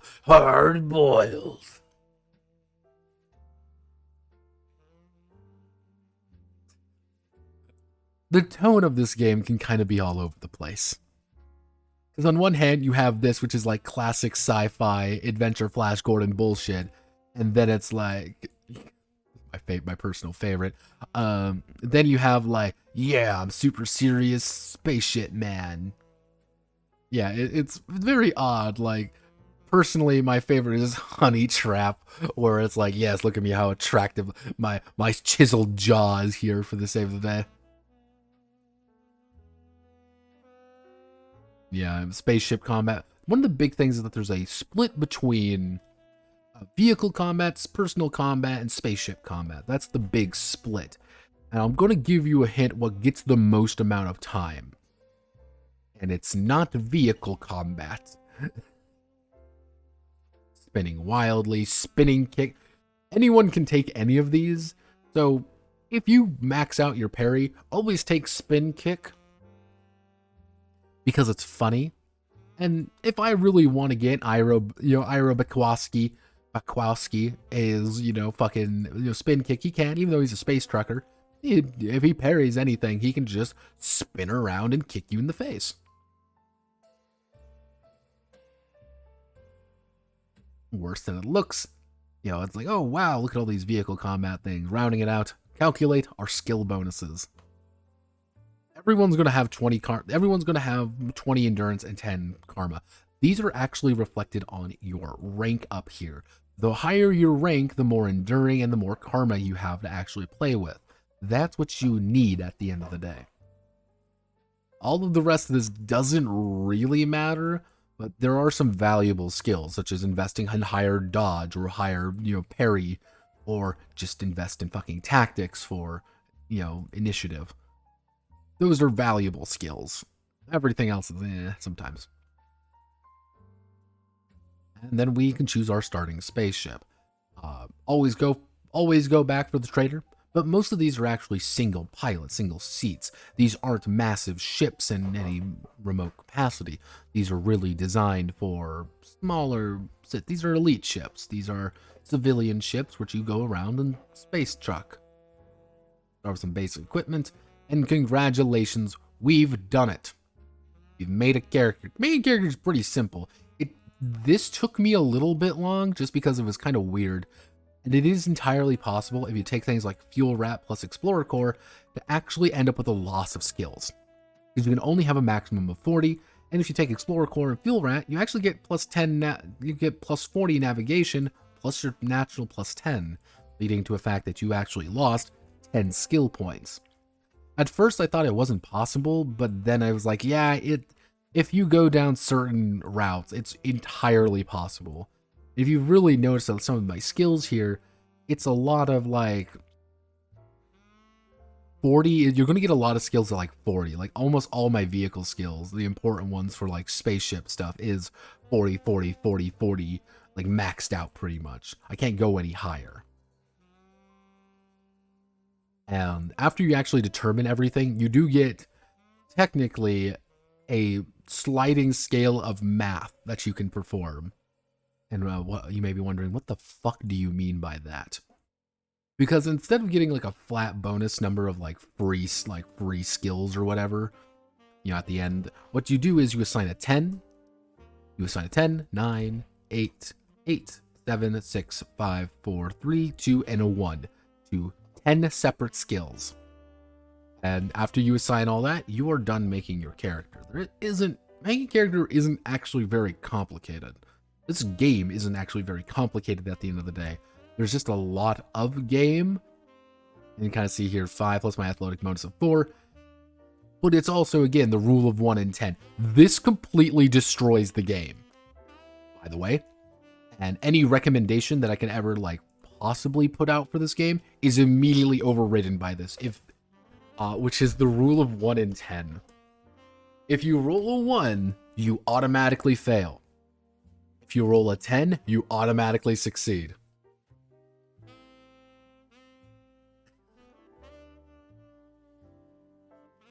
What this technically does mean, every single check you make has a 10% chance of complete automatic failure. Now you may be saying, no, Pat, just rule it out. That's ridiculous. Just rule it out. But it kind of shows what this really is all about. This is not a good system. You're it's oh, well, you can't do this. It's why is it here in the first place? Like if it was like, oh, you roll a 1 and you still failed the check, well, then you failed. Like it's just a straight up, it's a super fail. Or it's a 10 and you succeed, you still get something. Like even if it's like, oh, it's a 10 and you still fail, you still get something out of it. It's a minor success. If it was like that, I'm like, okay, fine, whatever. But this is a 10% chance to critically fail and a 10% chance to critically succeed. Why? Why? What possessed you to think this was a good idea? And generally speaking, there isn't like any major skill that's like really strange. The only one that kind of gets a little bit wonky is the idea that these are your personal combat skills, which is you need to invest in at least 1 or 2 of these minimum, and all of them do something different. And that doesn't seem like that big of a deal, but it's also like, oh, well, here's your vehicle skills, where because it's a skill-based system, I wanted a few more skills to actually play around with. But I also wanted to be crippled in some skills, because you also have things like science and trading. Trading isn't a thing really in the game unless you're in the GM section. Then you can transport space lube. But if not, it's like, oh, okay, that's kind of lame. See what I mean? Samurai swords. I don't know what's with their fucking obsession with swords. Spaceship weapons, spaceship combat, streetwise survival. The main skills you're going to be using for like anything combat related, it's going to be this. This is going to be your main one you're going to be using a lot. And then anytime you're in a vehicle, this is the most essential. You will always need to have a pilot. Not even a pilot, because everyone's going to be independent. So you're always going to need at least a few points in this. But the thing is, because everyone gets trained pilot, you're always going to have a +3 in this. Your minimum, you're going to have a +3 in this. And it's not hard to get more. Like, you're always going to have a +3 spaceship weapons and a +3 spaceship piloting. Then I ask you this, everybody. Why? But why, though? It's like, you will never not play Spaceship Man. Like, you need to play a spaceman.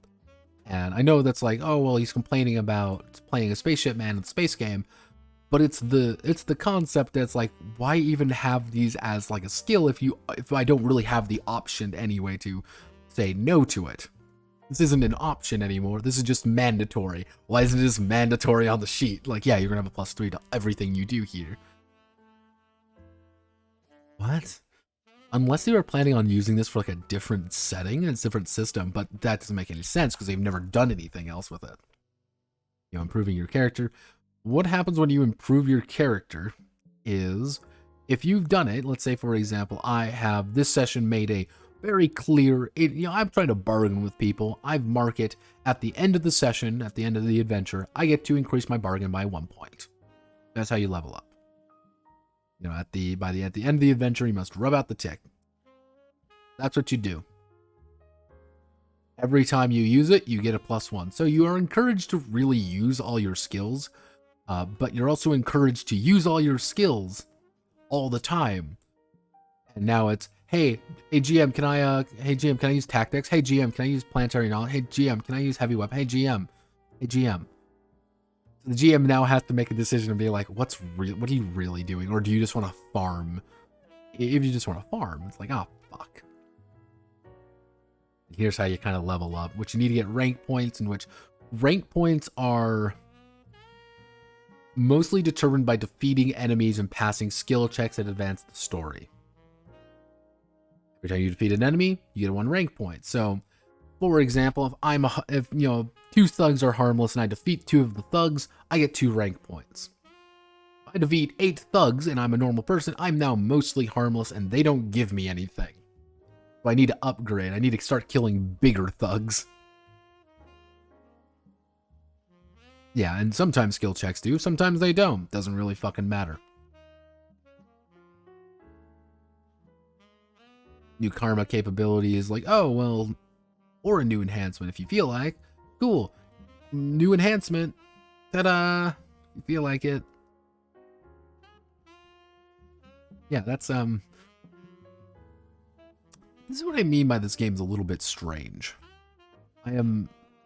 It's very detailed in all the wrong reasons, because you're actually using, it's a very grid-based combat system.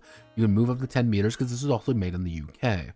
You know, flying has their own things. Zero gravity is very detailed. But overall, most of what you're going to be doing is shooting range weapons, making melee attacks, and that's it. And what you need to do is you need to make a decision on how you're going to dodge, because this is a opposed system. I'm going to shoot you with my kinetic weapon. My kinetic weapon of 3, and you're going to try to dodge with your 2. You rolled a 6, I roll a... Come on, roll higher. Roll higher. 5. So I get to add, I rolled an 8, you rolled a 6. And change that to a 4. 6, I have hit you. I deal damage. You know, oh, you dodge. Oh, congratulations. You've dodged. Therefore, I do not hit, and you do not take damage. That's really what this is. You get one action. Nothing too exciting, except this is the difficulty. Like, how do I want to word this? These are the difficulties to actually hit targets. You best defend yourself. When you pick a defense score is equal to either your dodge or your parry bonus. Because that's it if you're doing opposed simple checks. But here's a completely different way of doing it. Because I just fucked that up completely, because I actually thought it was something completely different, because I'm a fucking idiot. So, you just get a bonus. Oh fuck, I misread that. I misread that completely. Oh Jesus. This is stupider. So it's just a blank check now. It's just 1d10 plus whatever your bonus is, and they just get a bonus or penalty based on whatever it is. They just have a static. They don't even roll to oppose, do they? Oh fuck. No, they don't even roll to oppose. They don't roll to oppose because this is just what you have to do. Oh, that's awful. Counterattack? Yeah, okay. But only if you parry. You have to parry a melee attack. But if you do that, so you...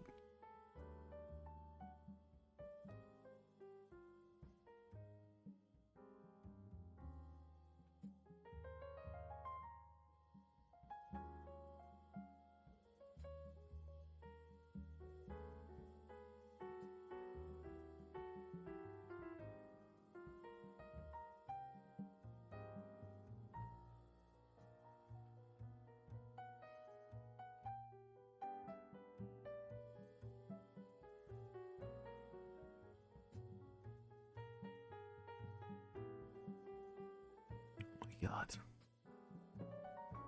I thought this was just a counter. Like, I thought it was a back and forth, because that's how it read initially. But now I realize it's not a counter, because then you pretty much are just making a solid hit against it. So if it's like you have a sword, technically a sword is not going to hit somebody as much as doing a club or baton. But wait, no, your finesse is... The finesse is what you actually need to hit. So hitting someone with a sword is far easier than hitting someone with a knife. But is...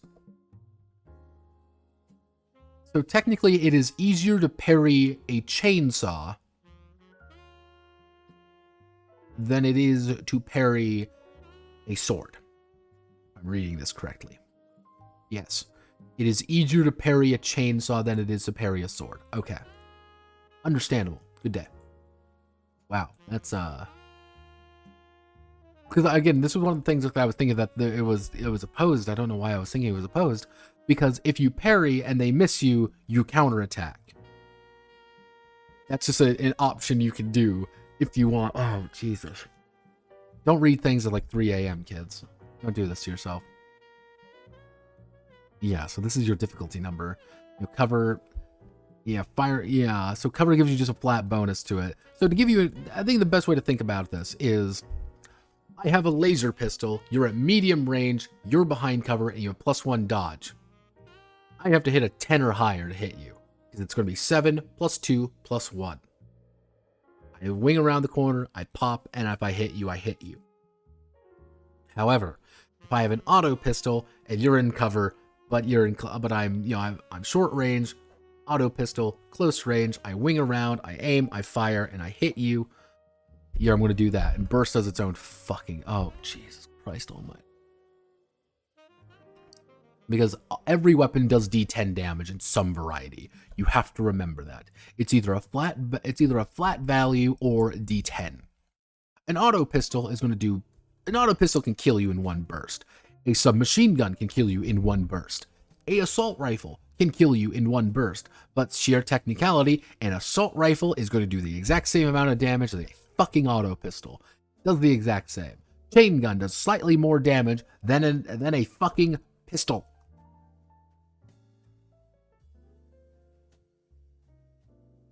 I'm bamboozled by you. Burst damage allows you to add even more, because the idea behind burst damage is every point over your difficulty to hit. So if I have a difficulty 5 to hit you, if I roll a 7, okay, that makes a lot more sense. It's a lot stupider as well. It's a lot stupider. Oh, wow. Yeah, because the idea behind burst damage is, let's say I have to hit you at like 6. If I roll a 7, I'm going to do 2d10 damage with my auto pistol. If I hit you 3 over, I'm going to do 3d10 damage, just flat out, which again can kill you instantaneously with 0 ability to really stop you. Okay, so there we go.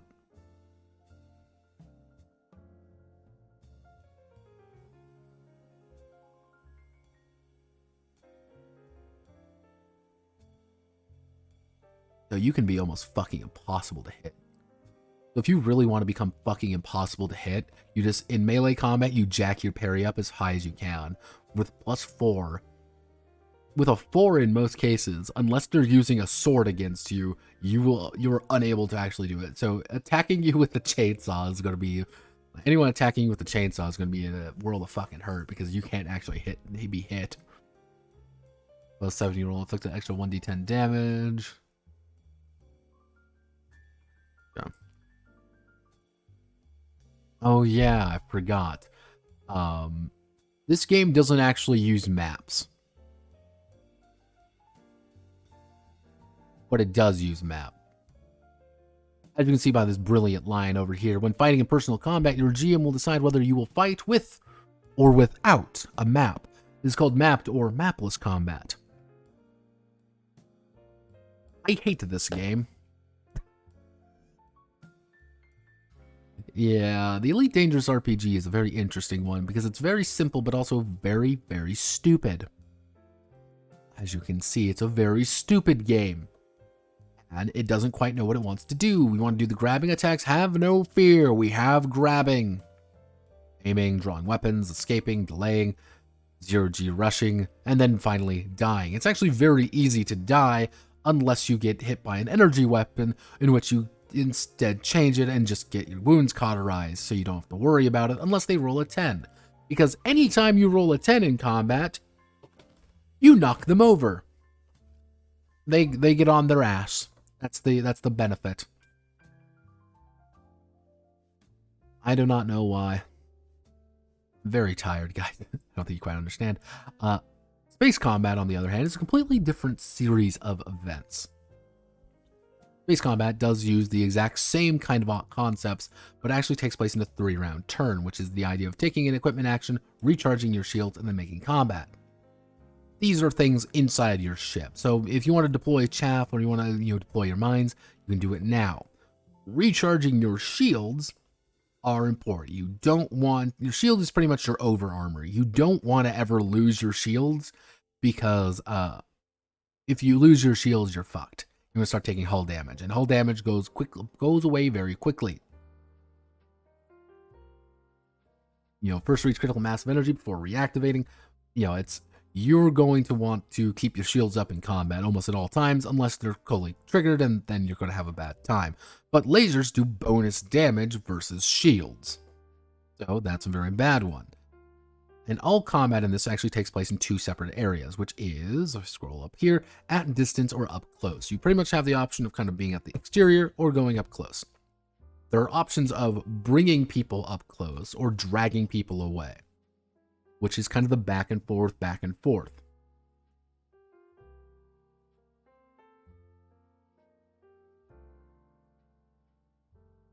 And there are quite a few different actions here. You know, you want to try dog fighting, which you're trying to get behind people. You want to play chicken with somebody, which can literally prevent you playing chicken is a very valid option in this game of rushing at each other as fast as possible to fucking hit one another. I want to dodge mines, very different than fleeing or turning flight assist off or jousting or sniping or strafing. If you're really going to be playing this game, you're going to be playing it for the spaceship combat. Is it good? Is the spaceship combat good? Plays by the same rules. Which one of the ideas being that's going to be 1d10 plus whatever it is. And you're going to be kind of going back and forth, back and forth. There's a lot more options than in personal combat. I will say this.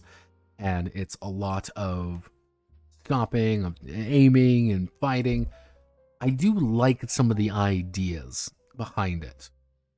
But, I'll be the first one to say that it's a little janky. And you gotta remember, there might be 3, 4, there might be about 8 people currently fighting if you actually have equal numbers of ships on both sides, all of them doing all of this at once. Because you're not in a single ship, all of you are in your own ships. Pulse lasers, damage guns, you know, you're going to do full damage on hit because there's no roll for damage here. All damage first applied shields. Shields take full damage out of shop. The shields go down. Excess damage is applied to the hull. That's why I say it's your over shield. Even your damage bonus to you with energy weapons. So the ideal way to do things is you break their shield with an energy weapon, and then you immediately follow up with kinetic weapons. I have shot your shield has exploded, and now I'm going to kill you with a gun. And after they're getting knocked down, you take critical hits. You can see all the critical hits here. All of them do something, all of these do something slightly different, targeting different components if you want. It's harder to do this, however, you can. If you do, hey, I'm going to take out your life support. Oh, that's really bad. Ooh.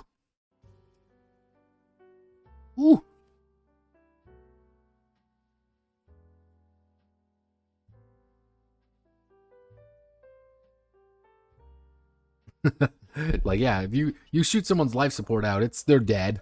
Everyone's dead. Or, hey, I've shot your power out. Or, hey, your escape pods are now been thrown out into the vastness of space. But if you actually do end up getting shot by anything in an escape pod, you are just dead. And if your ship explodes, you're dead. What I'm saying is that literally anything in space can and will immediately evaporate you into fucking space dust. I need water. My throat's completely given out. Vehicle combat works almost the exact same way. You kind of have the inner and the outer, and you're kind of more pursuing things when it comes to adjusting speed. It gets strange when it comes to this. This is why I say there's three worlds of combat. Personal scale combat is usually going to be on a grid of some kind. You're going to be moving around. A lot more about, kind of eyeballing distances and being like, okay, I'm within distance, I'm not within distance. Bang, bang, bang, we're all shooting each other. Spaceship combat takes place on an abstracted board, which you have actually quite a lot of maneuvers and a lot of abilities, simply because ship customization is a very fundamental part of this. Notice how we're on page 75 of 372. The rest of this game is very much dedicated to its equipment lists and, really developing your personal weapons and your ship.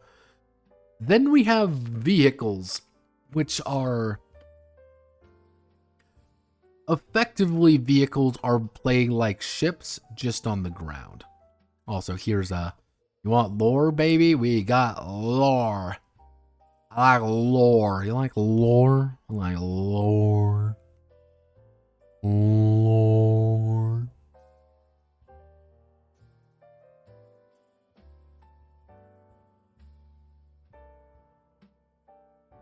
Yeah, if you give a shit about elite lore, it's all here.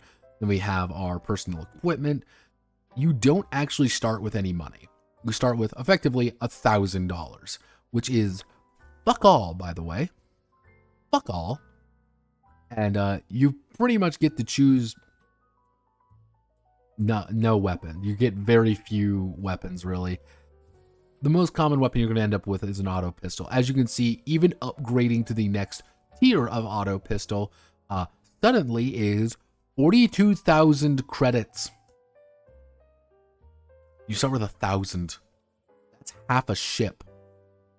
Is to buy a fucking gun that is the exact same as the gun you just had, but worse actually, because it doesn't really, it has less ammo in it, but it's the exact same. But wait a second, I hear you say, what about the 1 million credit Assailus deflector pistol? One-handed, burst 2d10, plus 10 kinetic weapon score, absorb 3 kinetic and energy damage. Still does 1d10 plus burst damage. Maybe. The Corvus Incorporated Devastation Pistol does 1d10 damage. Where do you prefer your lore section? My preferred lore section, I usually like to put it right at the beginning, or kind of like right at the end, or sprinkled throughout. They kind of give you like a basic rundown of the setting, you know, first off, but it's kind of not. Let's just say you need to kind of know Elite already before going into this. You're not going to learn about the exciting world of Elite through this game, because it's after all the combat, after we've learned all how the game works, all the spaceships, all the vehicle combat and shit. Then kind of like in the middle, we have the lore section. The lore section starts at fucking page, effectively starts at page 78, and kind of goes on, like they definitely give you enough to work with. I would say lore should go either right at the beginning, being like, here's like some interesting bits, because it's like, it ends at 78, or kind of in the GM section, being like, here's a little lore of the setting, really, in case you're interested. Like, here's the gameplay, here's everything you need. If you want to learn about the lore, here's the lore, then the GM section. But yeah, it's like, they kind of throw the lore kind of in the middle here. Then we have all our basic equipment. Again, you're not going to afford jack shit. Jack shit. You know, like laser pistols, 47,000 credits to get one. Which, mind you, they say like, oh, well, you're going to get about 100,000 credits after your first job. Oh, you 100,000 fucking credits. You can buy a new ship for that kind of money. So like, it's like, oh, and one of the big things about the energy weapons in general is that a vast majority of them just do set damage, which I want you to take a look at this and tell me, what is the difference between the Everett long barrel laser pistol and the basic laser pistol outside of a 1 to 2 square difference in range? Not much. Or, hey, I want to, the Cognitive Nerve Blocker laser pistol. Natural 9 or 10 to hit target, disarmed if knocked over. Oh, wow. Yeah, you're not doing like, most of the weapons feel very similar. And it's like, ooh, that's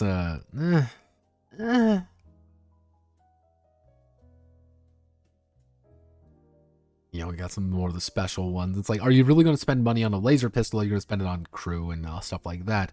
Submachine guns, kind of the same idea. You can buy a submachine gun pretty cheap for 9 credits, or go for 74,000 for the Ergon Tommy gun, because that's a thing. The Ergon Tommy gun, Assault Beamers, same thing. Some of these can get very expensive, and it's like, am I really feeling this? Am I really like, oh yeah, gamer? No. Like, people who really like equipment might feel this is kind of interesting, but it's like, if I get to an Elite Dangerous RPG, here's the thing, if I want an Elite Dangerous role-playing game, am I really being like, oh yeah, gamer, I'm gonna get my energy rifle out It's like, no, not really. And again, technically the most efficient weapon in the world is the sword. The sword is the best fucking weapon you can afford, unless you spend 53,000 credits to get a nanofiber or a neo samurai sword. And yes, that's what they call it, a neo samurai sword, which is better than it, which is just great. Yeah, it's a chainsaw. I don't know why a chainsaw is technically cheaper than a spear outside of memes, or why a chainsaw is technically cheaper than a sword. Like, it's like, what's going on here? Like, yeah, Neo Samurai swords are the best sword available. Armor. Armor is actually tied to the type of weapon you're getting shot with and a social factor. If you walk in fucking riot armor, people aren't really going to appreciate you very much. But it's also like reactive armor is probably the best for just like all around armor. If you're just going out doing things. But it's like, yeah, it's if you want to get a stab vest, bulletproof vest, or a reflex vest, these are all separate. So it's like, oh, that's kind of odd. Like, is that some parts of the by default be thinner and less protected than others. Breastplate, shin guards can be removed. Hardened quality is followed by a number. When struck by the armor, can protect against. Roll 1d10 compared to the hardened armor equal to or exceeds this number. You can double the protection you get from the attack to just hit you. So even things like alloyed breastplate, if you roll a 7 or below, if you roll 7 up, you just ignore it. You just double the protection you get. It's like, oh wow, shit. Various rare armors, all the cybernetics you could ever possibly fucking want. You kind of see here.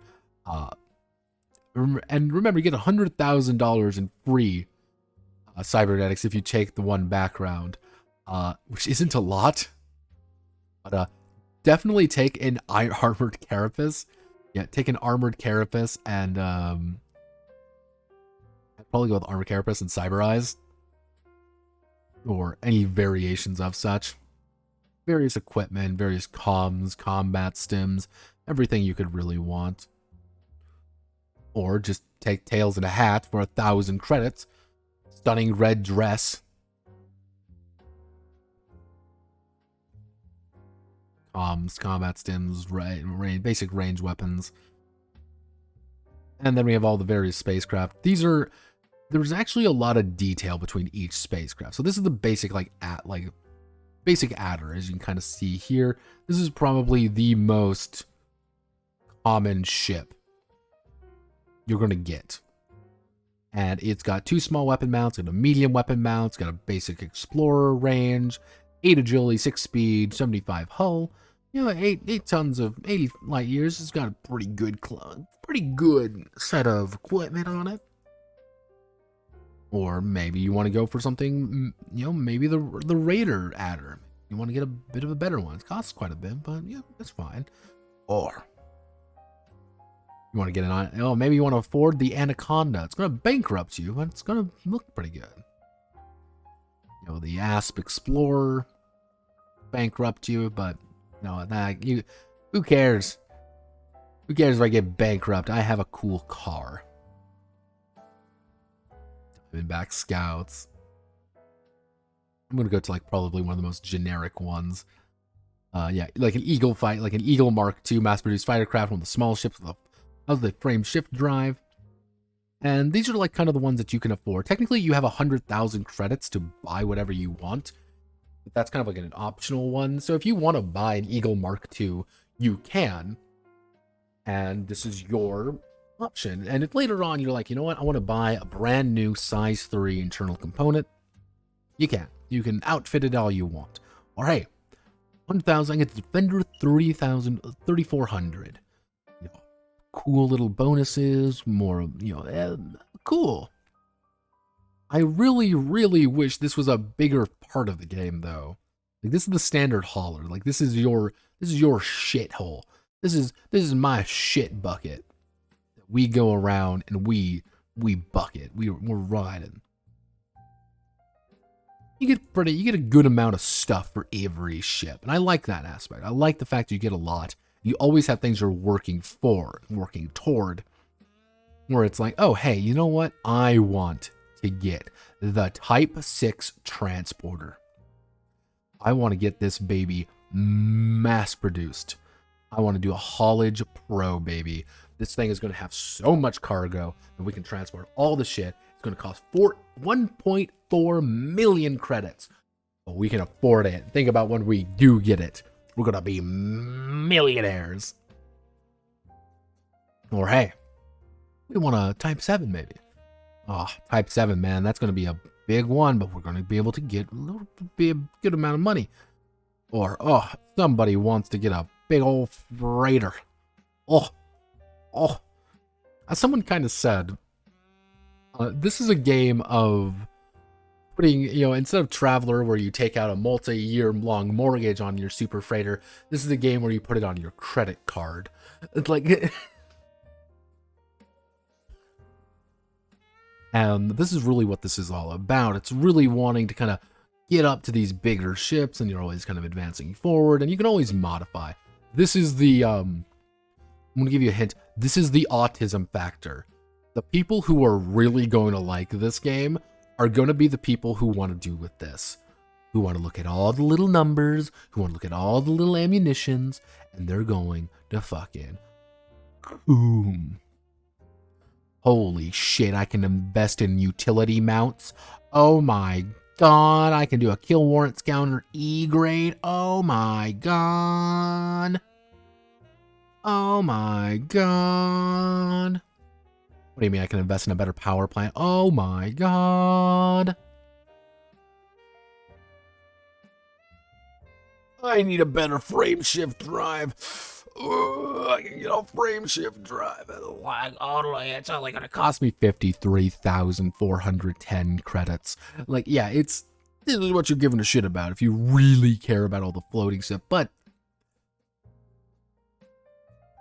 I'm back. Does this game have aliens? No.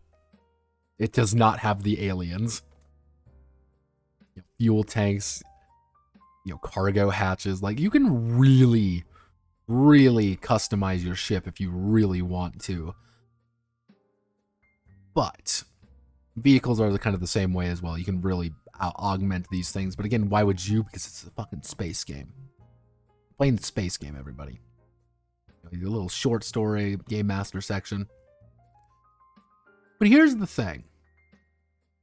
I'm gonna propose something by this, and I want you all to think about this. What about Traveler? Just put that in the back of your head. Game master section, I'm going to tell you, this is probably the most essential section you can really do. And it's like, this is what they really want. Like, you have to read this section if you want to do it. And it's very odd, because they're going to tell you how to do the campaigns, how it works, how all of the, how it's supposed to be really playing out, even telling you what ships you should be actually using. If you want to play a police procedural game, yeah, you're going to be playing these kind of ships. Like, if you want to do an exploration game, go for these kind of ships. Don't do small ships. Don't do big ass ships. Or like, hey, let's map out a campaign world. Like, here's a few spectacular systems. And apparently this system, from what someone who actually played the game pretty extensively has said, is this is very good, but very dirty. This is the big thing. It's very good, but very dirty. It gets the job done in very little else. Combined scale combat, attempting limpets escape pods. They kind of tell you everything you need to know, and they don't put this in here for some reason. I think they should. They should just kind of put this in here, like, here's the combat zones, how they work, or just make it a zone-based game, just beginning with, but they didn't. Oh, where was the one? Not cover for vehicles. Yeah, here's how to yeah, here's how to generate new crew members if in case you want to have a crew member aboard. Yeah, it's like cool. Like, okay, let's cool, I can get an 8 rank crew member. However, let's do we'll make a crew member, okay? We'll make John Crewman. So his spaceship piloting bonus is 1.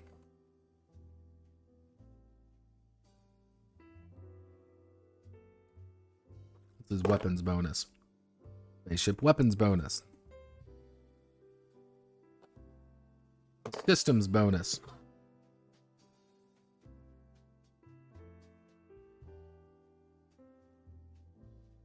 It's a repair bonus.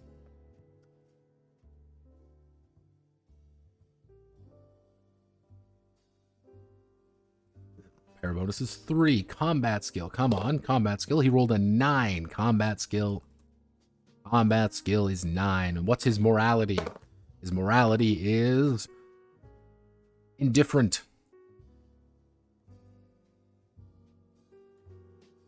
And let's see, his allegiance is to the Federation. However, and his salary, what does he actually ask? We have to add a +2 to this. He only is asking for 1,500 salary for everything that we have on him. Yeah, we're hiring him. That's how you make a crew member. An NPC one. They're supposed to be pretty quick. Yeah, no, it's like flying without crew. Always get crew. That's rule variants, you know, how to... I like the idea that they give you a lot of stuff here. They give you a lot of options. Like, hey, you want to do scoop up, you want to do scooping, cargo? This is how you do it. Hey, how do you do space travel? How does this actually work? Here's how space travel actually works. Here's how hyperspace works. Here's how stealth works. Or here's how tracking ships work. Trading. This is the entire trading system, by the way.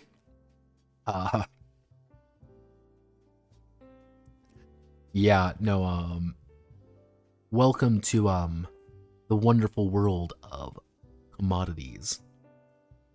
Oh yeah, gamers. Oh yeah. Are you saying we should buy low, sell high? All right, baby. Oh, oh, tell me, baby. Do you want atmospheric processors? Hell yes, we want. We're going to buy those for $250 a pop. We're going to sell them for $400 a pop. Oh, basic medicine. Oh, baby. Hey, baby, how you doing? We can sell you for $600, but what? But even down to things like beer. You want to make a bank? You're going to be buying for beer. 70 for 300? Hell yeah. Or God help us all if you're doing something like beryllium or bio waste. Yeah, you want to transport shit? You're going to get 40% profit off if you haul shit to places. If you haul shit to agricultural worlds, you're going to get a good amount of money out of it. Consumer tech. Where copper, you can get a good amount of explosives. Usually the ones that are going to net you a good amount of money are going to be obviously the ones which you are smuggling shit into. Such as battle weapons. That's going to be a good amount of money, obviously. Or maybe we can just do... Why not move some Imperial slaves? I mean, that's not really a problem. Narcotics? I mean, oof. Technically tea is also a very good one. Wine's pretty good. Yeah, just sell shit. Between adventures, safe trading. Yeah, this is all kind of like the downtime activities you have options to. Oh, you read opponents. These are pretty simple stuff. Nothing too exciting. They even outright tell you that these guys are going to get their shit rocked by players. They're going to die immediately because these guys are very weak and they go down very quickly.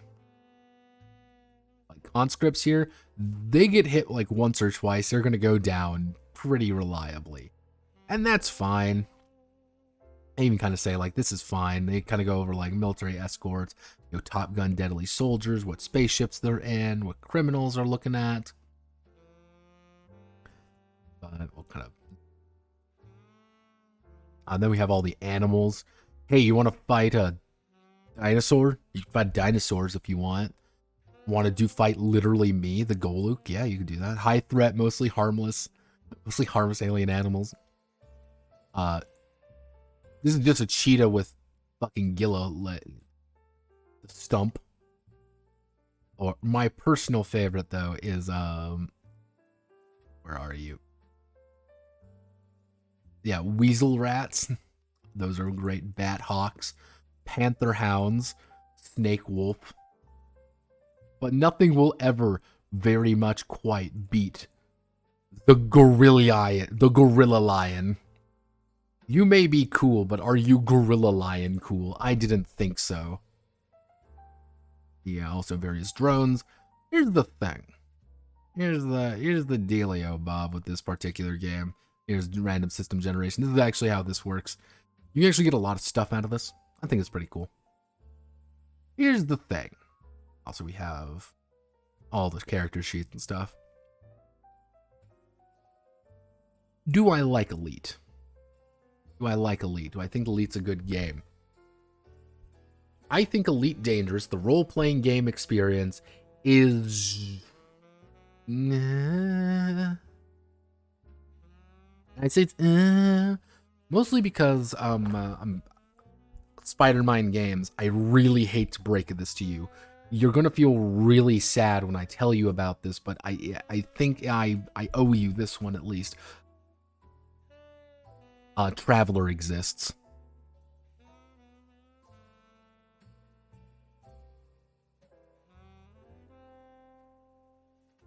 Yeah, Elite does nothing better than Traveler, but with less content.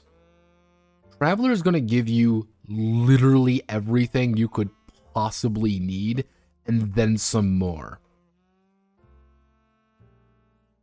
Half of me is thinking that they were trying to make like a Traveler supplement for it, but the thing is, like, just play Traveler. This got more shit in it, and it's got more people who actually kind of care about it a bit more. You've got a lot more resources to work with. You've got a lot more characters to work with. And this is also on top of just the sheer variety of things that you can do with just an individual set of with just individual Traveler. I want to play Traveler. Cool. We want to play Traveler humans only. That's fine. That's great, even. I want to play Traveler, but we're all aliens. You can totally fucking do that. I want to play Traveler in Space Western. You can do that. I want to play Traveler as a fucking trading game. There's like 4 fucking books dedicated to it. I want to play a military campaign. There's like 3 books dedicated to it. I want to play an intrigue campaign. Guess what, kids? Traveler does everything Elite Dangerous this game does. And more. So the question arrives, what justifies this game's existence? Is it because of the Elite, like, because Elite's so cool and the lore is, like, really interesting? But the lore really isn't interesting. That's the thing. It's very, I wouldn't say it's generic, but it's, like, very, I wouldn't say by the books, but it's sci-fi TM. And can you run Traveler in the Elite, like, can you just run Traveler in the Elite universe? Yeah. Actually, it would be pretty simple to do such as well. So, what's the point of this game? With all its special stuff in there, it tries to make it more interesting. What's the gimmick? What's the call? And the answer is there isn't one. The game mogged by a game. It's mogged by its senior, without really contributing anything. And that's also kind of it's always kind of an issue when you come to some games like these. It's like, unfortunately, a game that already does this job is out, and it's been doing it better. Elite Dangerous is a cool video game because there aren't many space trucker games out there. Elite Dangerous the RPG is less cool because Traveler exists. And I'm not saying like, well, because Traveler exists, you shouldn't do this. What I'm saying is, because Traveler exists, you must find something that you do better. You do more, that makes you interestinger. And you can argue that it's like the karma capabilities are the big thing here. But the problem is the karma capabilities feel really weird and out of place. So it's like, that's not really, if it's like, it feels weird and it's like, oh, it's the system. System's jank as fuck. Well, obviously it's our skill system. Traveler's got skills like that, and it's got attribute abilities. And it actually has a unique health system on top of it. But we have a sector creator system. Traveler's had sector creation in 40 years. It has a very large community based around sector creation as well. There's a fucking dozen Traveler maps you can find, and there's extensive community resources to generate your own very quickly. You know, fucking, well, let's do a little bit of luck. Let's do a little bit of a look here.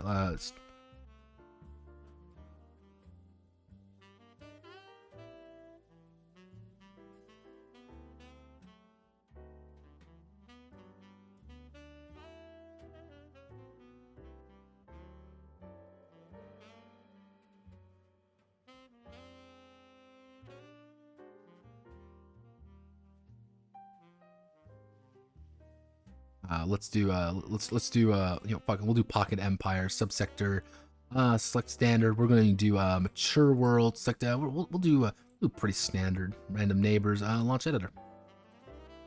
Wait, no, generate.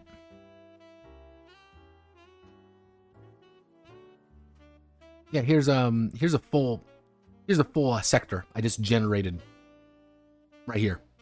This is all Traveler. All this information here, everything you could possibly ever need on it. Everything. So it's like, does a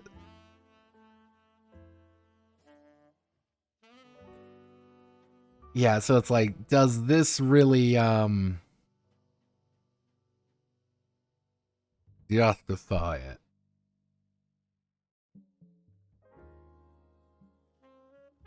Does this really justify its existence? I don't know. I don't know if Elite does. I think that is Elite's biggest problem right now, is that it's a game without an identity. It's a game without an issue. Kind of like Elite Dangerous, unfortunately. You know, it's kind of lost its trail over the years. But yeah, that's Elite Dangerous. I'm not a huge fan of it. If you really like space games and don't like Traveler for some reason, there's a few other ones out there. So look at those.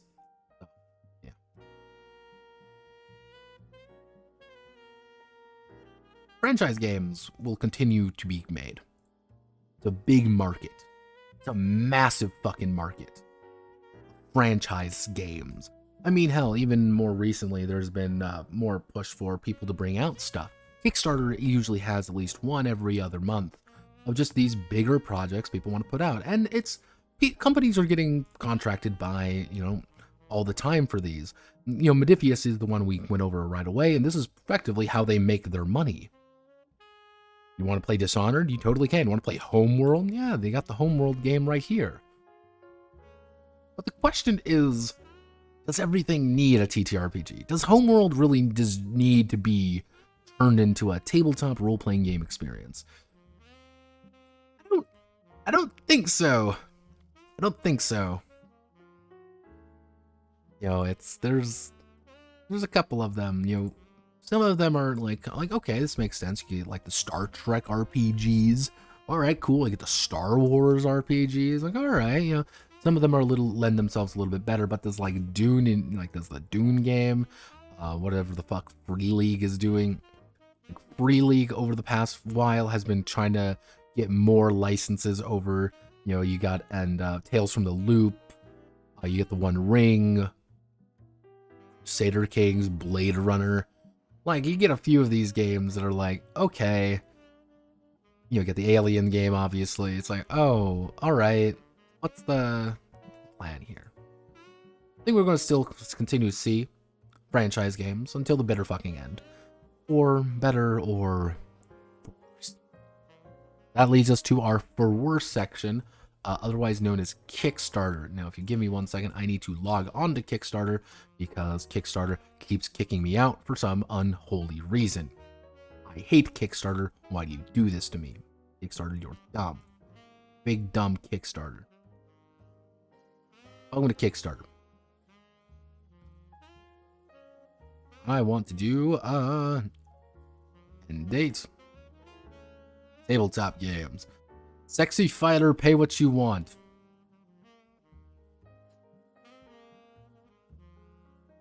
Stay in girls, STL files by Claws. Nope. Good start, everybody.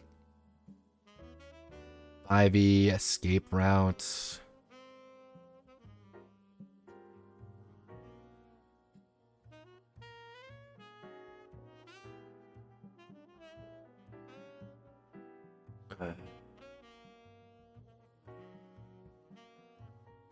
Oh.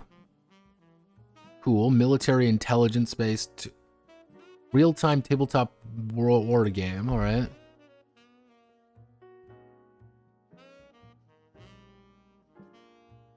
Place 5. Zero focus on math, adding modifiers, usual time wasting, gaming BS. Price advantage, board game, set models, but it's real time. That seems kind of interesting, I guess.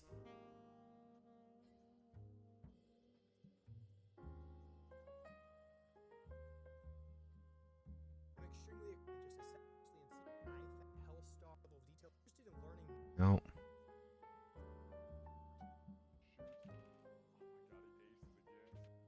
Looks like it's probably a set to hit. So it's like you round a corner, you know they're in there, you hit, you've not hit, and they retaliate or something similar to that. No math or anything. Japanese D&D show, brilliant quest, add English subtitles. Finding John Carter. Right. Good start, good start. Oh boy. Oh god, my throat's fucking killing me.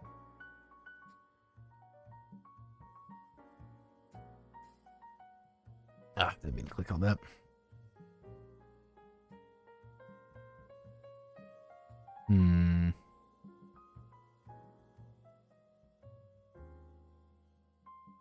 Warfare Modern Tactical Combat by WBS Games. Alright. Dune War for Arrakis. That's the new Dune board game. I heard about that. Vanquishers TCG. There's another TCG. Why? Why do you keep funding these things? Stop it. Stop funding them.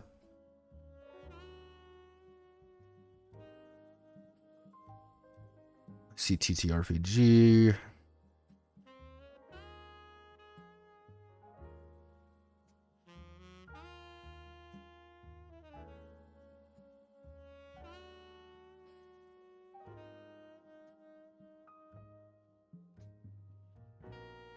So Heroes of Sorelia.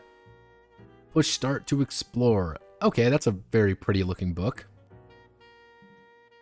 Let's see. Lo-fi art rules, high playability. Key works pretty much like every lock, but disappeared when characters heal through eating food or some reason. Random pots contain money. Okay, so it's very simple kind of game. Let me guess. Okay, so D4 system? Player makes action rolls based on your character's actions, pick the most appropriate roll. That many D4s. Read the... Oh, it's another one of fucking these games.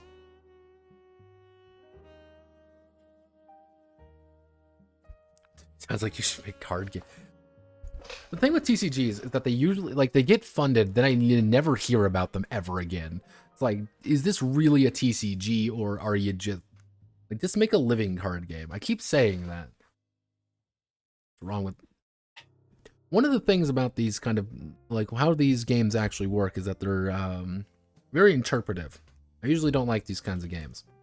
Because what happens is, I rolled a 2, for example, it's a failed action. I lost a heart.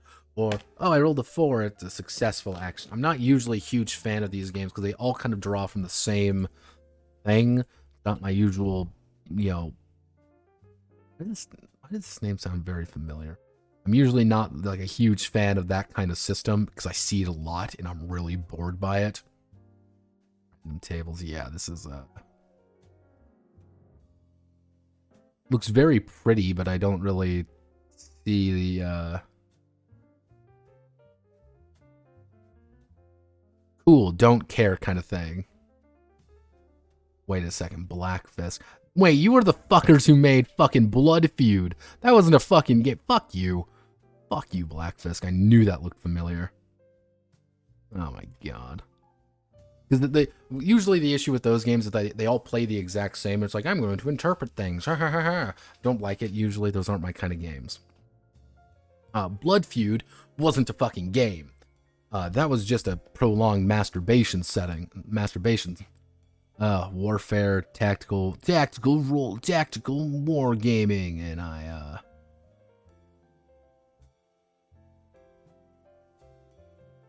kind of looks neat.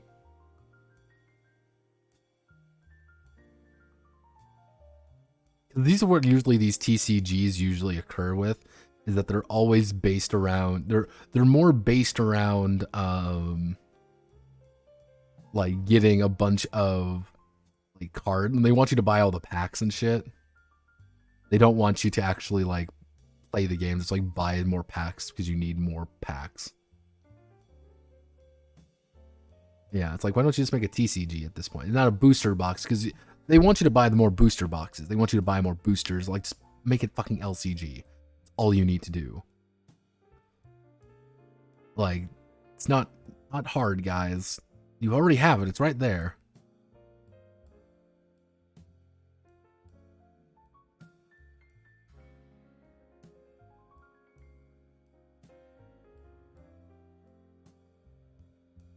On the elimination of classes and levels to allow more creation, more realistic and plausible characters. Oh boy, that doesn't sound fucking pretentious. Rich biodiversity of a magical world. Okay, what do you do to play? Okay, tell me what I do. How do I fucking play, Souls? That's all I want to know.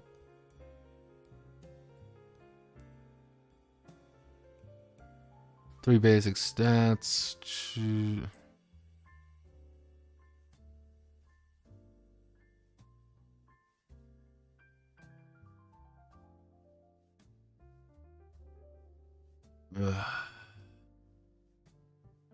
You don't. The thing is, if you don't fucking tell me what you're actually making, it's hard for me to judge you fairly, and I'm usually just going to call you a fucking idiot. I'm a versatile developer, enjoying inventing new ways of seeing the future. Passionate about role-playing and prefer to experiment with new strategies and modes and making adventures more challenging. Oh yeah, okay, yeah, all right. Get done sucking your own cock there, my friend. Oh god, talking about sucking his own cock. Welcome to Wenger, everybody.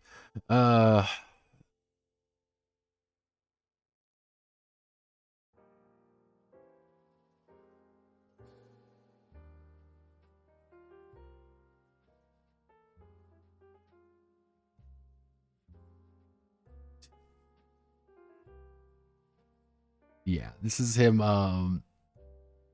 apparently trying to sell off his OSR stuff.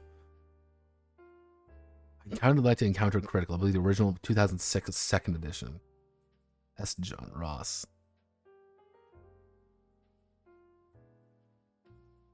Counter Critical. I've never heard of this game, but apparently Wenger got the rights to it. Oh, Wenger, why are you the way you are? Counter Critical.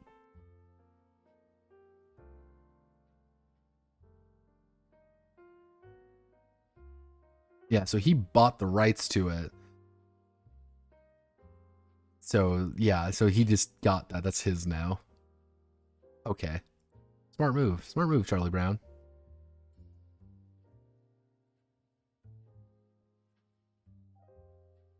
Oh, gee.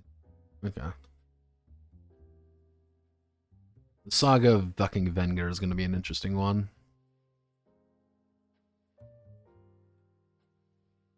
Dude, do we got anything interesting? Come on, give me something interesting. Come on.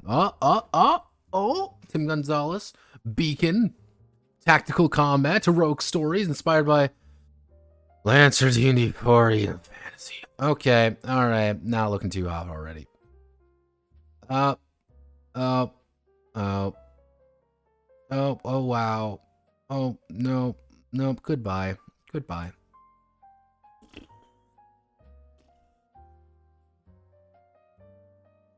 It's always bad to be like, wait a second, I know those games. Oh, fuck. You're not going to be interesting. You're going to be the same shit as always. Okay. We're making friends and then years like going to war against them in giant mechs. Okay. Nothing in the world then. What is this? Role-playing game, making friends, and then years later going to war against them in giant mechs. Alright, that's a... find out who you are, find out... Build a battle, each in your own piece of custom mech. Oh, no dice, no master.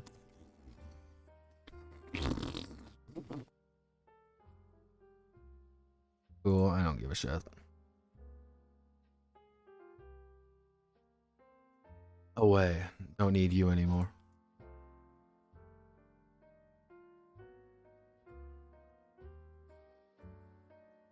The Radiance Adventure Engine.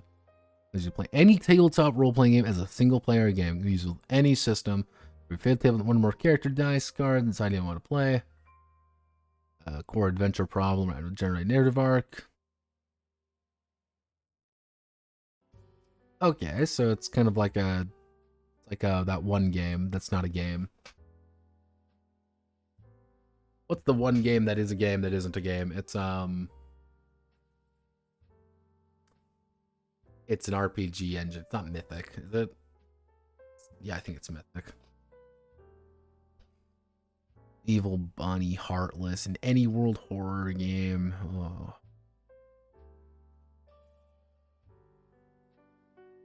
Always sad when you see that.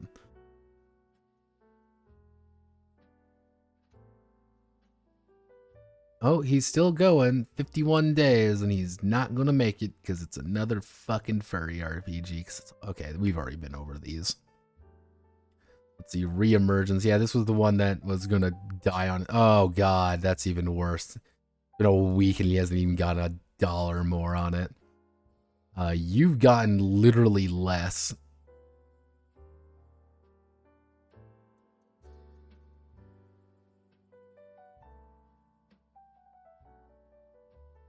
Yeah, this is Leo.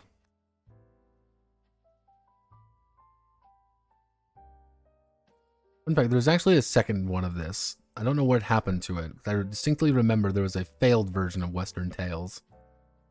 Huh. Weird. You know, I feel obligated. Hello, Maria. My beloved. Let's see. Physical games. New and popular. Tell me about new and popular things. If I see cringe, I'm leaving. I'm seeing a lot of cringe here.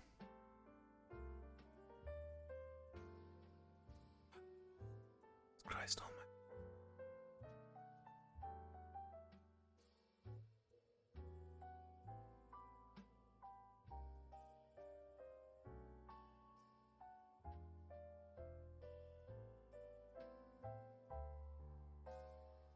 Oh man, this is great. You love this?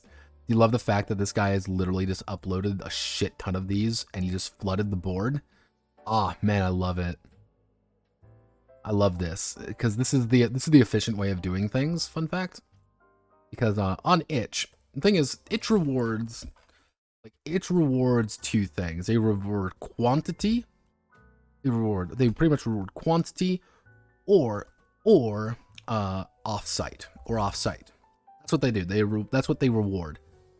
Because the goal really, when it comes to the TTRPG space, is if you flood the front, you want to flood the front page, which is the amount of stuff available. That's what all that matters. You want to get the right things set up, and you want to have just immediately just thrown it. This is 36 just AI generated in images. These are all these are. These aren't actual. They're just AI images. That's all these guys are. You probably put them into like Midjourney or something and just been uploading them to just flood it. That's what he wants to do. He wants to flood the front page because that's the amount of people that he can get to. Then he's going to hit that, and people are most likely going to, then he can immediately just hit this and like, ta-da! That if someone gives him $1, he's already made money on it. Now, the one thing that's really annoying about this is that it floods the front page with shit. Itch is useless, and I hate Itch for this reason. I think Itch is useless for tabletop games, and the amount of people who keep being here, I think is, and I do quote this nicely, and you can quote me on this for anybody, fucking stupid. And there was actually a group of people who were being like, oh, well, we want to improve things, and they have like this big thing, and I'm like, this isn't going to fucking work. Because it doesn't matter.